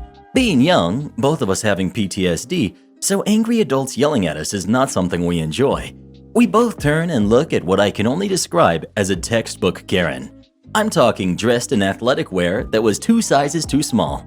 The haircut, worse was the giant gaudy turquoise necklace and matching earrings that clashed horribly with her outfit. She looked like she was somewhere around 50 to 60 years old. Best friend says, "Yes, ma'am," as she was obviously trying to get our attention, and neither of us want to be rude at the moment. Plus, both of us had worked customer service, and it was a habit. Karen rolls her eyes. Finally, I've been trying to get your attention since you helped her. She points at me. With her stuff. Now, I need you to go check at the back for something that I honestly can't remember after this crap show. Best friend and me are staring at this woman like she had grown 2 heads. How in the world could she possibly think he works here? Best friend replies with, "Ma'am, I don't work here." Now, you'd think this would be the end of it, but like many of the stories here, it wasn't. That set her off for some ungodly reason. And when I say she went from 0 to 100 in a matter of seconds, I mean her face turned bright red, eyebrows nearly molted together with how hard she was scowling, and her fists were clenched so tight, I'm surprised her fake nails didn't cut her hands. She points at best friend in the nastiest, most hateful tone I've ever heard and says, "Yes, you do. I saw you helping her." She then points to me, and her finger was, I kid you not, an inch away from my face. Both me and best friend are very protective of each other. We've been best friends forever, and we don't like when other people make either of us uncomfortable. So best friend gently takes my shoulders and moves me away from her, reiterating that he does not, in fact, work here. He barely gets the words out before Karen shushes him, and I'm pretty sure there was spit flying. She had pulled her mask off at this point and started to scream at him. God, no manners, no respect. How dare you pretend you don't work here? You obviously do. Best friend and me both looked down at what he's wearing. Mainly the 4 to 5 inch platform boots adorned with straps, buckles, and silver plating over the toe part. Then at her. "Well, what do you have to say for yourself?" She screamed, like it was us who were in the wrong here. Not only were both of us upset at being yelled at for no reason, but we were particularly upset at referring to best friend as your kind. So we were dealing with not only a numbskull, but a jerk as well. At this point, after staring at each other for around a minute, I find the courage to step forward and try to defuse the situation. "Ma'am, he really doesn't work here, and I'm trying really hard not to be angry right now, but you're being very rude, and I want you to leave us alone." Karen is having none of it. "Mind your own business. And as for you, I want your manager. Now!" She looked like one of those mole rats, except angrier. At this point, we've already grabbed what we needed, and seeing as how we have no obligation to stay any longer, and certainly don't want to keep dealing with her BS, we start walking off. We were quite literally astounded, trying to understand how she could have possibly thought best friend worked here. I mean, it was possible she had seen us before in that store, and sometimes after getting off work, we would go back and pick up a few items, still wearing uniforms. So I can kind of see how she might have assumed that, but even so, that was highly unlikely. Anyways, I hoped that would be the end of it, but no dice. We hear her worn-out sneakers squeaking rapidly against the floor before she sinks her talons into boyfriend's jacket and uses what I have to assume was all of her strength to pull him backwards.